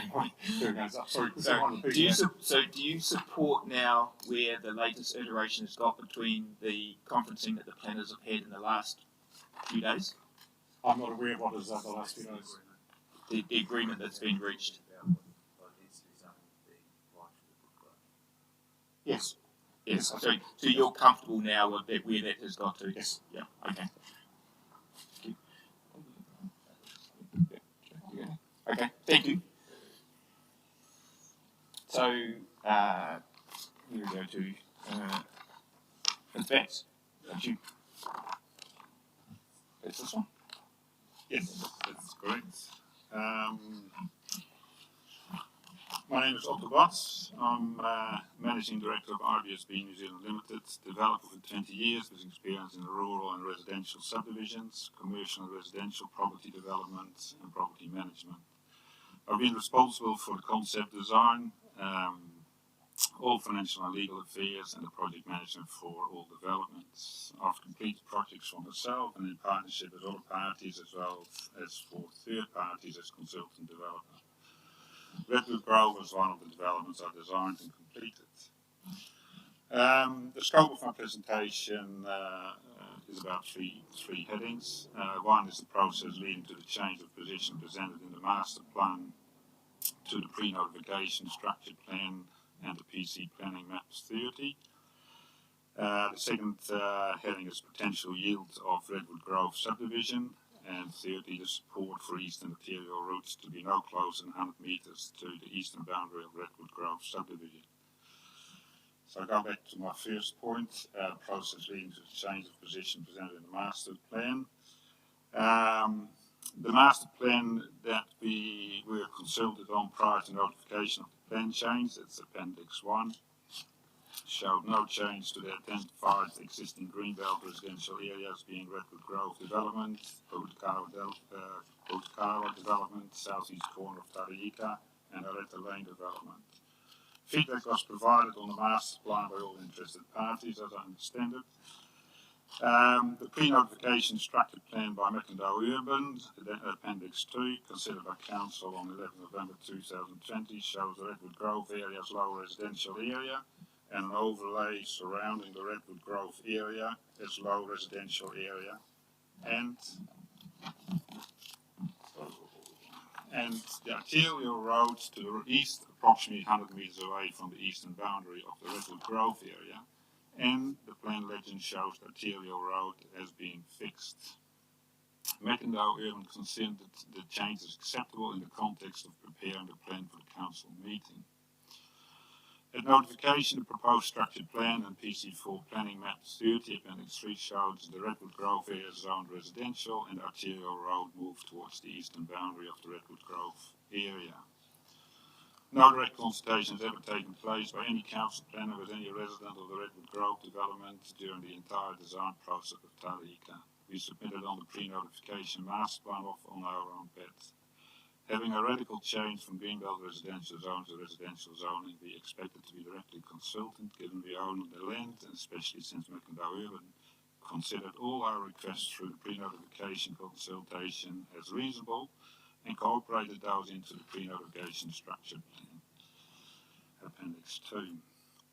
How did this radical change take place? Within a week after years of planning Tara-Ika, on 26/11/2020, I contacted 4 people and spoke or met with them in the following chronological order. First was David McCorkindale, Head Planner and Group Manager Customers and Strategy, Horsham District Council. I spoke with David over the phone and he clearly explained that the notified plan is not the plan the planners provided to the elected councillors, and it was the decision of the elected councillors to adopt the current notified plan. The second one I talked to was Wayne Bishop. He came to my place. He was councillor and a big property developer in the Horsham area. Wayne came to our house to discuss matters. I informed Wayne that David McCorkindale had said that it was not the planners who asked for changes. Wayne confirmed that it was him who pushed through the changes. He believed that by changing the zoning to residential, that the Redwood Grove would change automatically to infill, regardless of the limitation to redevelop an existing subdivisions and despite the existing covenants. He also confirmed that Redwood Grove was too close to the medium density zoning in the centre of Tara-Ika. He had no response to the fact that low density zoning existed to either side of Redwood Grove in greenfield areas. Wayne did not realise no consultation had taken place. The third one was Bernie Wanden, Mayor of the Horsham District Council. Bernie came to our house to discuss matters. Bernie was under the impression that my concerns related to the zoning of the boundary, but was surprised to hear that the proposed zoning of Redwood Grove was to be residential, and asked for a copy of the letter. He also encouraged to write a simple submission explaining our concerns and justice should prevail. He stated that he and John Mason, both Justice of the Peace, would be council commissioners on the hearing, joined by an independent commissioner. Bernie did not respond to the fact that no consultation had taken place. And the fourth person I contacted was Sam Jennings, councillor of Horsham District Council, lawyer and resident of Redwood Grove.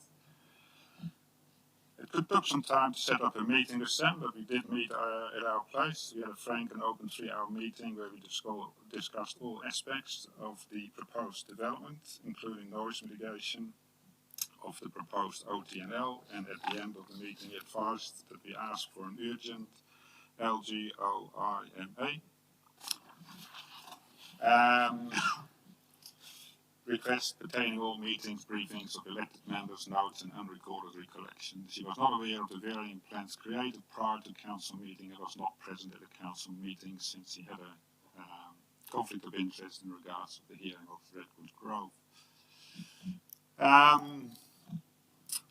As a group, we had several meetings, resident meetings. It was suggested we invited Bernie Wanden, Christine Mitchell, Councillor, Horsham District Council, and David McCorkindale to listen to our concerns.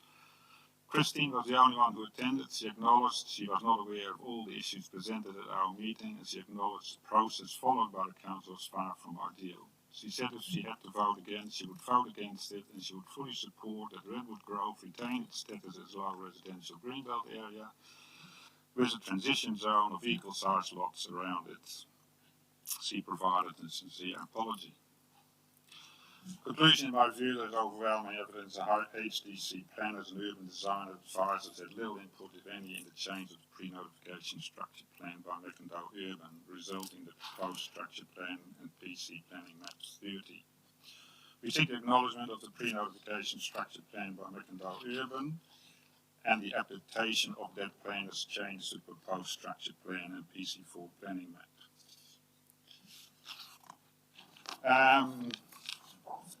The next issue is the potential yield of Redwood Grove subdivision. I basically looked into the possibilities of and the differences between residential zoning and or low residential, whether that makes a lot of difference. To develop an existing well-designed greenbelt residential development into an intensive residential subdivision is expensive and very difficult. It is impossible to compete on price with greenbelt development, and there are existing barriers which prevent full use of existing space. I've drawn up a concept plan, and I refer to that, which I made with 500 square meters lots for Redwood Grove. That's Appendix 4. Sorry for the small size, but according to Lauren Baddock, Horton Disregard has assumed an average section in the residential zone of 500 square meters. I've used the square representing 500 square meters as infill section. Low residential zoning allows section size to a minimum of 1,000 square meters with an average lot size of 2,000 square meters. Green squares represent sections easily serviced and accessed from Redwood Grove. Orange squares represent sections which would benefit from services and or access provided by the Tara-Ika development. There are currently 20 sections in Redwood Grove with a minimum size of 4,000 square meters.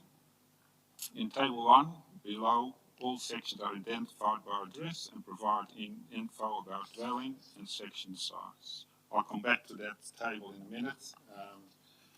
The contributing factors to limited yield refer to that table as well, so we come back to that table. At the time of developing in 2001, the council rules required dwellings to be 30 metres apart in the rural environment.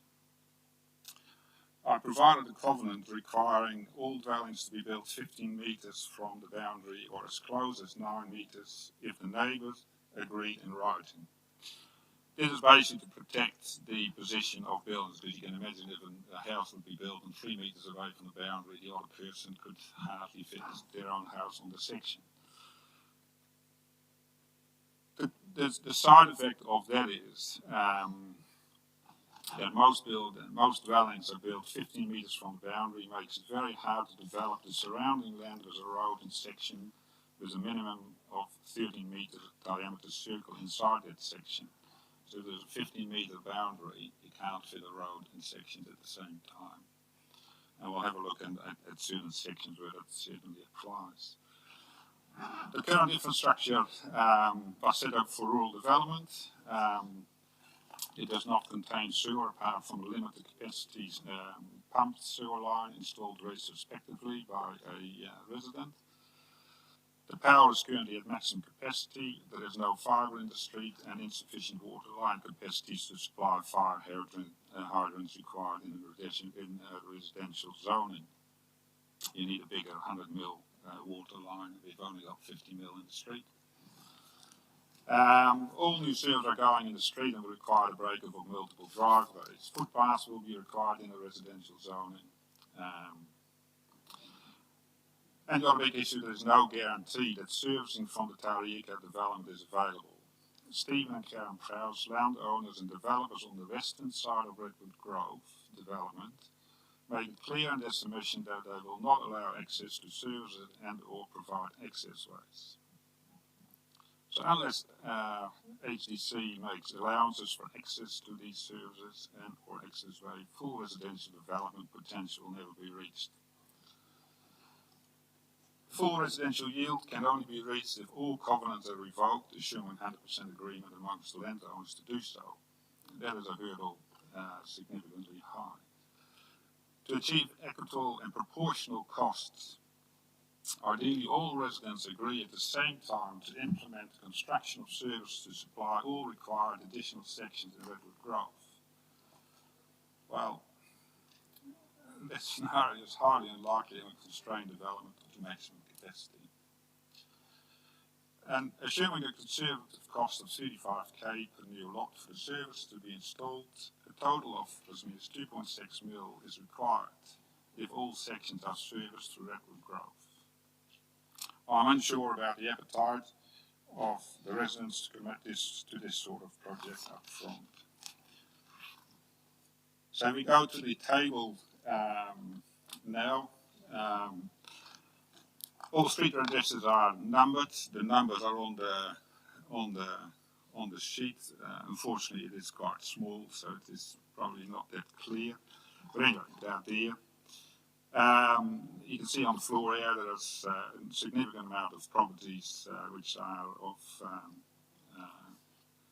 more than large size. So a lot of properties occupy a lot of land. And you see the land sizes. So what I've done is 5 columns. The yield of green residential sections,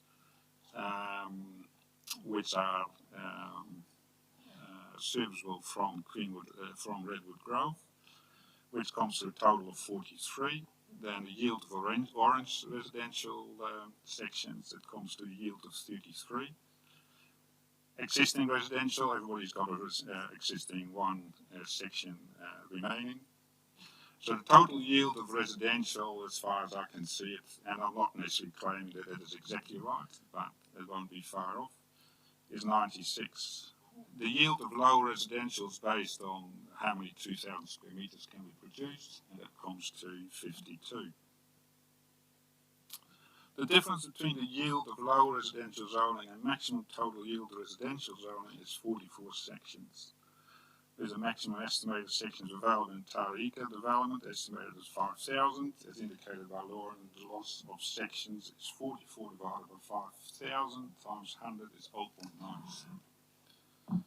It is highly unlikely this maximum will be achieved. The difference, if you're looking at if we're only supplying by Redwood Grove, the difference between the yield of green sections in a residential zoning and low residential zoning sections is only 1 section. The outcome of a low residential development will be infinitely more desirable than that of the development of small sections in a greenbelt development. It's highly unlikely that the maximum yield in a residential zoning will be achieved. The difference of likely achieved yield between residential zoning and low residential zoning will not be noticeable different. So we seek acknowledgement of the pre-notification structure plan by Mackendale Urban and the adaptation of that plan as changed to the proposed structure plan and PC planning map 30. So we come to the last issue. The support for East Interior route to be no closer than 100 metres to the eastern boundary of Redwood Grove subdivision. The pre-notification structure plan by Mackendale Urban clearly shows the eastern road at least 100 metres east from the Redwood Grove development. It appears no obvious reason exists against having the road in that position, and it does not overall change the outlay of the Tara-Ika development. In an email to Ellie and Dayton Bramwell, who forwarded that email to me, Lauren sets out the rationale behind the rolling network. Pre-notification. If I just read that out of her email, the rationale behind the rolling network was that the development should have main, north, south and east-west road providing direct access to central features, including the commercial area, open space and future education site. The commercial and community centre locations were located to the central to area proposed to be zoned residential. Look, I've got no issue with that. Moving it slightly to the east makes absolutely no difference to the rationale behind having east, west, north, south corridors. So the reason for the separation of at least 100 metres of arterial roads, the gains and the burdens of a development go hand in hand, and the burdens should be contained within the development where possible. The main concern is constant day and night road noise from a busy arterial road. Redwood Grove development is now located between 2 potential noise sources, being the new OTNL highway to the west and the arterial road to the east. Noise mitigation is best achieved close to the source. Construction methods exist for new housing to minimise noise pollution along roading, while providing noise-free environment in the garden space on the opposite side of the house and the future area behind those houses.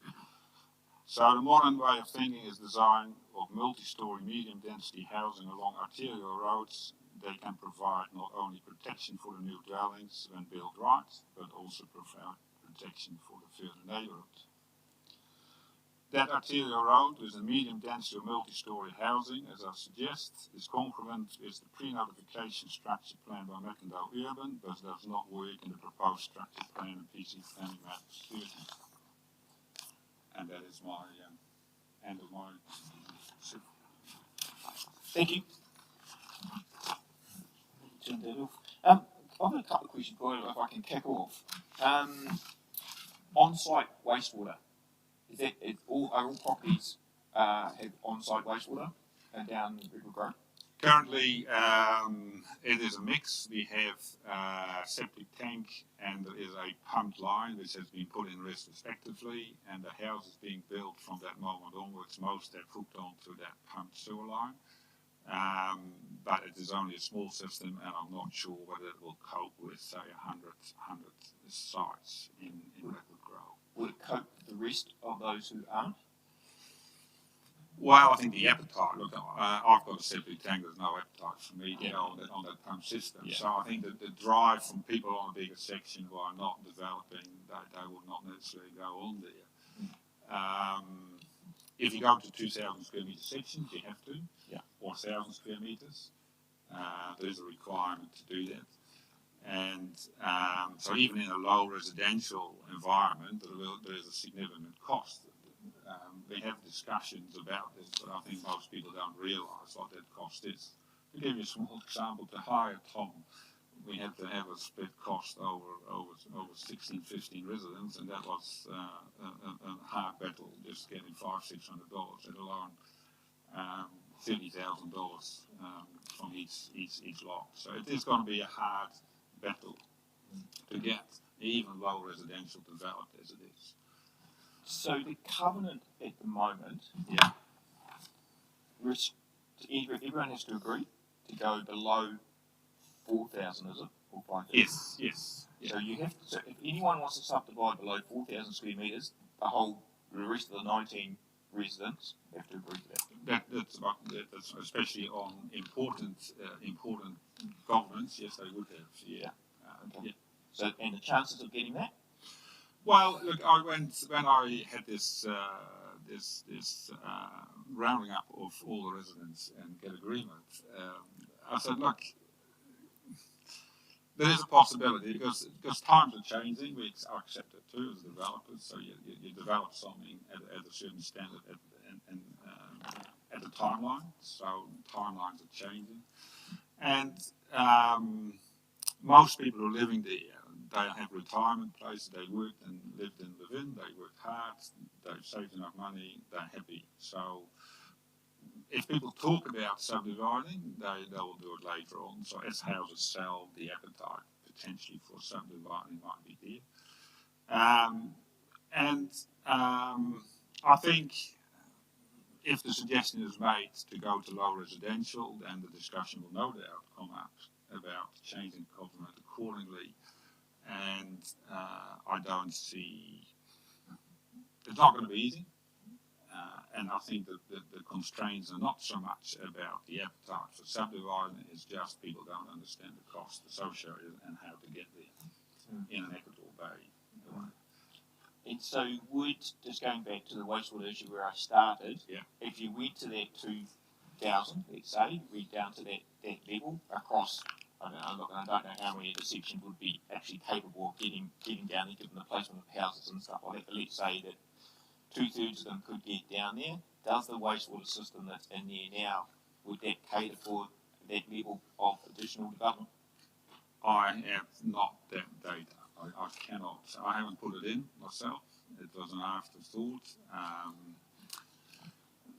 I would think it does.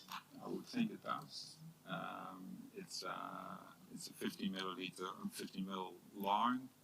It's all downhill in not that gravity pumps or anything involved. Well, every house will have a pump, but that pumps it, but individually pumps it through. But there's also a gravity fed system, if you like, but I'm not sure how that works in 50 mil pipe. But I would say that is potential. I don't know exactly what the capacity is, but it wouldn't be far off. But I'm pretty sure it won't hold this 100. But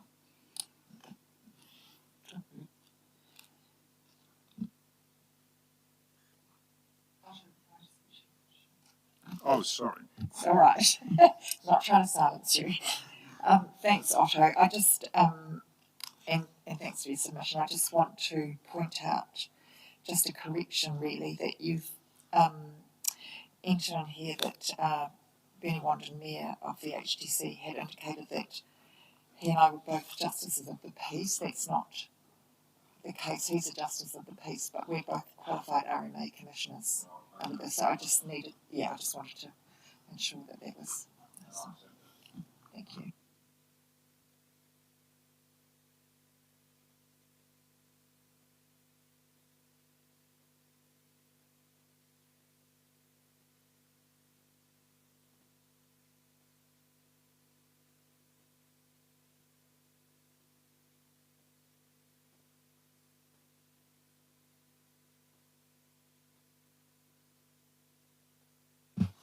Thank you.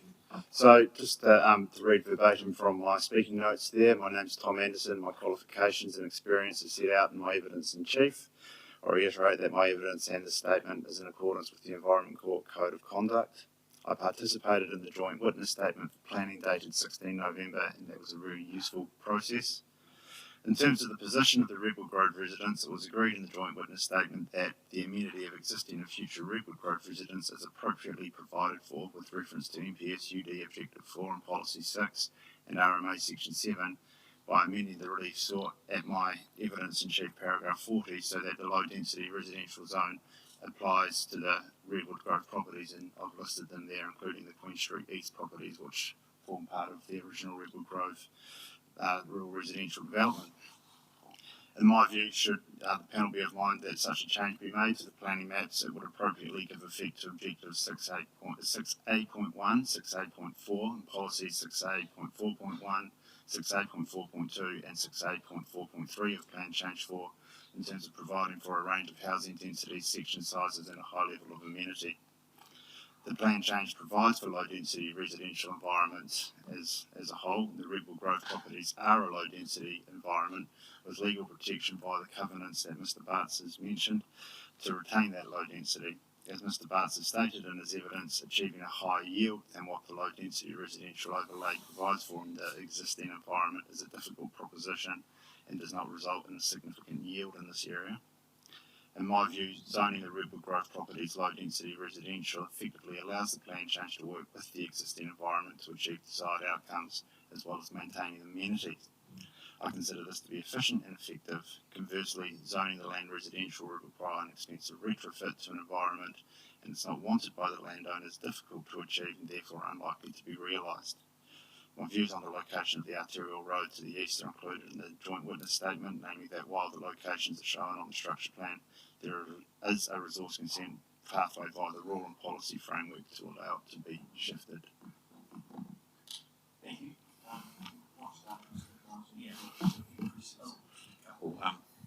I'd like to commend you, Mr. Anderson, and your clients for attending the joint witnessing. I think that's a very sound outcome, and I think your statement draws nicely on Mr. Butt's evidence, albeit a theoretical construct.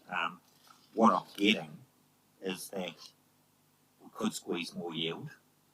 It would be difficult. It would run contrary to the covenants. There's no certainty that you get full support from the residents to that. At the end of the day, any marginal increase may not sit comfortably with amenity outcomes for that area. That's the impression I'm getting from particularly the presentation of Mr. Butts and your statement. Is that the impression you were trying to give? Yes. Yes. Okay. Okay. What I, in terms of your paragraph 3 of your statement, sorry if this sounds a basic question, but where are those properties on this plan? So essentially a line down through here around these Redwood Grove residents. That's Redwood Grove running through the middle, so we've captured these properties that front Queen Street. Yes. And then to the south of that. Yes. Are there any properties excluded in this list of 20 properties? There are no properties excluded. It's comprehensive. Okay. Right. So is everyone in agreement then? All the residents in agreement? That might not be a question for you. I think it's best Mr. Bartz answers this, but I didn't represent every single resident in that list of properties. So. I went around everybody. There are Sam Jennings lives in the street. He's presenting his own submission. He's as councillor, so we decided to not include him. So he has his own submission. The other three people who do not are living on one, they couldn't care either way, so they were happy with it, but they didn't want to. There was a contribution, financial contribution, and they weren't prepared to pay the contribution. But there is no strong objection, put it that way. So what we're presenting here has no strong objection by any party of the street. So I guess my question, I wasn't sure whether the ones who front Queen Street are they part of the Redwood Growth group, or are they part of the same subdivision, or were they different? We have a 220 metre road frontage with Queen Street East, and three properties on the western side of Redwood Grove have all signed a petition. The one on the right hand side, which is still empty, didn't mind either way. So that is one of the four, is one of the three people who didn't sign the petition. Yeah.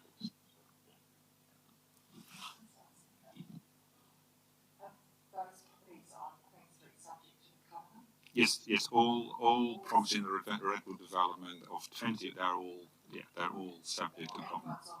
Yeah, absolutely, yeah.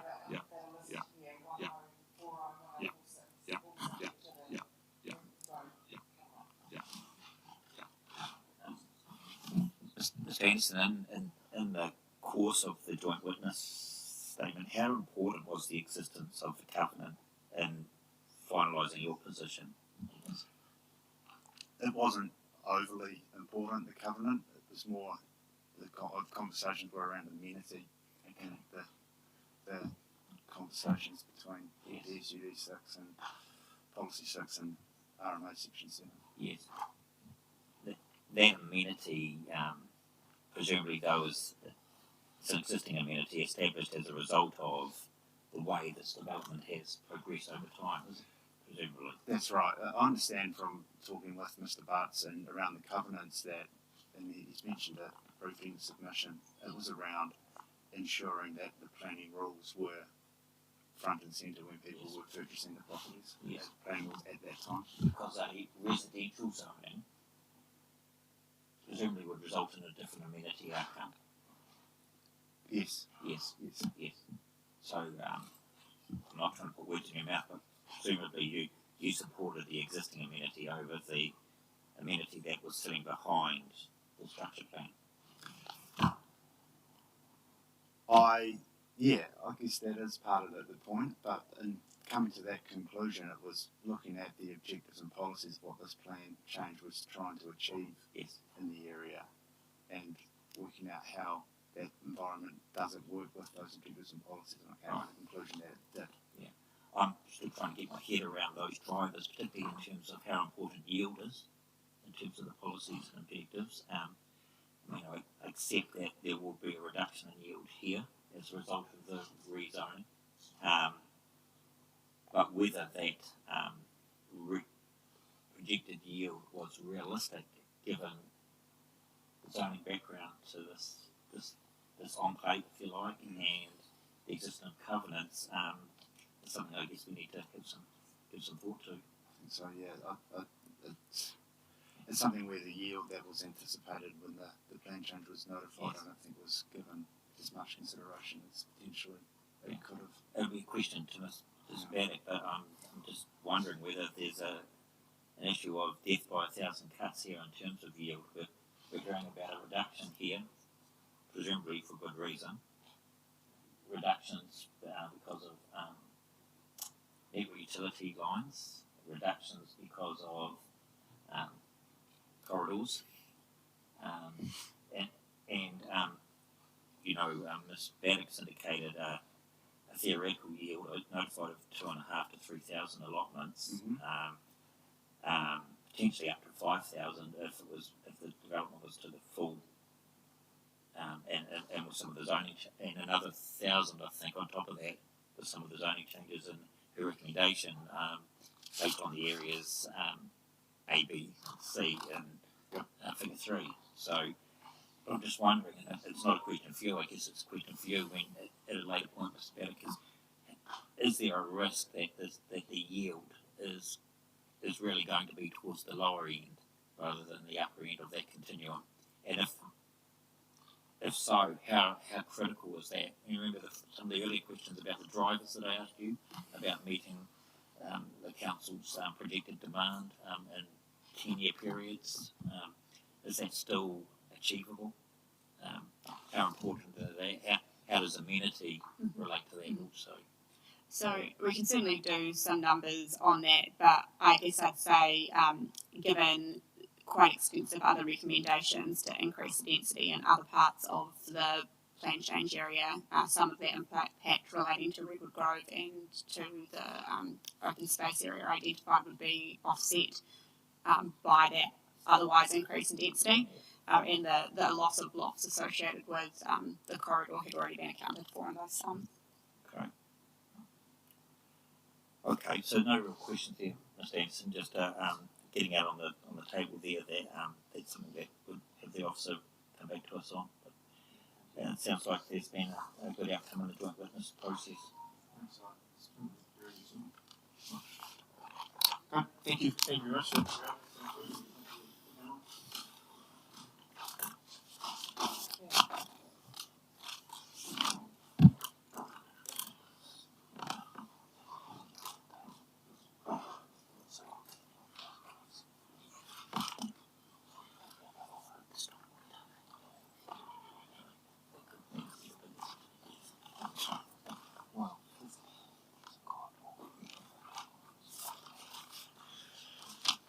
Mr. Jennings.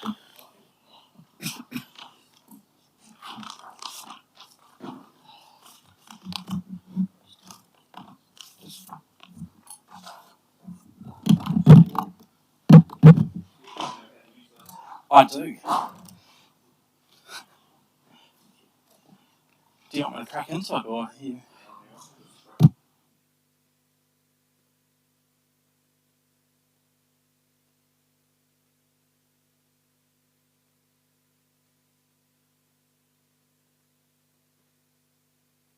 So yes, my name is Sam Jennings and I'm here on behalf of our family trust.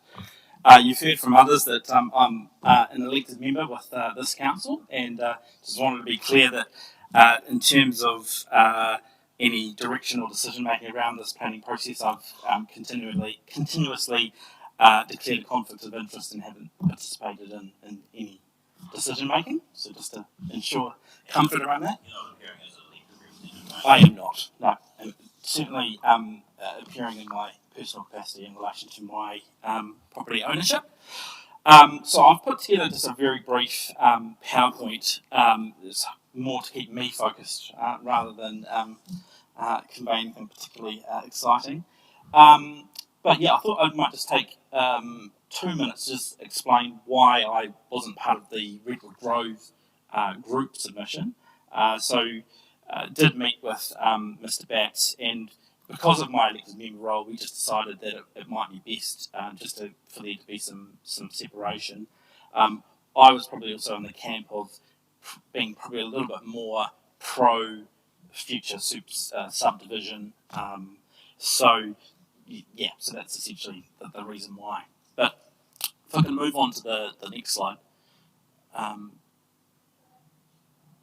I've got it here. Cool. That way. So that's us there in the little red circle. I guess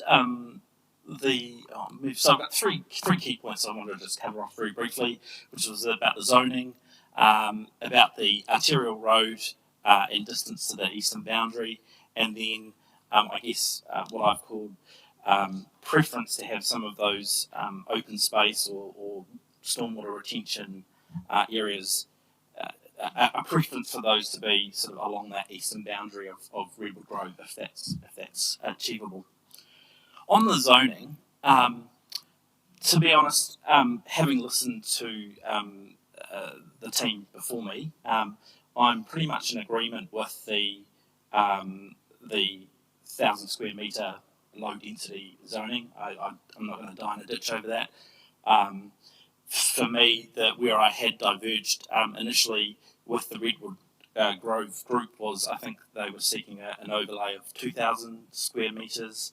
But I think that probably the 1,000 square metres is the sweet spot. So I'm happy to sort of move on from that and focus, I guess, on the other two issues, unless you've got any comments on that.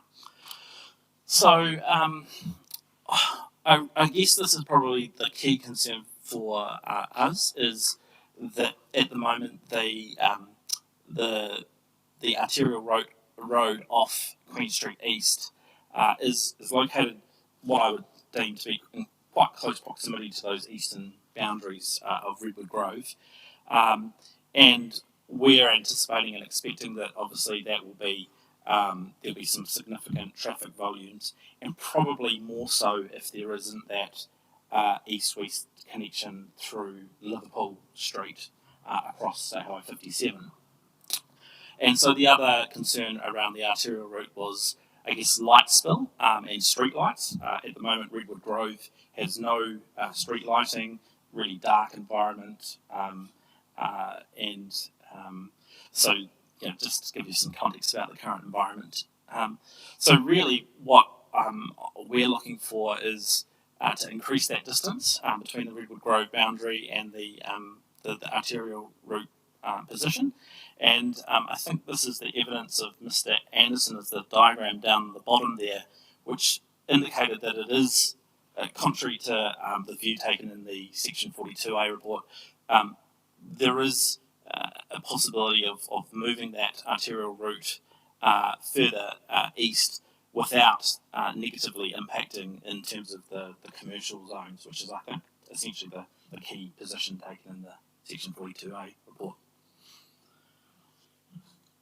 I also listened this morning, and there was some discussion with Mr. Andrews, I think, about whether there could be some location of the arterial route under or next to the power lines.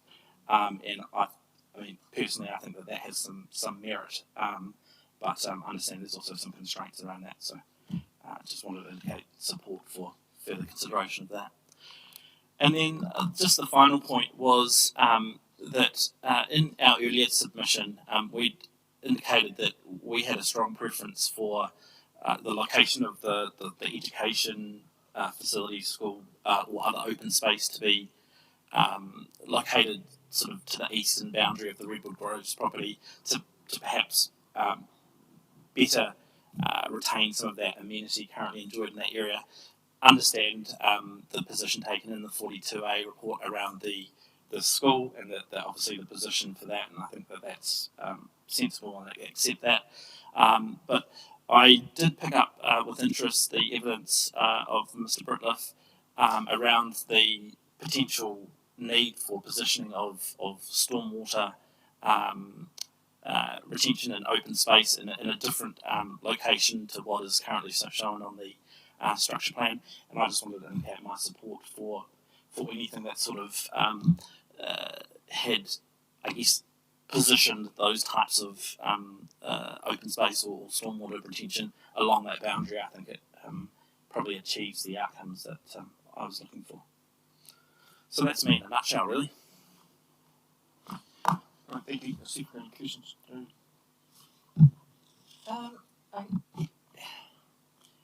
Has there been any modelling around the stormwater being there, or that's just that was just basically from Mr. Britliff's? Yes. Yeah. So yes. that was based on the further evidence submitted on behalf of the McDonnells, and yeah.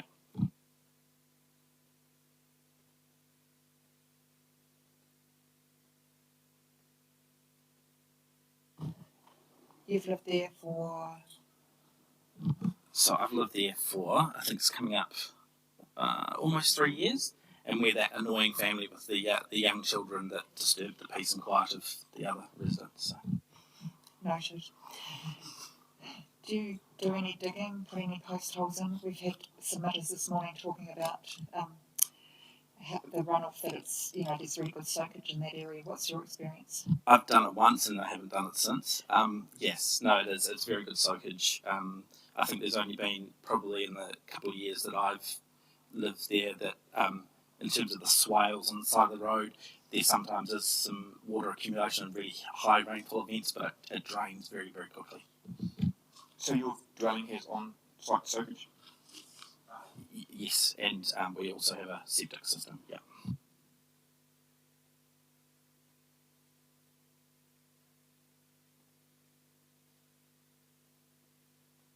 I just want to jump in here as well. In terms of your support for where it's got to, you should have probably heard the question I asked earlier about the covenant and the chance of getting any agreement. What's your take on that? So in I think it was my second submission, I took a slightly different view to the Redwood Grove group, in that the advice that I'd had was that the covenant is potentially not quite as impenetrable as was being portrayed, but I think that probably the low density zoning and that 1,000 square metres probably gives a higher chance of success in terms of getting some movement on that covenant, certainly in the short term.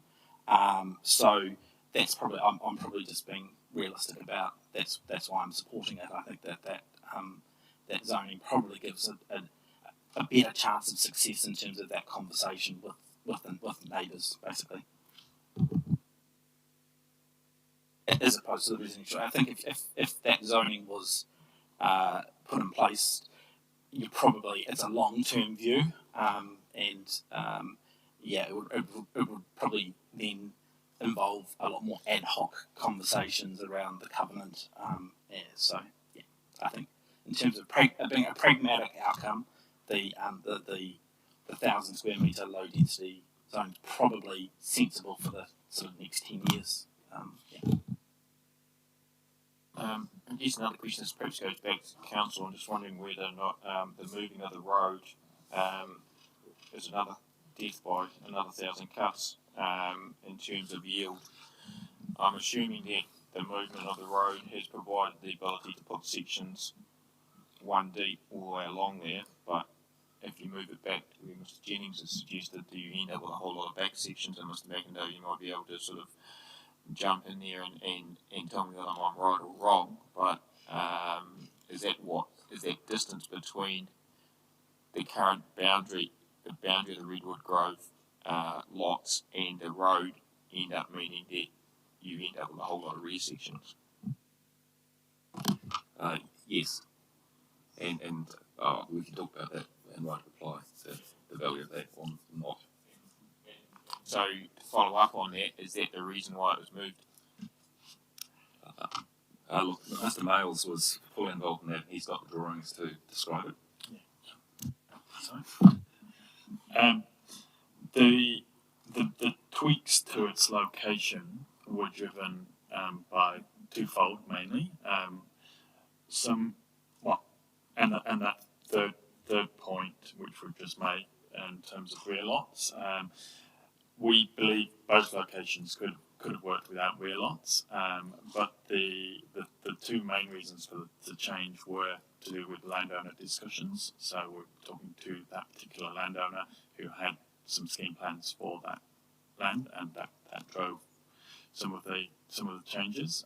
So it was aligning with landowner wishes, but primarily the change resulted in a slightly better intersection with the east-west road connection, not the centre, but the next one to the north, which it was As you can see on this one, it's a relatively the crossing where the two street lines cross is closer to 90 degrees than the previous one, which was crossing at quite an acute angle.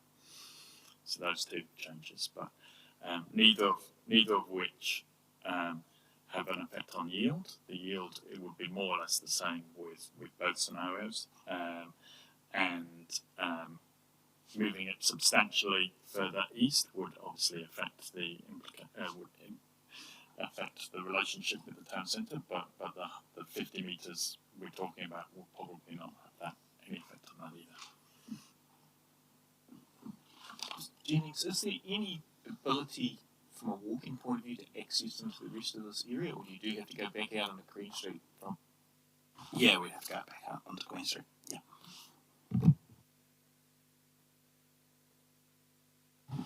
No question to you, Mr. Jennings, but just to start, I'd really like some more analysis of the shifting of the road, if possible, because clearly it's addressing a perceived amenity issue. Both Mr. Anderson and Mr. Jennings, even though they've got different outcomes, although probably less different than what might appear on paper, both see those as residual concerns. And Redwood Grove is an existing environment. Noise from that road is something that we should look to manage, and if we can manage it through the shifting of the road, particularly if it's not going to affect yield, and if there could be a design solution to the intersection with the east-west road, and that's something I'd like some exploration of in the right of reply if possible. It just seems like it's an easier fix to deal with reverse sensitive effects associated with noise.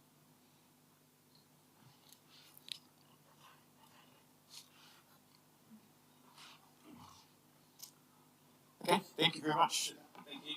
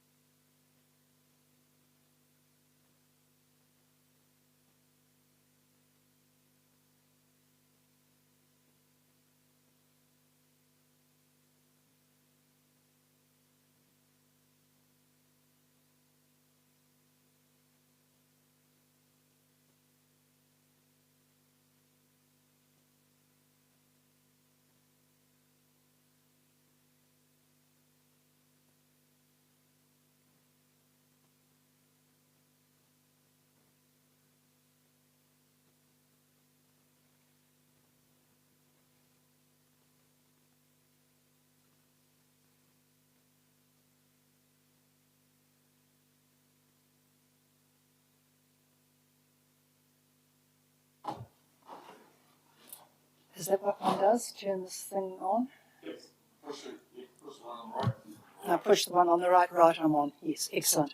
Hi, my name is Gwyneth Shibley, and I could say good afternoon or grüezi miteinander. depending on which culture that you take off from me. I grew up up Queen Street, Levin, and came back to live 5 years ago. It's a huge change in time for Levin, I could say. I'm also a director of the JLJ Land Company, which are currently doing a development in Meadowvale Drive. We're 7.6 hectares area and putting 87 sections on it, which people say, oh, aren't they big sections? But that would equate for the 4 hectares that I was listening about earlier on to over 40 sections of size that is being asked for up at the top end of Queen Street next door to the Wahine Reserve. All right, now.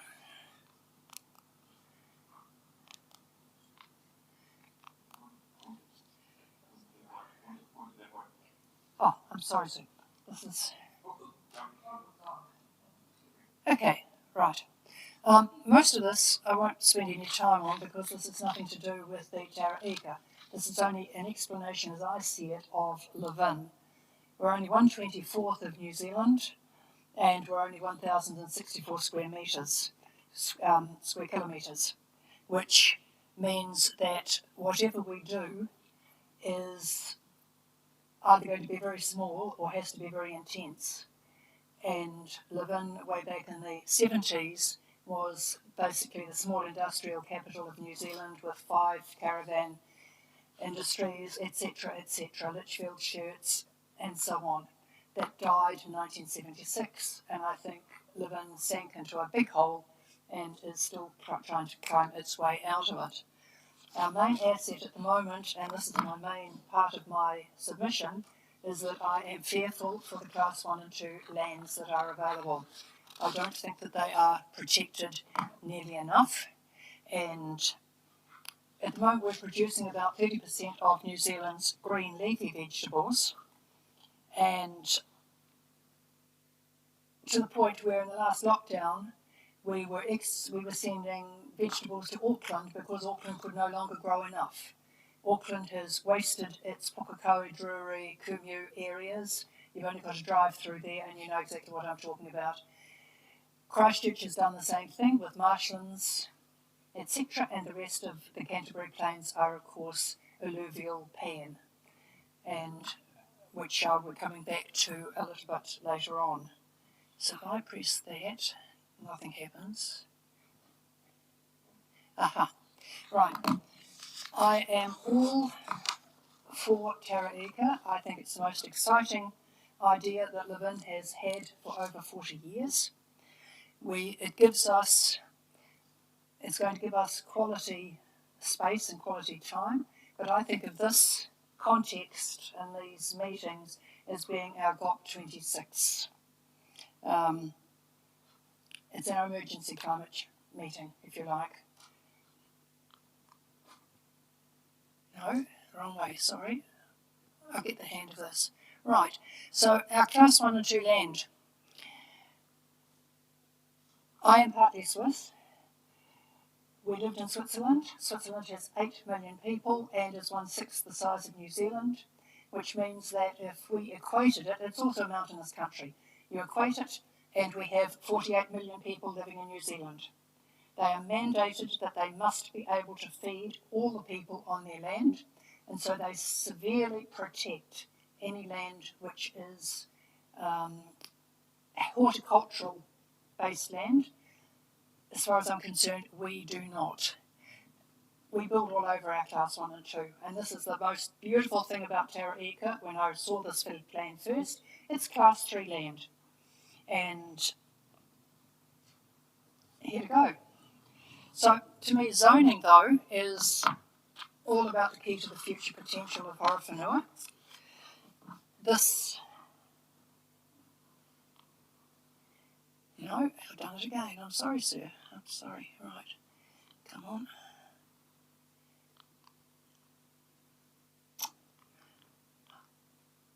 Right. Okay. So we've got the potential, in my mind, to provide up to 4,500 dwellings, but for the infrastructure problems, it needs water in. We don't have enough water in Levin as it is. I think there are long-term plans to provide more with a dam that's possible, but if each dwelling in here had water tanks on it, the rainfall off the top, water that's in, water that's flowing coming down from the sky, you save it. You use it on site by the people that are there. You do not need the huge infrastructure to provide more that you've got up the top. At the moment, you've got about 180 dwellings on Tara-Ika that can hold not terribly much rainwater falling off the roofs, because most of them are not on water supply, so they're reliant on outside water supply. Their soak pits are also quite limited. At 30 cubic metres, I guarantee all of those lifestyle blocks are rock filled, which gives them, out of 30 cubic metres, you've got 4.5 cubic metres of water area that it will hold. The rest of the water falling on the land drains away. And so, in effect, the higher the density of housing, the better drainage hold you're going to have, because the water can be held on site with the soak pits and your water storage tanks. So you're going to slow down your whole water that you're going to get out. The swales that can go across to hold down, I think there's 13 metres between Waipahu Reserve and Queen Street, and that 13 metres of different height there, the water needs to be slowed down so that it doesn't hit the O2NL and flood across it. From where I'm living, west of Arapapai Road, when there's a heavy rainfall, rain comes straight across Arapapai Road and straight through my section and carries on. It's enough water there to shift the stones on my driveway. Now, the water supply, which way did I do it? No shit, okay. Right. So the rainwater in here, that's a photo on the left, by the way, of August the 16th this last year. This is Pulikawa Drive. And if I had walked through that, that would be well over my knee. That post that's up on the mid-right, it would be well over my knees. Every time it rains, it floods. And every time it floods, the rain goes straight through that middle section there, across, out behind Thomas's and Brown's land, and diagonally out across to Queen Street. If you put dwellings on it and hold that water, you're going to slow down that water runoff quite considerably that you've got onto there. When I was in my early teens, riding up Queen Street, because we cycled then, going past the dairy factory bore was blowing. And it was about twice as high as I was then, and I was this height at 13, and so it would probably be almost 2 metres high blowing into the air. That's been capped, it's sitting there. That's water from off the alluvial plain. And in the back of your papers, I'm sorry, I didn't get it up there, but I've got this illustration. And it should be straight in behind the bits of it in here. Right, alluvial plain. I've been asking for about 2 years, the council here and Horizons, do you have a plan of the alluvial streams and rivers on the Tararua fan? No. And then I opened up the Maupoku cultural report, and I found this. Except that when I took it up to Horizons, they didn't know a thing about it and had never seen it before, they said. So this was the alluvial plain in here, which I've dug post holes up here. You get at the pan and you take the crowbars to get through. It's been alluded to before this. So this to me is like Christchurch. The Canterbury Plains have all aquifer water feeding their 250,000 plus people. There is no reason at all why Levin cannot do exactly the same thing. We do not need a second dam up in the hills for this water. This can be collected. It runs through all the time. So to me, that's another possible thought to go with this Tara-Ika development. The bores can go down in different places around the place if you wanted to, and this would supplement the tank water that's going to be there, I hope, at the time. The next part of your infrastructure that is going to be a problem, though, is your sewerage system. I haven't heard very much about that from the people so far that I've listened to today, but it needs extensions up both Queen Street and Tara-Ika Road right to the top to enable the leaders, which are the Tara-Ika Road, Queen Street, to feed right across the planned subdivisions and come out into the two main pipelines that will go down into your treatment station, which incidentally I have no idea in Levin what the treatment station situation is. That may need to be upgraded for future, especially if Levin is going to be designated of having 100,000 people here in the next 20 odd years. Now,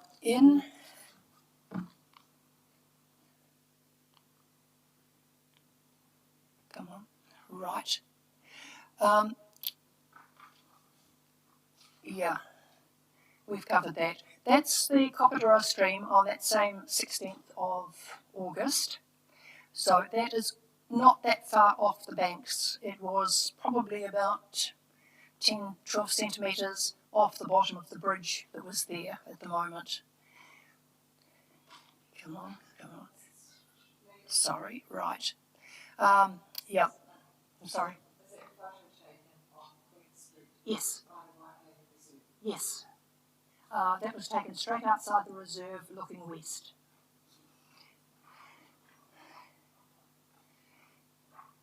I've covered that. I can carry on, can't I? Yes.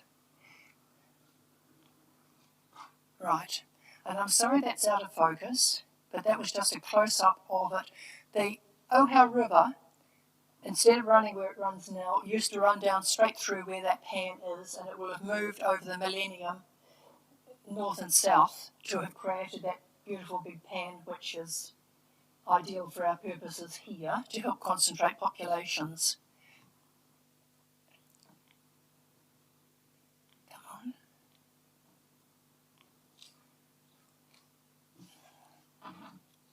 on. Right.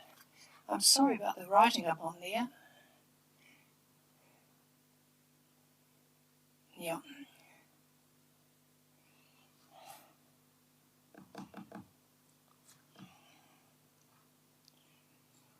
Oh, the other thing that I haven't put in there too, it is possible with the systems that you put across to have emergency storage tanks built into this. So the water drainage can be kept and prevented from going over O2NL. So at the moment, as far as I'm concerned, the structure is negative and very inadequate. To me, lifestyle blocks should be eliminated totally. One of the reasons is Lake Horowhenua, because every septic tank that you've got on a property also leaches nitrogen, whether you like it or not, and nitrogen seems to be the major factor in the problems which Lake Horowhenua has. And given that we've got the alluvial pans, you've got pan layers within this, the water runs out very quickly and very easily between them, and there's nothing to stop this leaching actually hitting Lake Horowhenua. So, high density housing with roof collections and water, eliminate low density housing, and swales north and south, emergency tanks. I think that takes us actually up into cycleways. Let's see what I've got up into here. Right, excellent. This was the outside of Waipahu College last week. 11 bikes, 685 students. To me, this is indicative of what Levin is. But most of these children walk. Looking at 3 o'clock, given the size of that area on Bartholomew Road, Bath Street, there are not many cars there for the number of students that are on site. Some are bussed out, most walk out from there. If that could be changed, the whole system may be changed, and it could well change when Tara-Ika has its cycleways. But This in Auckland, the left one, my daughter, standing on the one side of the pathway where it is pedestrians. The other side of the pathway are cyclists. You do not need expensive, extra, glorified cycleways to create a safe position for cyclists to cycle. I've got about 50 different photographs of cycleways in Auckland in their varying shapes and forms. Anyone who wants to see me about them afterwards, I'm quite happy to show them. Because Auckland has done a complete turnaround in the last 10 years where you may have had 1 or 2 people cycling. Now at the weekends there are hundreds of people out on their bikes. Very, very successful. The photograph on the right I took also about 3 weeks ago. It is Bath Street, just over the road from Pack and Save. The cycleway comes out and runs straight behind all the parked cars along that road there. There is no reason at all why that cycleway could not have gone, as it does in Richmond Road in Auckland, in front of the cars and becomes adjacent to the footpath. And the cars at least are behind it and can move in and out quite easily with no problems. Let's try another one now again.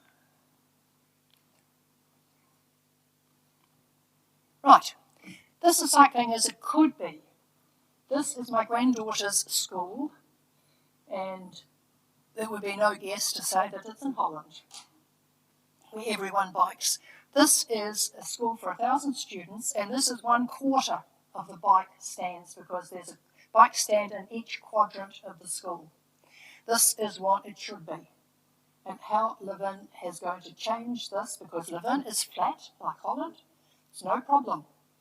Getting over 13 metres uphill biking, the only problem is I used to go to bike from Levin east, Queen Street east to Horowhenua College. It's always a west wind in the morning and an east wind in the afternoon. Same all around the entire country. I didn't know that before, but when I went to Christchurch, I soon found out. Right. Now, Waipahu Reserve. Sorry, and I am holding you up from your afternoon tea. I'm conscious of that.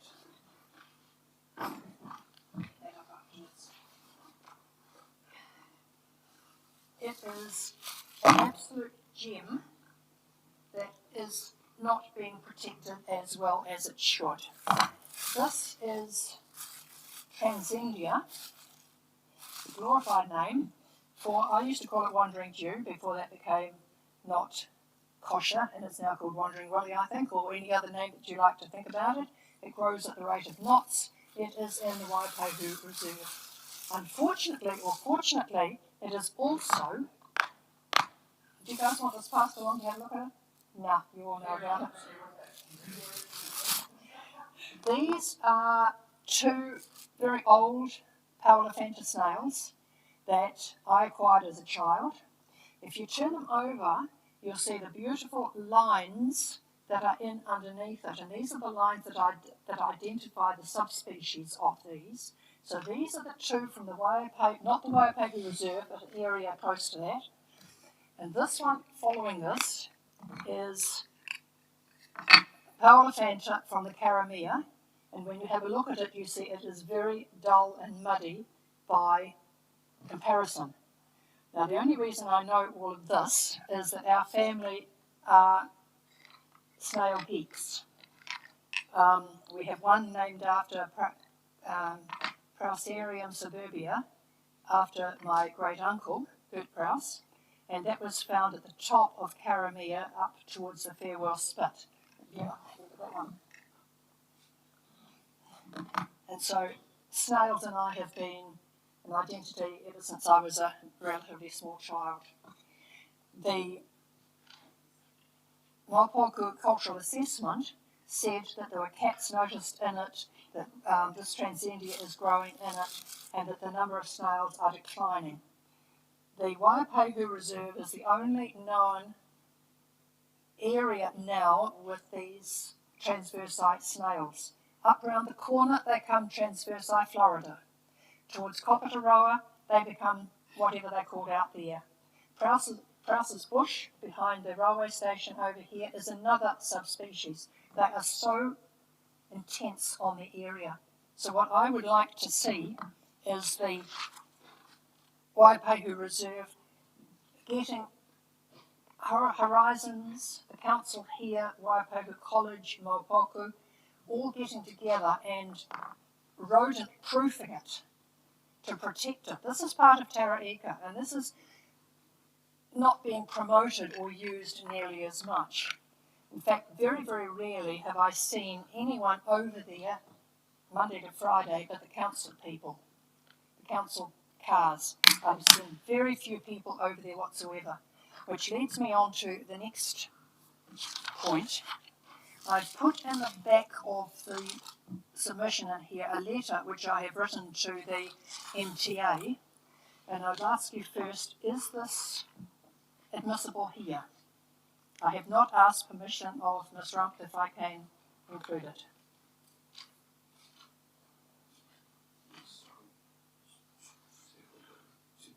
Because I have got 4 suggestions. I believe that the suggestion of 4 hectares of land altogether in one bit is not particularly practical either for use of money or resources or anything. So on the second page I have put down some alternatives that I believe are going to be a lot more useful to them.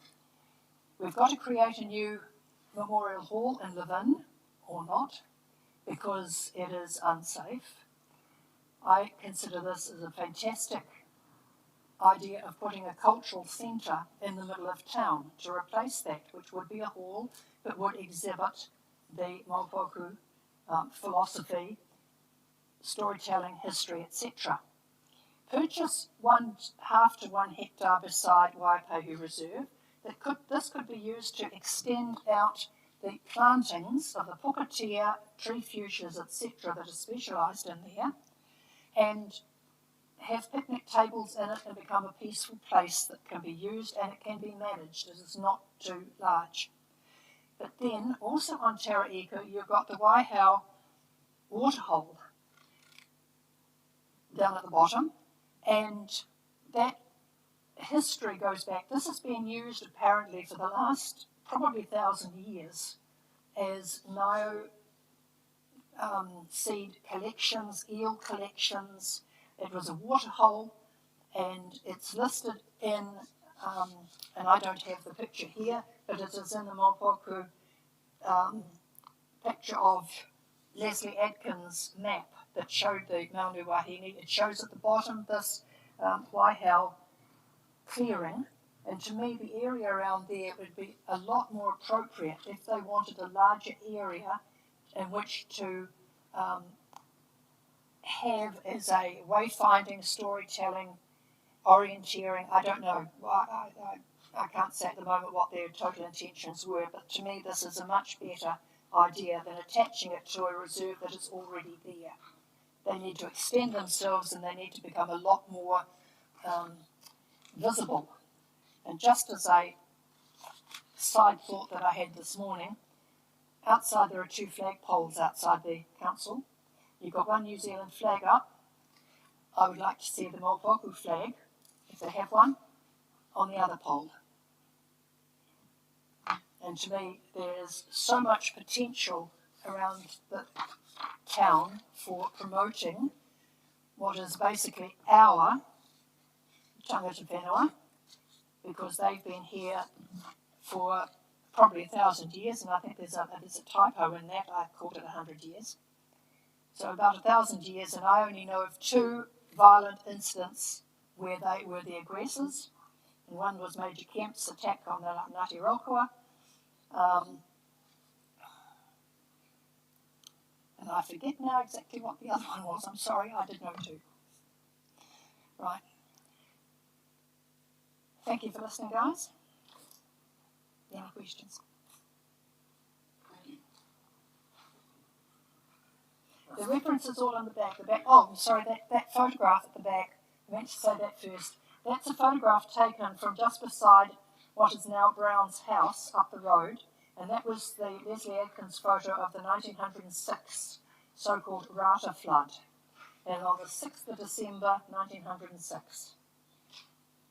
That was, and you can see the water quite clearly running from that Tara-Ika Drive area. So that would have been taken in here, and that would be the water coming across there. That's the brown land. That's the brown land, yes, that they spoke about this morning. That's the bush in the background. The bush as it was, and the bush as it is, the contours really have not changed. I just cannot find the 2 rata trees that were significant in the Maundu Wahine clearing.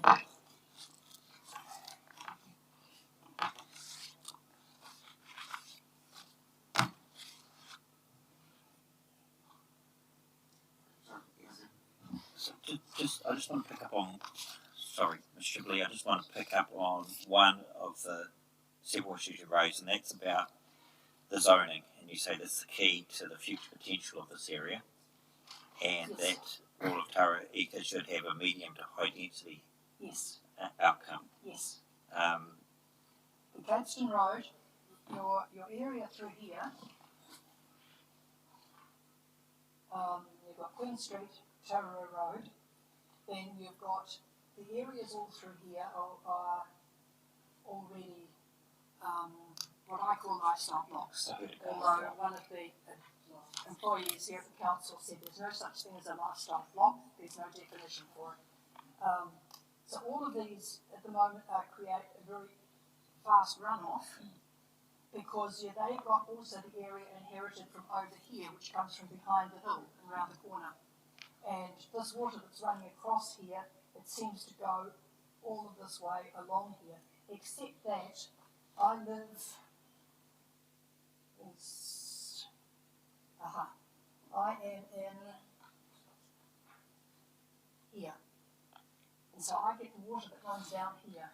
And the water that's coming down here, believe me, it comes straight over the road, bundles over the road, straight across the empty section there, and washes straight out onto here, which has meant that all of this area in here, which was the JLJ development that we're putting together at the moment, we're on stage 2 at the moment, we've had to put swales right through each section and each layer, coming right through this area here, so that it slows down and contains the water. And when we put through the submissions into the council, we asked for the modular crates to go in for the sumps. The ones that I was saying, they're much more efficient than the rocks are, and we were told that we really could not promote those. That they were quite happy for everyone to still dig a big hole and fill it up with rocks. The reason the reason I asked you that question was I was under the impression that you were seeking a higher yield so that it would avoid the need to identify other growth areas that might impinge on better class. Too. That's another side product. Okay. Right. Because as long as the areas are on this panland, and the class 1 and 2 land starts just over about half a section across from here that way, and the Piceni's, onions, potatoes, etc. There are no stones there at all. Right. You come to my place and you try digging it up. Sure. So I don't know if you were here this morning when we talked. We had some discussions with council staff about yield. No. No. Okay.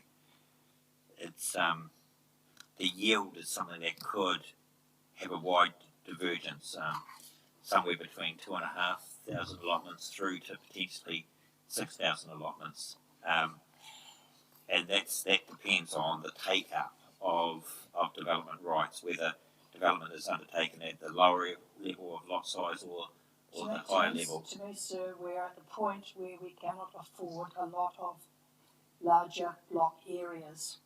New Zealand has a finite land space We are looking at pressure, immense pressure in the future from New Zealanders coming back, New Zealanders wanting to come in here, people from overseas simply wanting to come and get away from the rest of the world.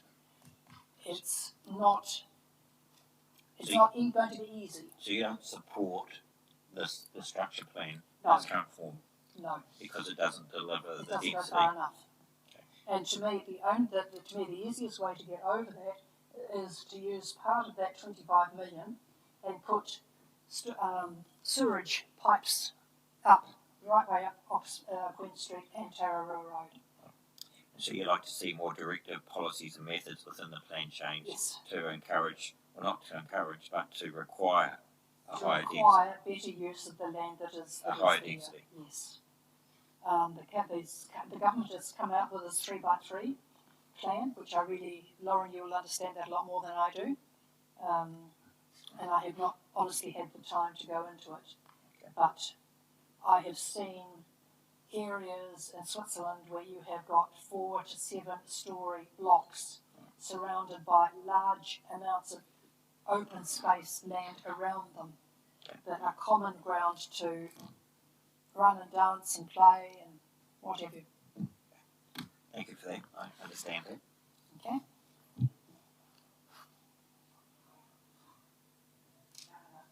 No questions directly, but I'm going to take the opportunity outside of this setting, which is not appropriate to follow on some of the emergency breaks. I would love to. Oh, thank you. Thank you. Good one. Okay. No, that's fine. Okay, so I will take a break for 15 minutes. Apologies to people behind, we are running a little bit behind time, but we'll come back again about 25 past.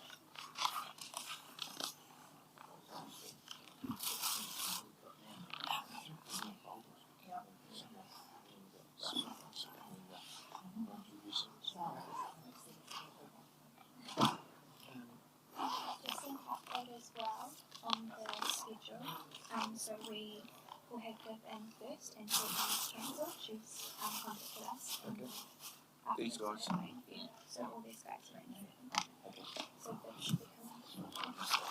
So Russell's cancelled. Oh, yes. And then these guys. Okay, cool. I've got one of these too. Thank God. I've got it for about 2 years. Yeah, I know, so brilliant. Because of that pin thing that used to go on there, like, I've lost it. lose them and bacteria running out. You turned it off? You turn it off, you just go, job done. In that flat. Yeah.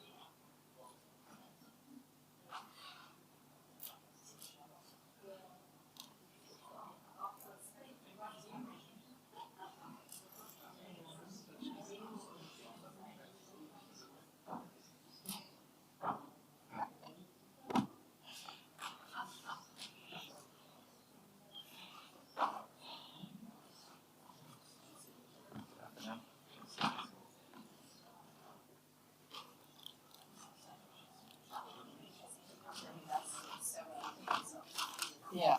Yeah.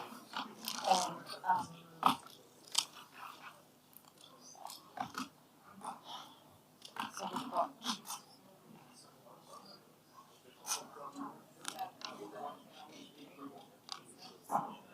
yeah.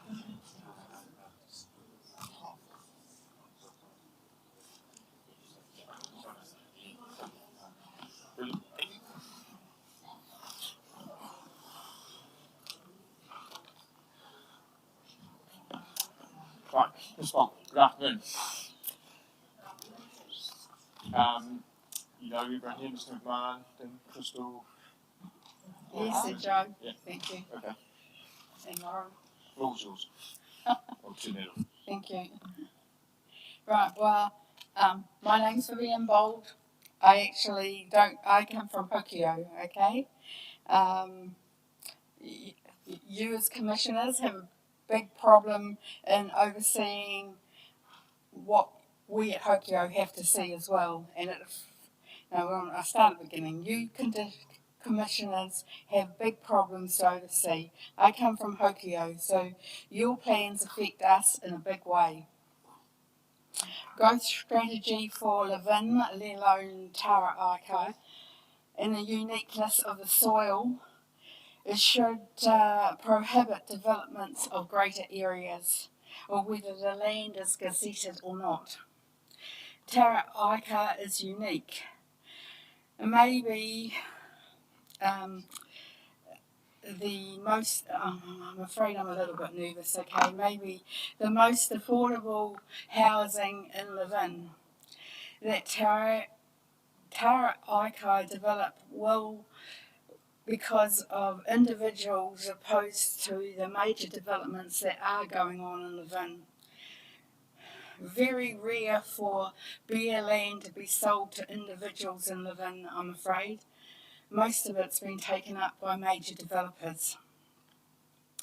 This land in question is about 200 millimetres above the sea level. So therefore, the runoff that Gwenna spoke about before is very unique. Okay? I don't think I can carry on this somehow. The original plan said there would be wetlands establishments around the properties. And today we hear of connections with Queen Street pipes, which will go into the lake and not through the wastewater plant. It could be really recommended that the pipes be turned into the LWWP.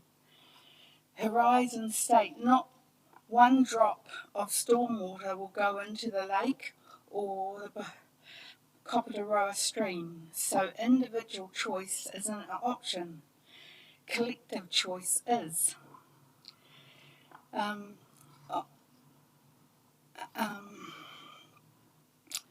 Yeah. It needs to go into the master plan that you have to put in that no one gets collective choice. You have to think about it and make a decision, whether it be wetlands or swales. In the 42A reports that I read while I was out in the sitting area, they said it will be individual choice. I'm afraid you're going to have to oversee that. Different plans change for the summertime here in the Horowhenua, and we have a population of 50,000. So the time all the developments finish, we'll be looking at the end of 2030 of having this kind of population permanently. HDC say statistics will only have 40,000 in 2030, based on last year's badly done census. Yeah, I'm going to leave it at that. I'm sorry, councillors, but I did want to put in this little bit about the O2NL. But when we were talking with the Transport Department, they were saying about having 2 roundabouts on the road, one at Queen Street turnabout, and also one on the Tara-Ika Road, so that the main freight can come down to the industrial area. So they never mentioned Liverpool Street extension at all, as though it wasn't even going to be in there. Any questions? For one question, I just want to understand where you stand in terms of the plan change. Do you support the plan change and the development of this area or not? Do you support the development of this area? No. You don't support it. Okay, that's what I was trying to understand. So you don't support it. I think that there does need to be a development on non-productive land. In this thing that I have here, I actually skipped over that part. It's trouble with me. I get a bit nervous, I'm afraid. It said we have so much development going on at Spelbergs. There's 144 units at Oakhouse, at Hinamalla Block. That's another beautiful piece of land. Fairfield Road, another beautiful bit of farming land. Manukau, the only bit that isn't beautiful farming land is Wairuri. And all of the stormwater and wastewater that will come from that, especially when you've got concrete areas in, stormwater runoff gets to be so much more horrific, doesn't it? And these are huge problems with climate change, which is all has to be added to that picture. Yep. I don't have a position on the plan change, so that's I make a decision on the evidence I've heard. What I've heard from the council is that there's a national direction from central government through a national policy statement on urban development that says councils around the country have to ensure that they have well-functioning urban environments and that there's sufficient development capacity to meet the needs of the people and communities, and development capacity includes housing. So there's this national directive that local authorities such as Horowhenua are required to respond to and provide for during the planning period. So the planning period is usually a 10 to 20 year period. The national direction sets out a 30-year period. So on one hand there's this directive and driver, and we discussed that with Ms. Baddock this morning, what the drivers of this plan change were. And then on the other hand, it's about finding a method to achieve those goals. So in this case, we've got a greenfield development that's master planned, subject to a structure plan. And I must admit, it is wonderful. Yes. It's a smoke screen though. Okay. It's a bit of a smoke screen There is and living out at Hokio, where there's a stinking, leaking landfill, and on the other side of it, there's the pot, which it says that because all the infrastructure and pipes leak, especially even the town of Levin, down Queen Street leaks E. coli, Makamaka Road leaks E. coli. For the last 4 years that I know of, Mr. Clapperton has sent reports up to Horizons and no action has happened. I belong to a group called the Neighbourhood Liaison Group that try and get, we have said to them last 4 months ago, we said to them, why are Horizons not imposing penalties on HDC for not doing anything, for their lack of action? Because all the reports come out in progress. There's no progress happening. Sorry. Am I not loud enough? No, Ms. Boulder, it's just that I haven't got to my question yet. And wait a minute, I want to talk about the pot first. And it's supposed to be It took me 6 months to get any results out of Lisa Stone, but I got them. I threatened her with the ombudsman. And the stream 2 and stream 4, which is below the pot, and stream 2. Stream 2 above the pot is cleaner than stream 4 below the pot that's going into this ocean. The ocean then, with that pollution, creates more plankton, which creates more methane for the heating of the sea. Right, your turn. In Wanganui was that stormwater runoff. Yes. And the lawyer opened the hearing by saying, we can't stop the rain. That's true. And in a sense, are we planting any more trees? In a sense, we can't necessarily stop population growth either. So, it's very sad that there's so too many people. Yeah. So the question I've got is, if you accept that the council has a direction they have to respond to from central government to provide sufficient development capacity, and the question then is what's the most effective and efficient way of doing that? One way is to have greenfield developments. The other is to have infill developments within the urban area that's already established. So smaller section sizes, second or third allotments, houses on existing allotments, or a combination of them both. So I guess I'm trying to get a feel from you is, if the council doesn't go down the greenfield path that's subject to Plan Change 4, and we've heard from many submitters that said Plan Change 4 is a good site, it's well drained, doesn't have that many impediments, it's not class 1 and 2 soil, and they've encouraged the panel to actually increase the density and provide for a greater yield. If we don't do that, what do you say to the national government's directive about providing for capacity? How would they achieve? I would say probably this one might be the better one out of, That's the only one we're considering. Some council over there. Yes. But yes, but we do need a lot more infrastructure put in for runoff. From the site? Yes. Yes. And they did have a good plan come up. I know people on the site don't like the wetlands idea, but I find personally it is a good way of stopping storm runoff. Yes. But they don't like it because, of course, they have to give up valuable land for it. If this panel said to you that there's no development that's permitted as of right in the structure plan area, all development has to go through some form of consenting process, and one of the key considerations is compliance with the structure plan, but also consideration to how stormwater is disposed of. Would that alleviate any of your concerns? It would be to some degree. Yes. This is still the water part, the wastewater part. Okay, so what's the issue there? Because we've heard that. It's just because I can see younger people need more water than what we've been raised with, okay?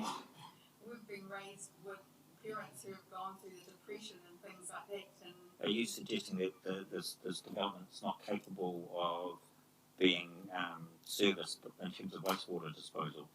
Yes. Because that's not the evidence that we're hearing from the experts. Well, they haven't really presented it very well then. I mean, I can show you books tomorrow. I can get Charles to bring them in when he has his talk tomorrow, maybe. Yeah. And you can see the Aquanet information that comes down from Palmerston that, that they're all sitting on in here and they don't project out. We too would like to have the lake in a pristine position. But having said that, if it all went bypass the lake and went into the wastewater plant, which then goes out to the Hokio Sands Road and out that way, and then it does bypass the lake anyway. If that was the situation, would that change your view? Yes, sir. Okay. Thank you. I don't know if I can take it any further.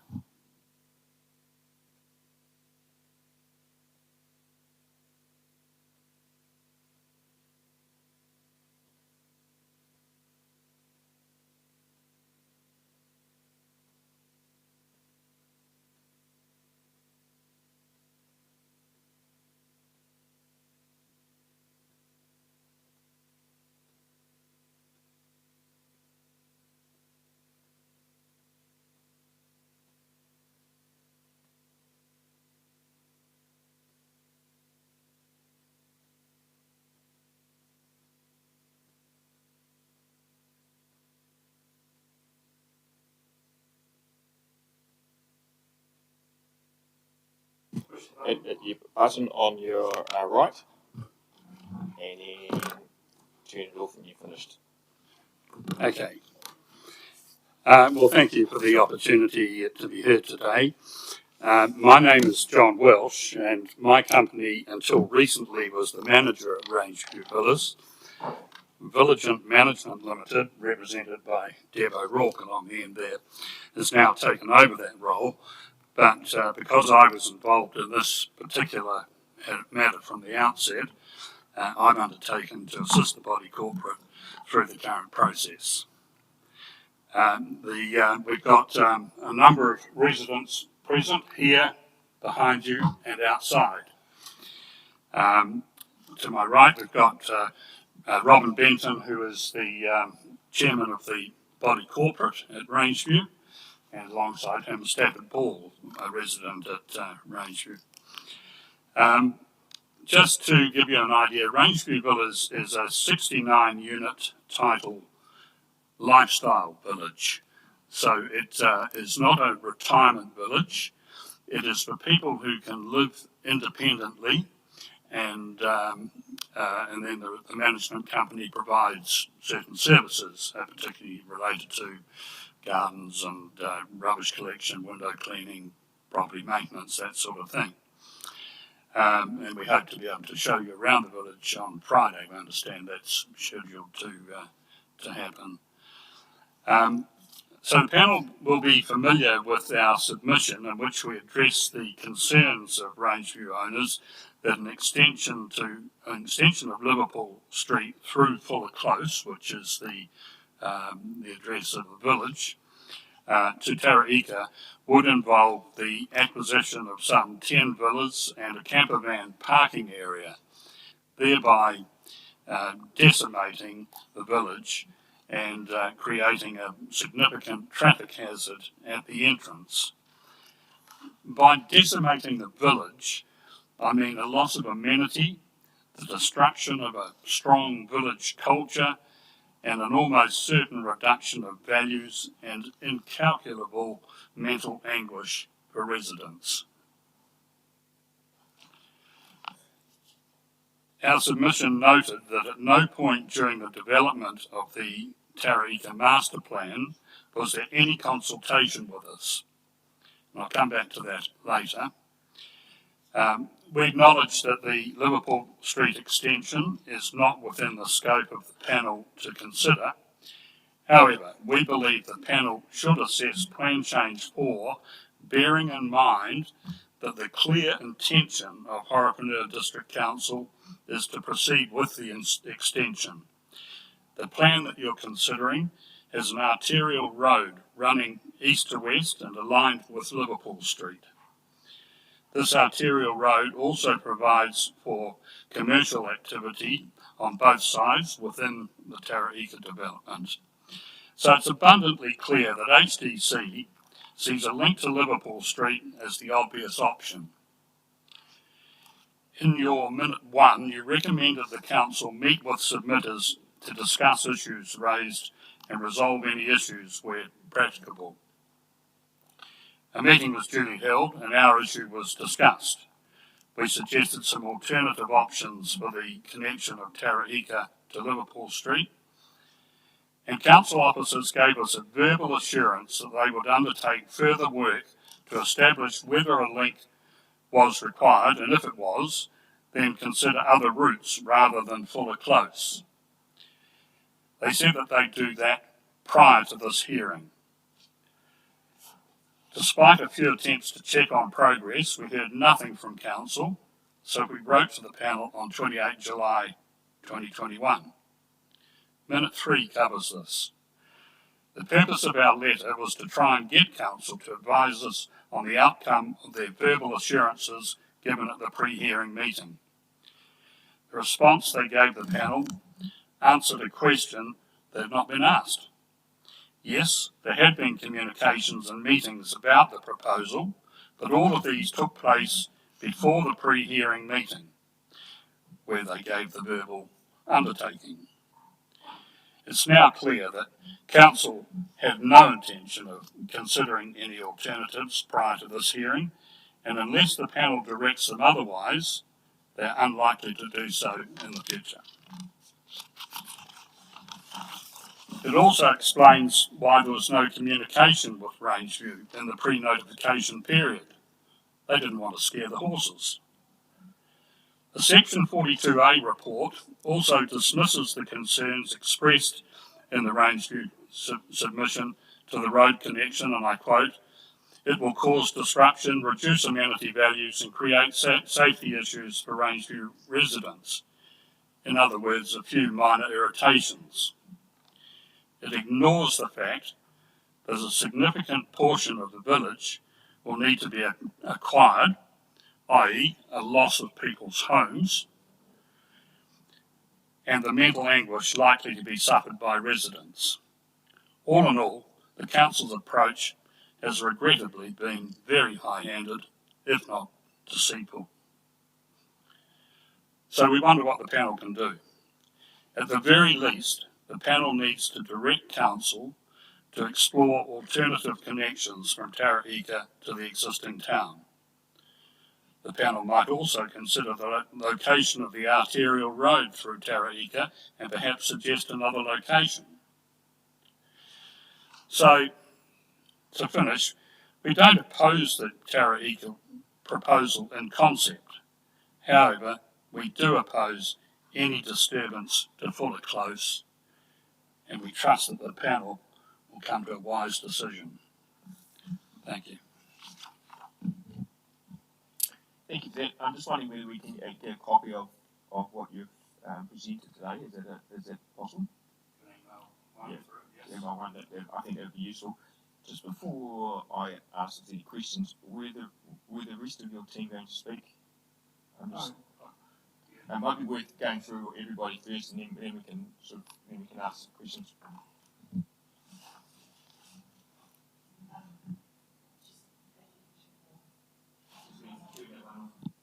Other side.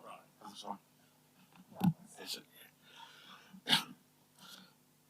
As explained earlier, my name is Robin Benton. I'm the chair of the body corporate, and this proposal of extending Liverpool Street to form a through road for Tara-Ika has caused a lot of anguish amongst the residents, most of whom have bought into this lifestyle village as sort of the last movement of their lives. It's their retirement place.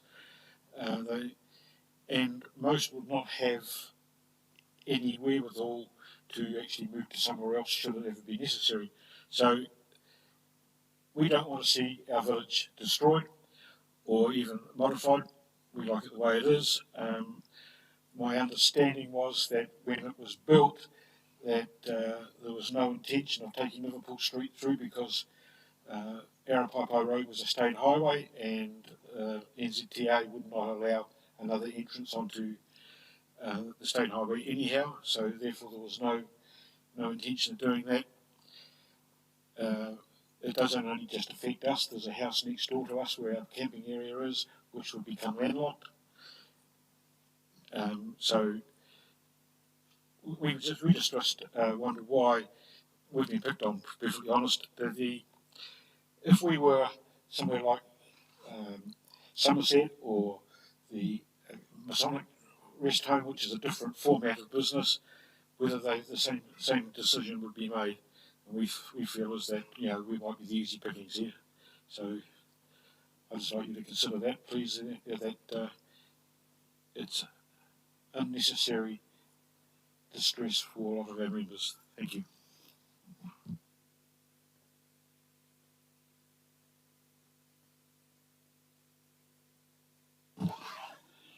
I'm a resident of Rangeview Villas, one of 669 units that we have at Rangeview. We would be upset if the equity in our holdings was in any way impacted, because our next step from this type of living would be into somewhere where we would have to have either hospital or dementia care or Now, a lot of us have been there for quite a length of time. We've got to the situation where our finance becomes a worry, and if we're to lose equity, then it does put a lot of pressure on us. So if we could have that extension right off the plan, it would give us a lot more, make it a lot easier. Peace of mind in the future. Thank you, Commissioners.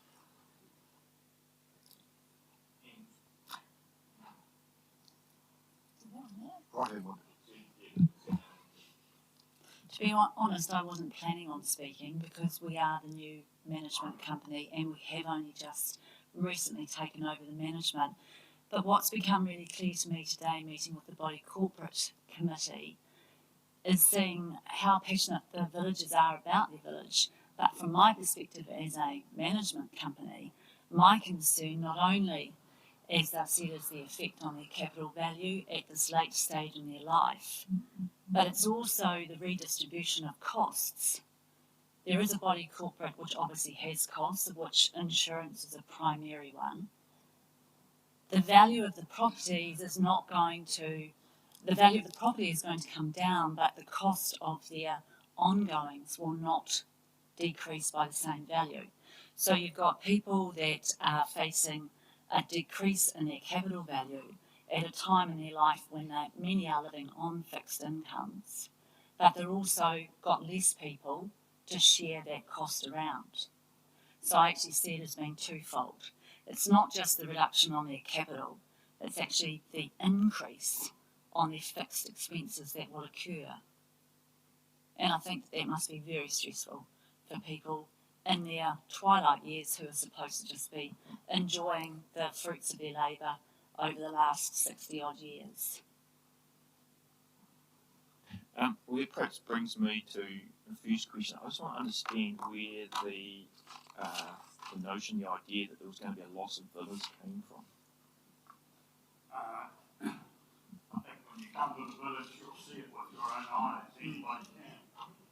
There's no alternative but to come through the village. The campervan parks go all together. 2 villas would be deprived of any access whatsoever, and another 8 villas, the roadway, if it was properly aligned, would take them out as well. So what was it, 10 villas. So is that based on your understanding, or have you had someone who's clarified that? No, you can see it. You can stand there and see it. There's another property at the end of Fuller Close that will end up landlocked. It's actually a Stratford Street property, I think. So we canvassed this issue a little bit this morning with council staff about, okay, what's going to happen with the arterial road and Liverpool Street extension, if you want to call it for another word. And one of the options that was put before us was a left in, left out off the existing State Highway 57 into this development rather than any extension across and carrying on down Liverpool Street. And that is an option that would be considered. I'm assuming that you had no problem with that option. No, in the ideal solution.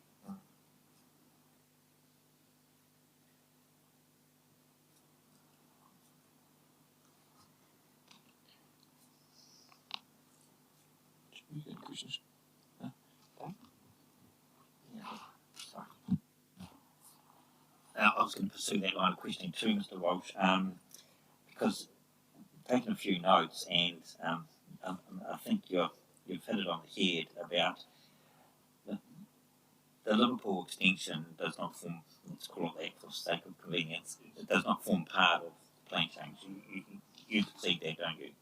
Yes, but you've said and I'll just quote the intention. There is an intention or an implied intention there, given the east-west arterial link. That was your wording. Yes. Yes. Okay.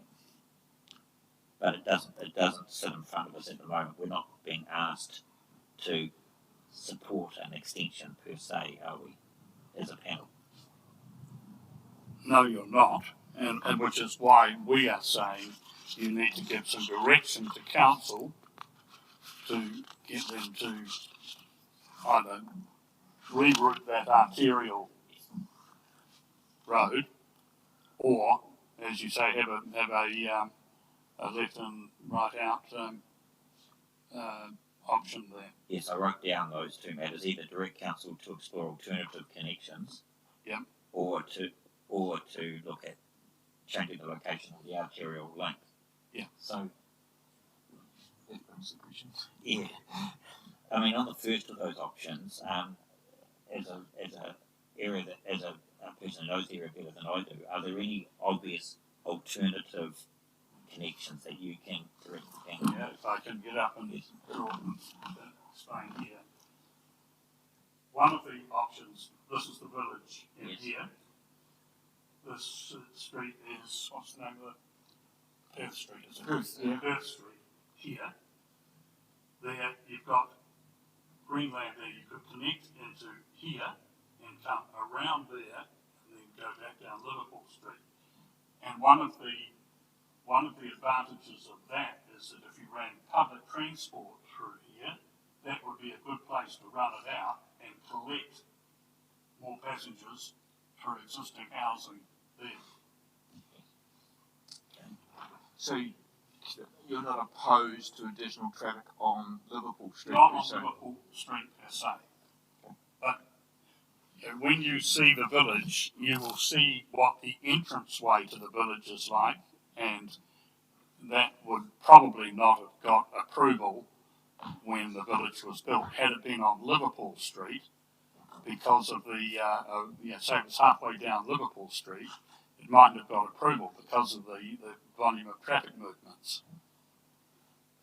Okay, let's call that the southern option, and that would involve going through Perth Street up to Liverpool Street. Is there a similar option to the north that you would point us to? Meadowvale Drive is just up the road, north. Already goes right through. Yeah, Meadowvale Drive, I think is that Meadowvale Drive? That's the only one. I can't see yeah, that's Meadowvale, yeah. So, I mean, there's no proposed link there? It's a site. There's no hospital there, there's no old people's home there, and there's no range of villas there. Okay, I'm just trying to get on the table some of the options, if we were of a mind to direct council to explore options. But presumably, and I'm sure Mr. McIntyre will tell us that the east-west link has been derived based on the location of the commercial centre being reasonably central to the development. And so the linkages have been derived from that, hence that mid-link. You said another option would be to look at relocating the arterial linkage. Would you accept that would also involve relocating the commercial centre? Perhaps. Yes. Have you got any thoughts about optimal locations for the relocation of the commercial centre and the east-west linkage? We really haven't given consideration to the Tara-Ika development. Our concern is the proposed link through Fuller Close to Liverpool Street. Well, I just have to agree on that. The implied linkage, because it's certainly not in front of us, it's not something that the council have asked us to improve. And just on that, you'll probably understand better than I do the mechanisms for both through the acquisition and authorisations to extend a road through Fuller Close. It's not something that would happen overnight, is it? It would go through a due process. It would go through a due process. It would also be horrendously expensive. a unit title development must, under the Public Works Act, find the acquisition process is there, but it's not just a simple matter of writing a cheque and saying goodbye to people. Yes. Yes. It would involve a whole new unit plan. It would involve negotiations with every single owner. Yes. There's a number of them at family trusts, every trustee, mortgagees. It would take, I would pick, having had a bit of experience in dealing with these things, I would say 5 years just on the process of dealing with the village would be, presumably that would be on a willing buyer, willing seller basis, oh as yes, opposed we to haven't got that. a compulsory acquisition scenario. Mm. So that alone, I mean, the cheapest option, if the council really wanted to do it, the cheapest option for the council would be to take a piece of land within Tara-Ika, build a whole new village, replica of what is there at the moment, then do what they like with Rangeview, and they could, they could put fee simple titles in and have some sort of other community there. That would likely be the cheapest and easiest and quickest option. Okay, I think I've probably put enough on the table for Mr. McIndoe and others to respond to. Mr. McIndoe, was there any questions through us that you wanted to put to the submitter to help you respond? Sorry. That's fine. We would expect a response to those two matters in the right of reply about, I guess, particularly looking at alternative connections and the merits or otherwise of shifting the east-west connection and impacts on the commercial centre. From an urban design perspective, but I guess from Ms. Bannock's point of view, some indication of council's intention from a property asset management perspective would be useful too, I think.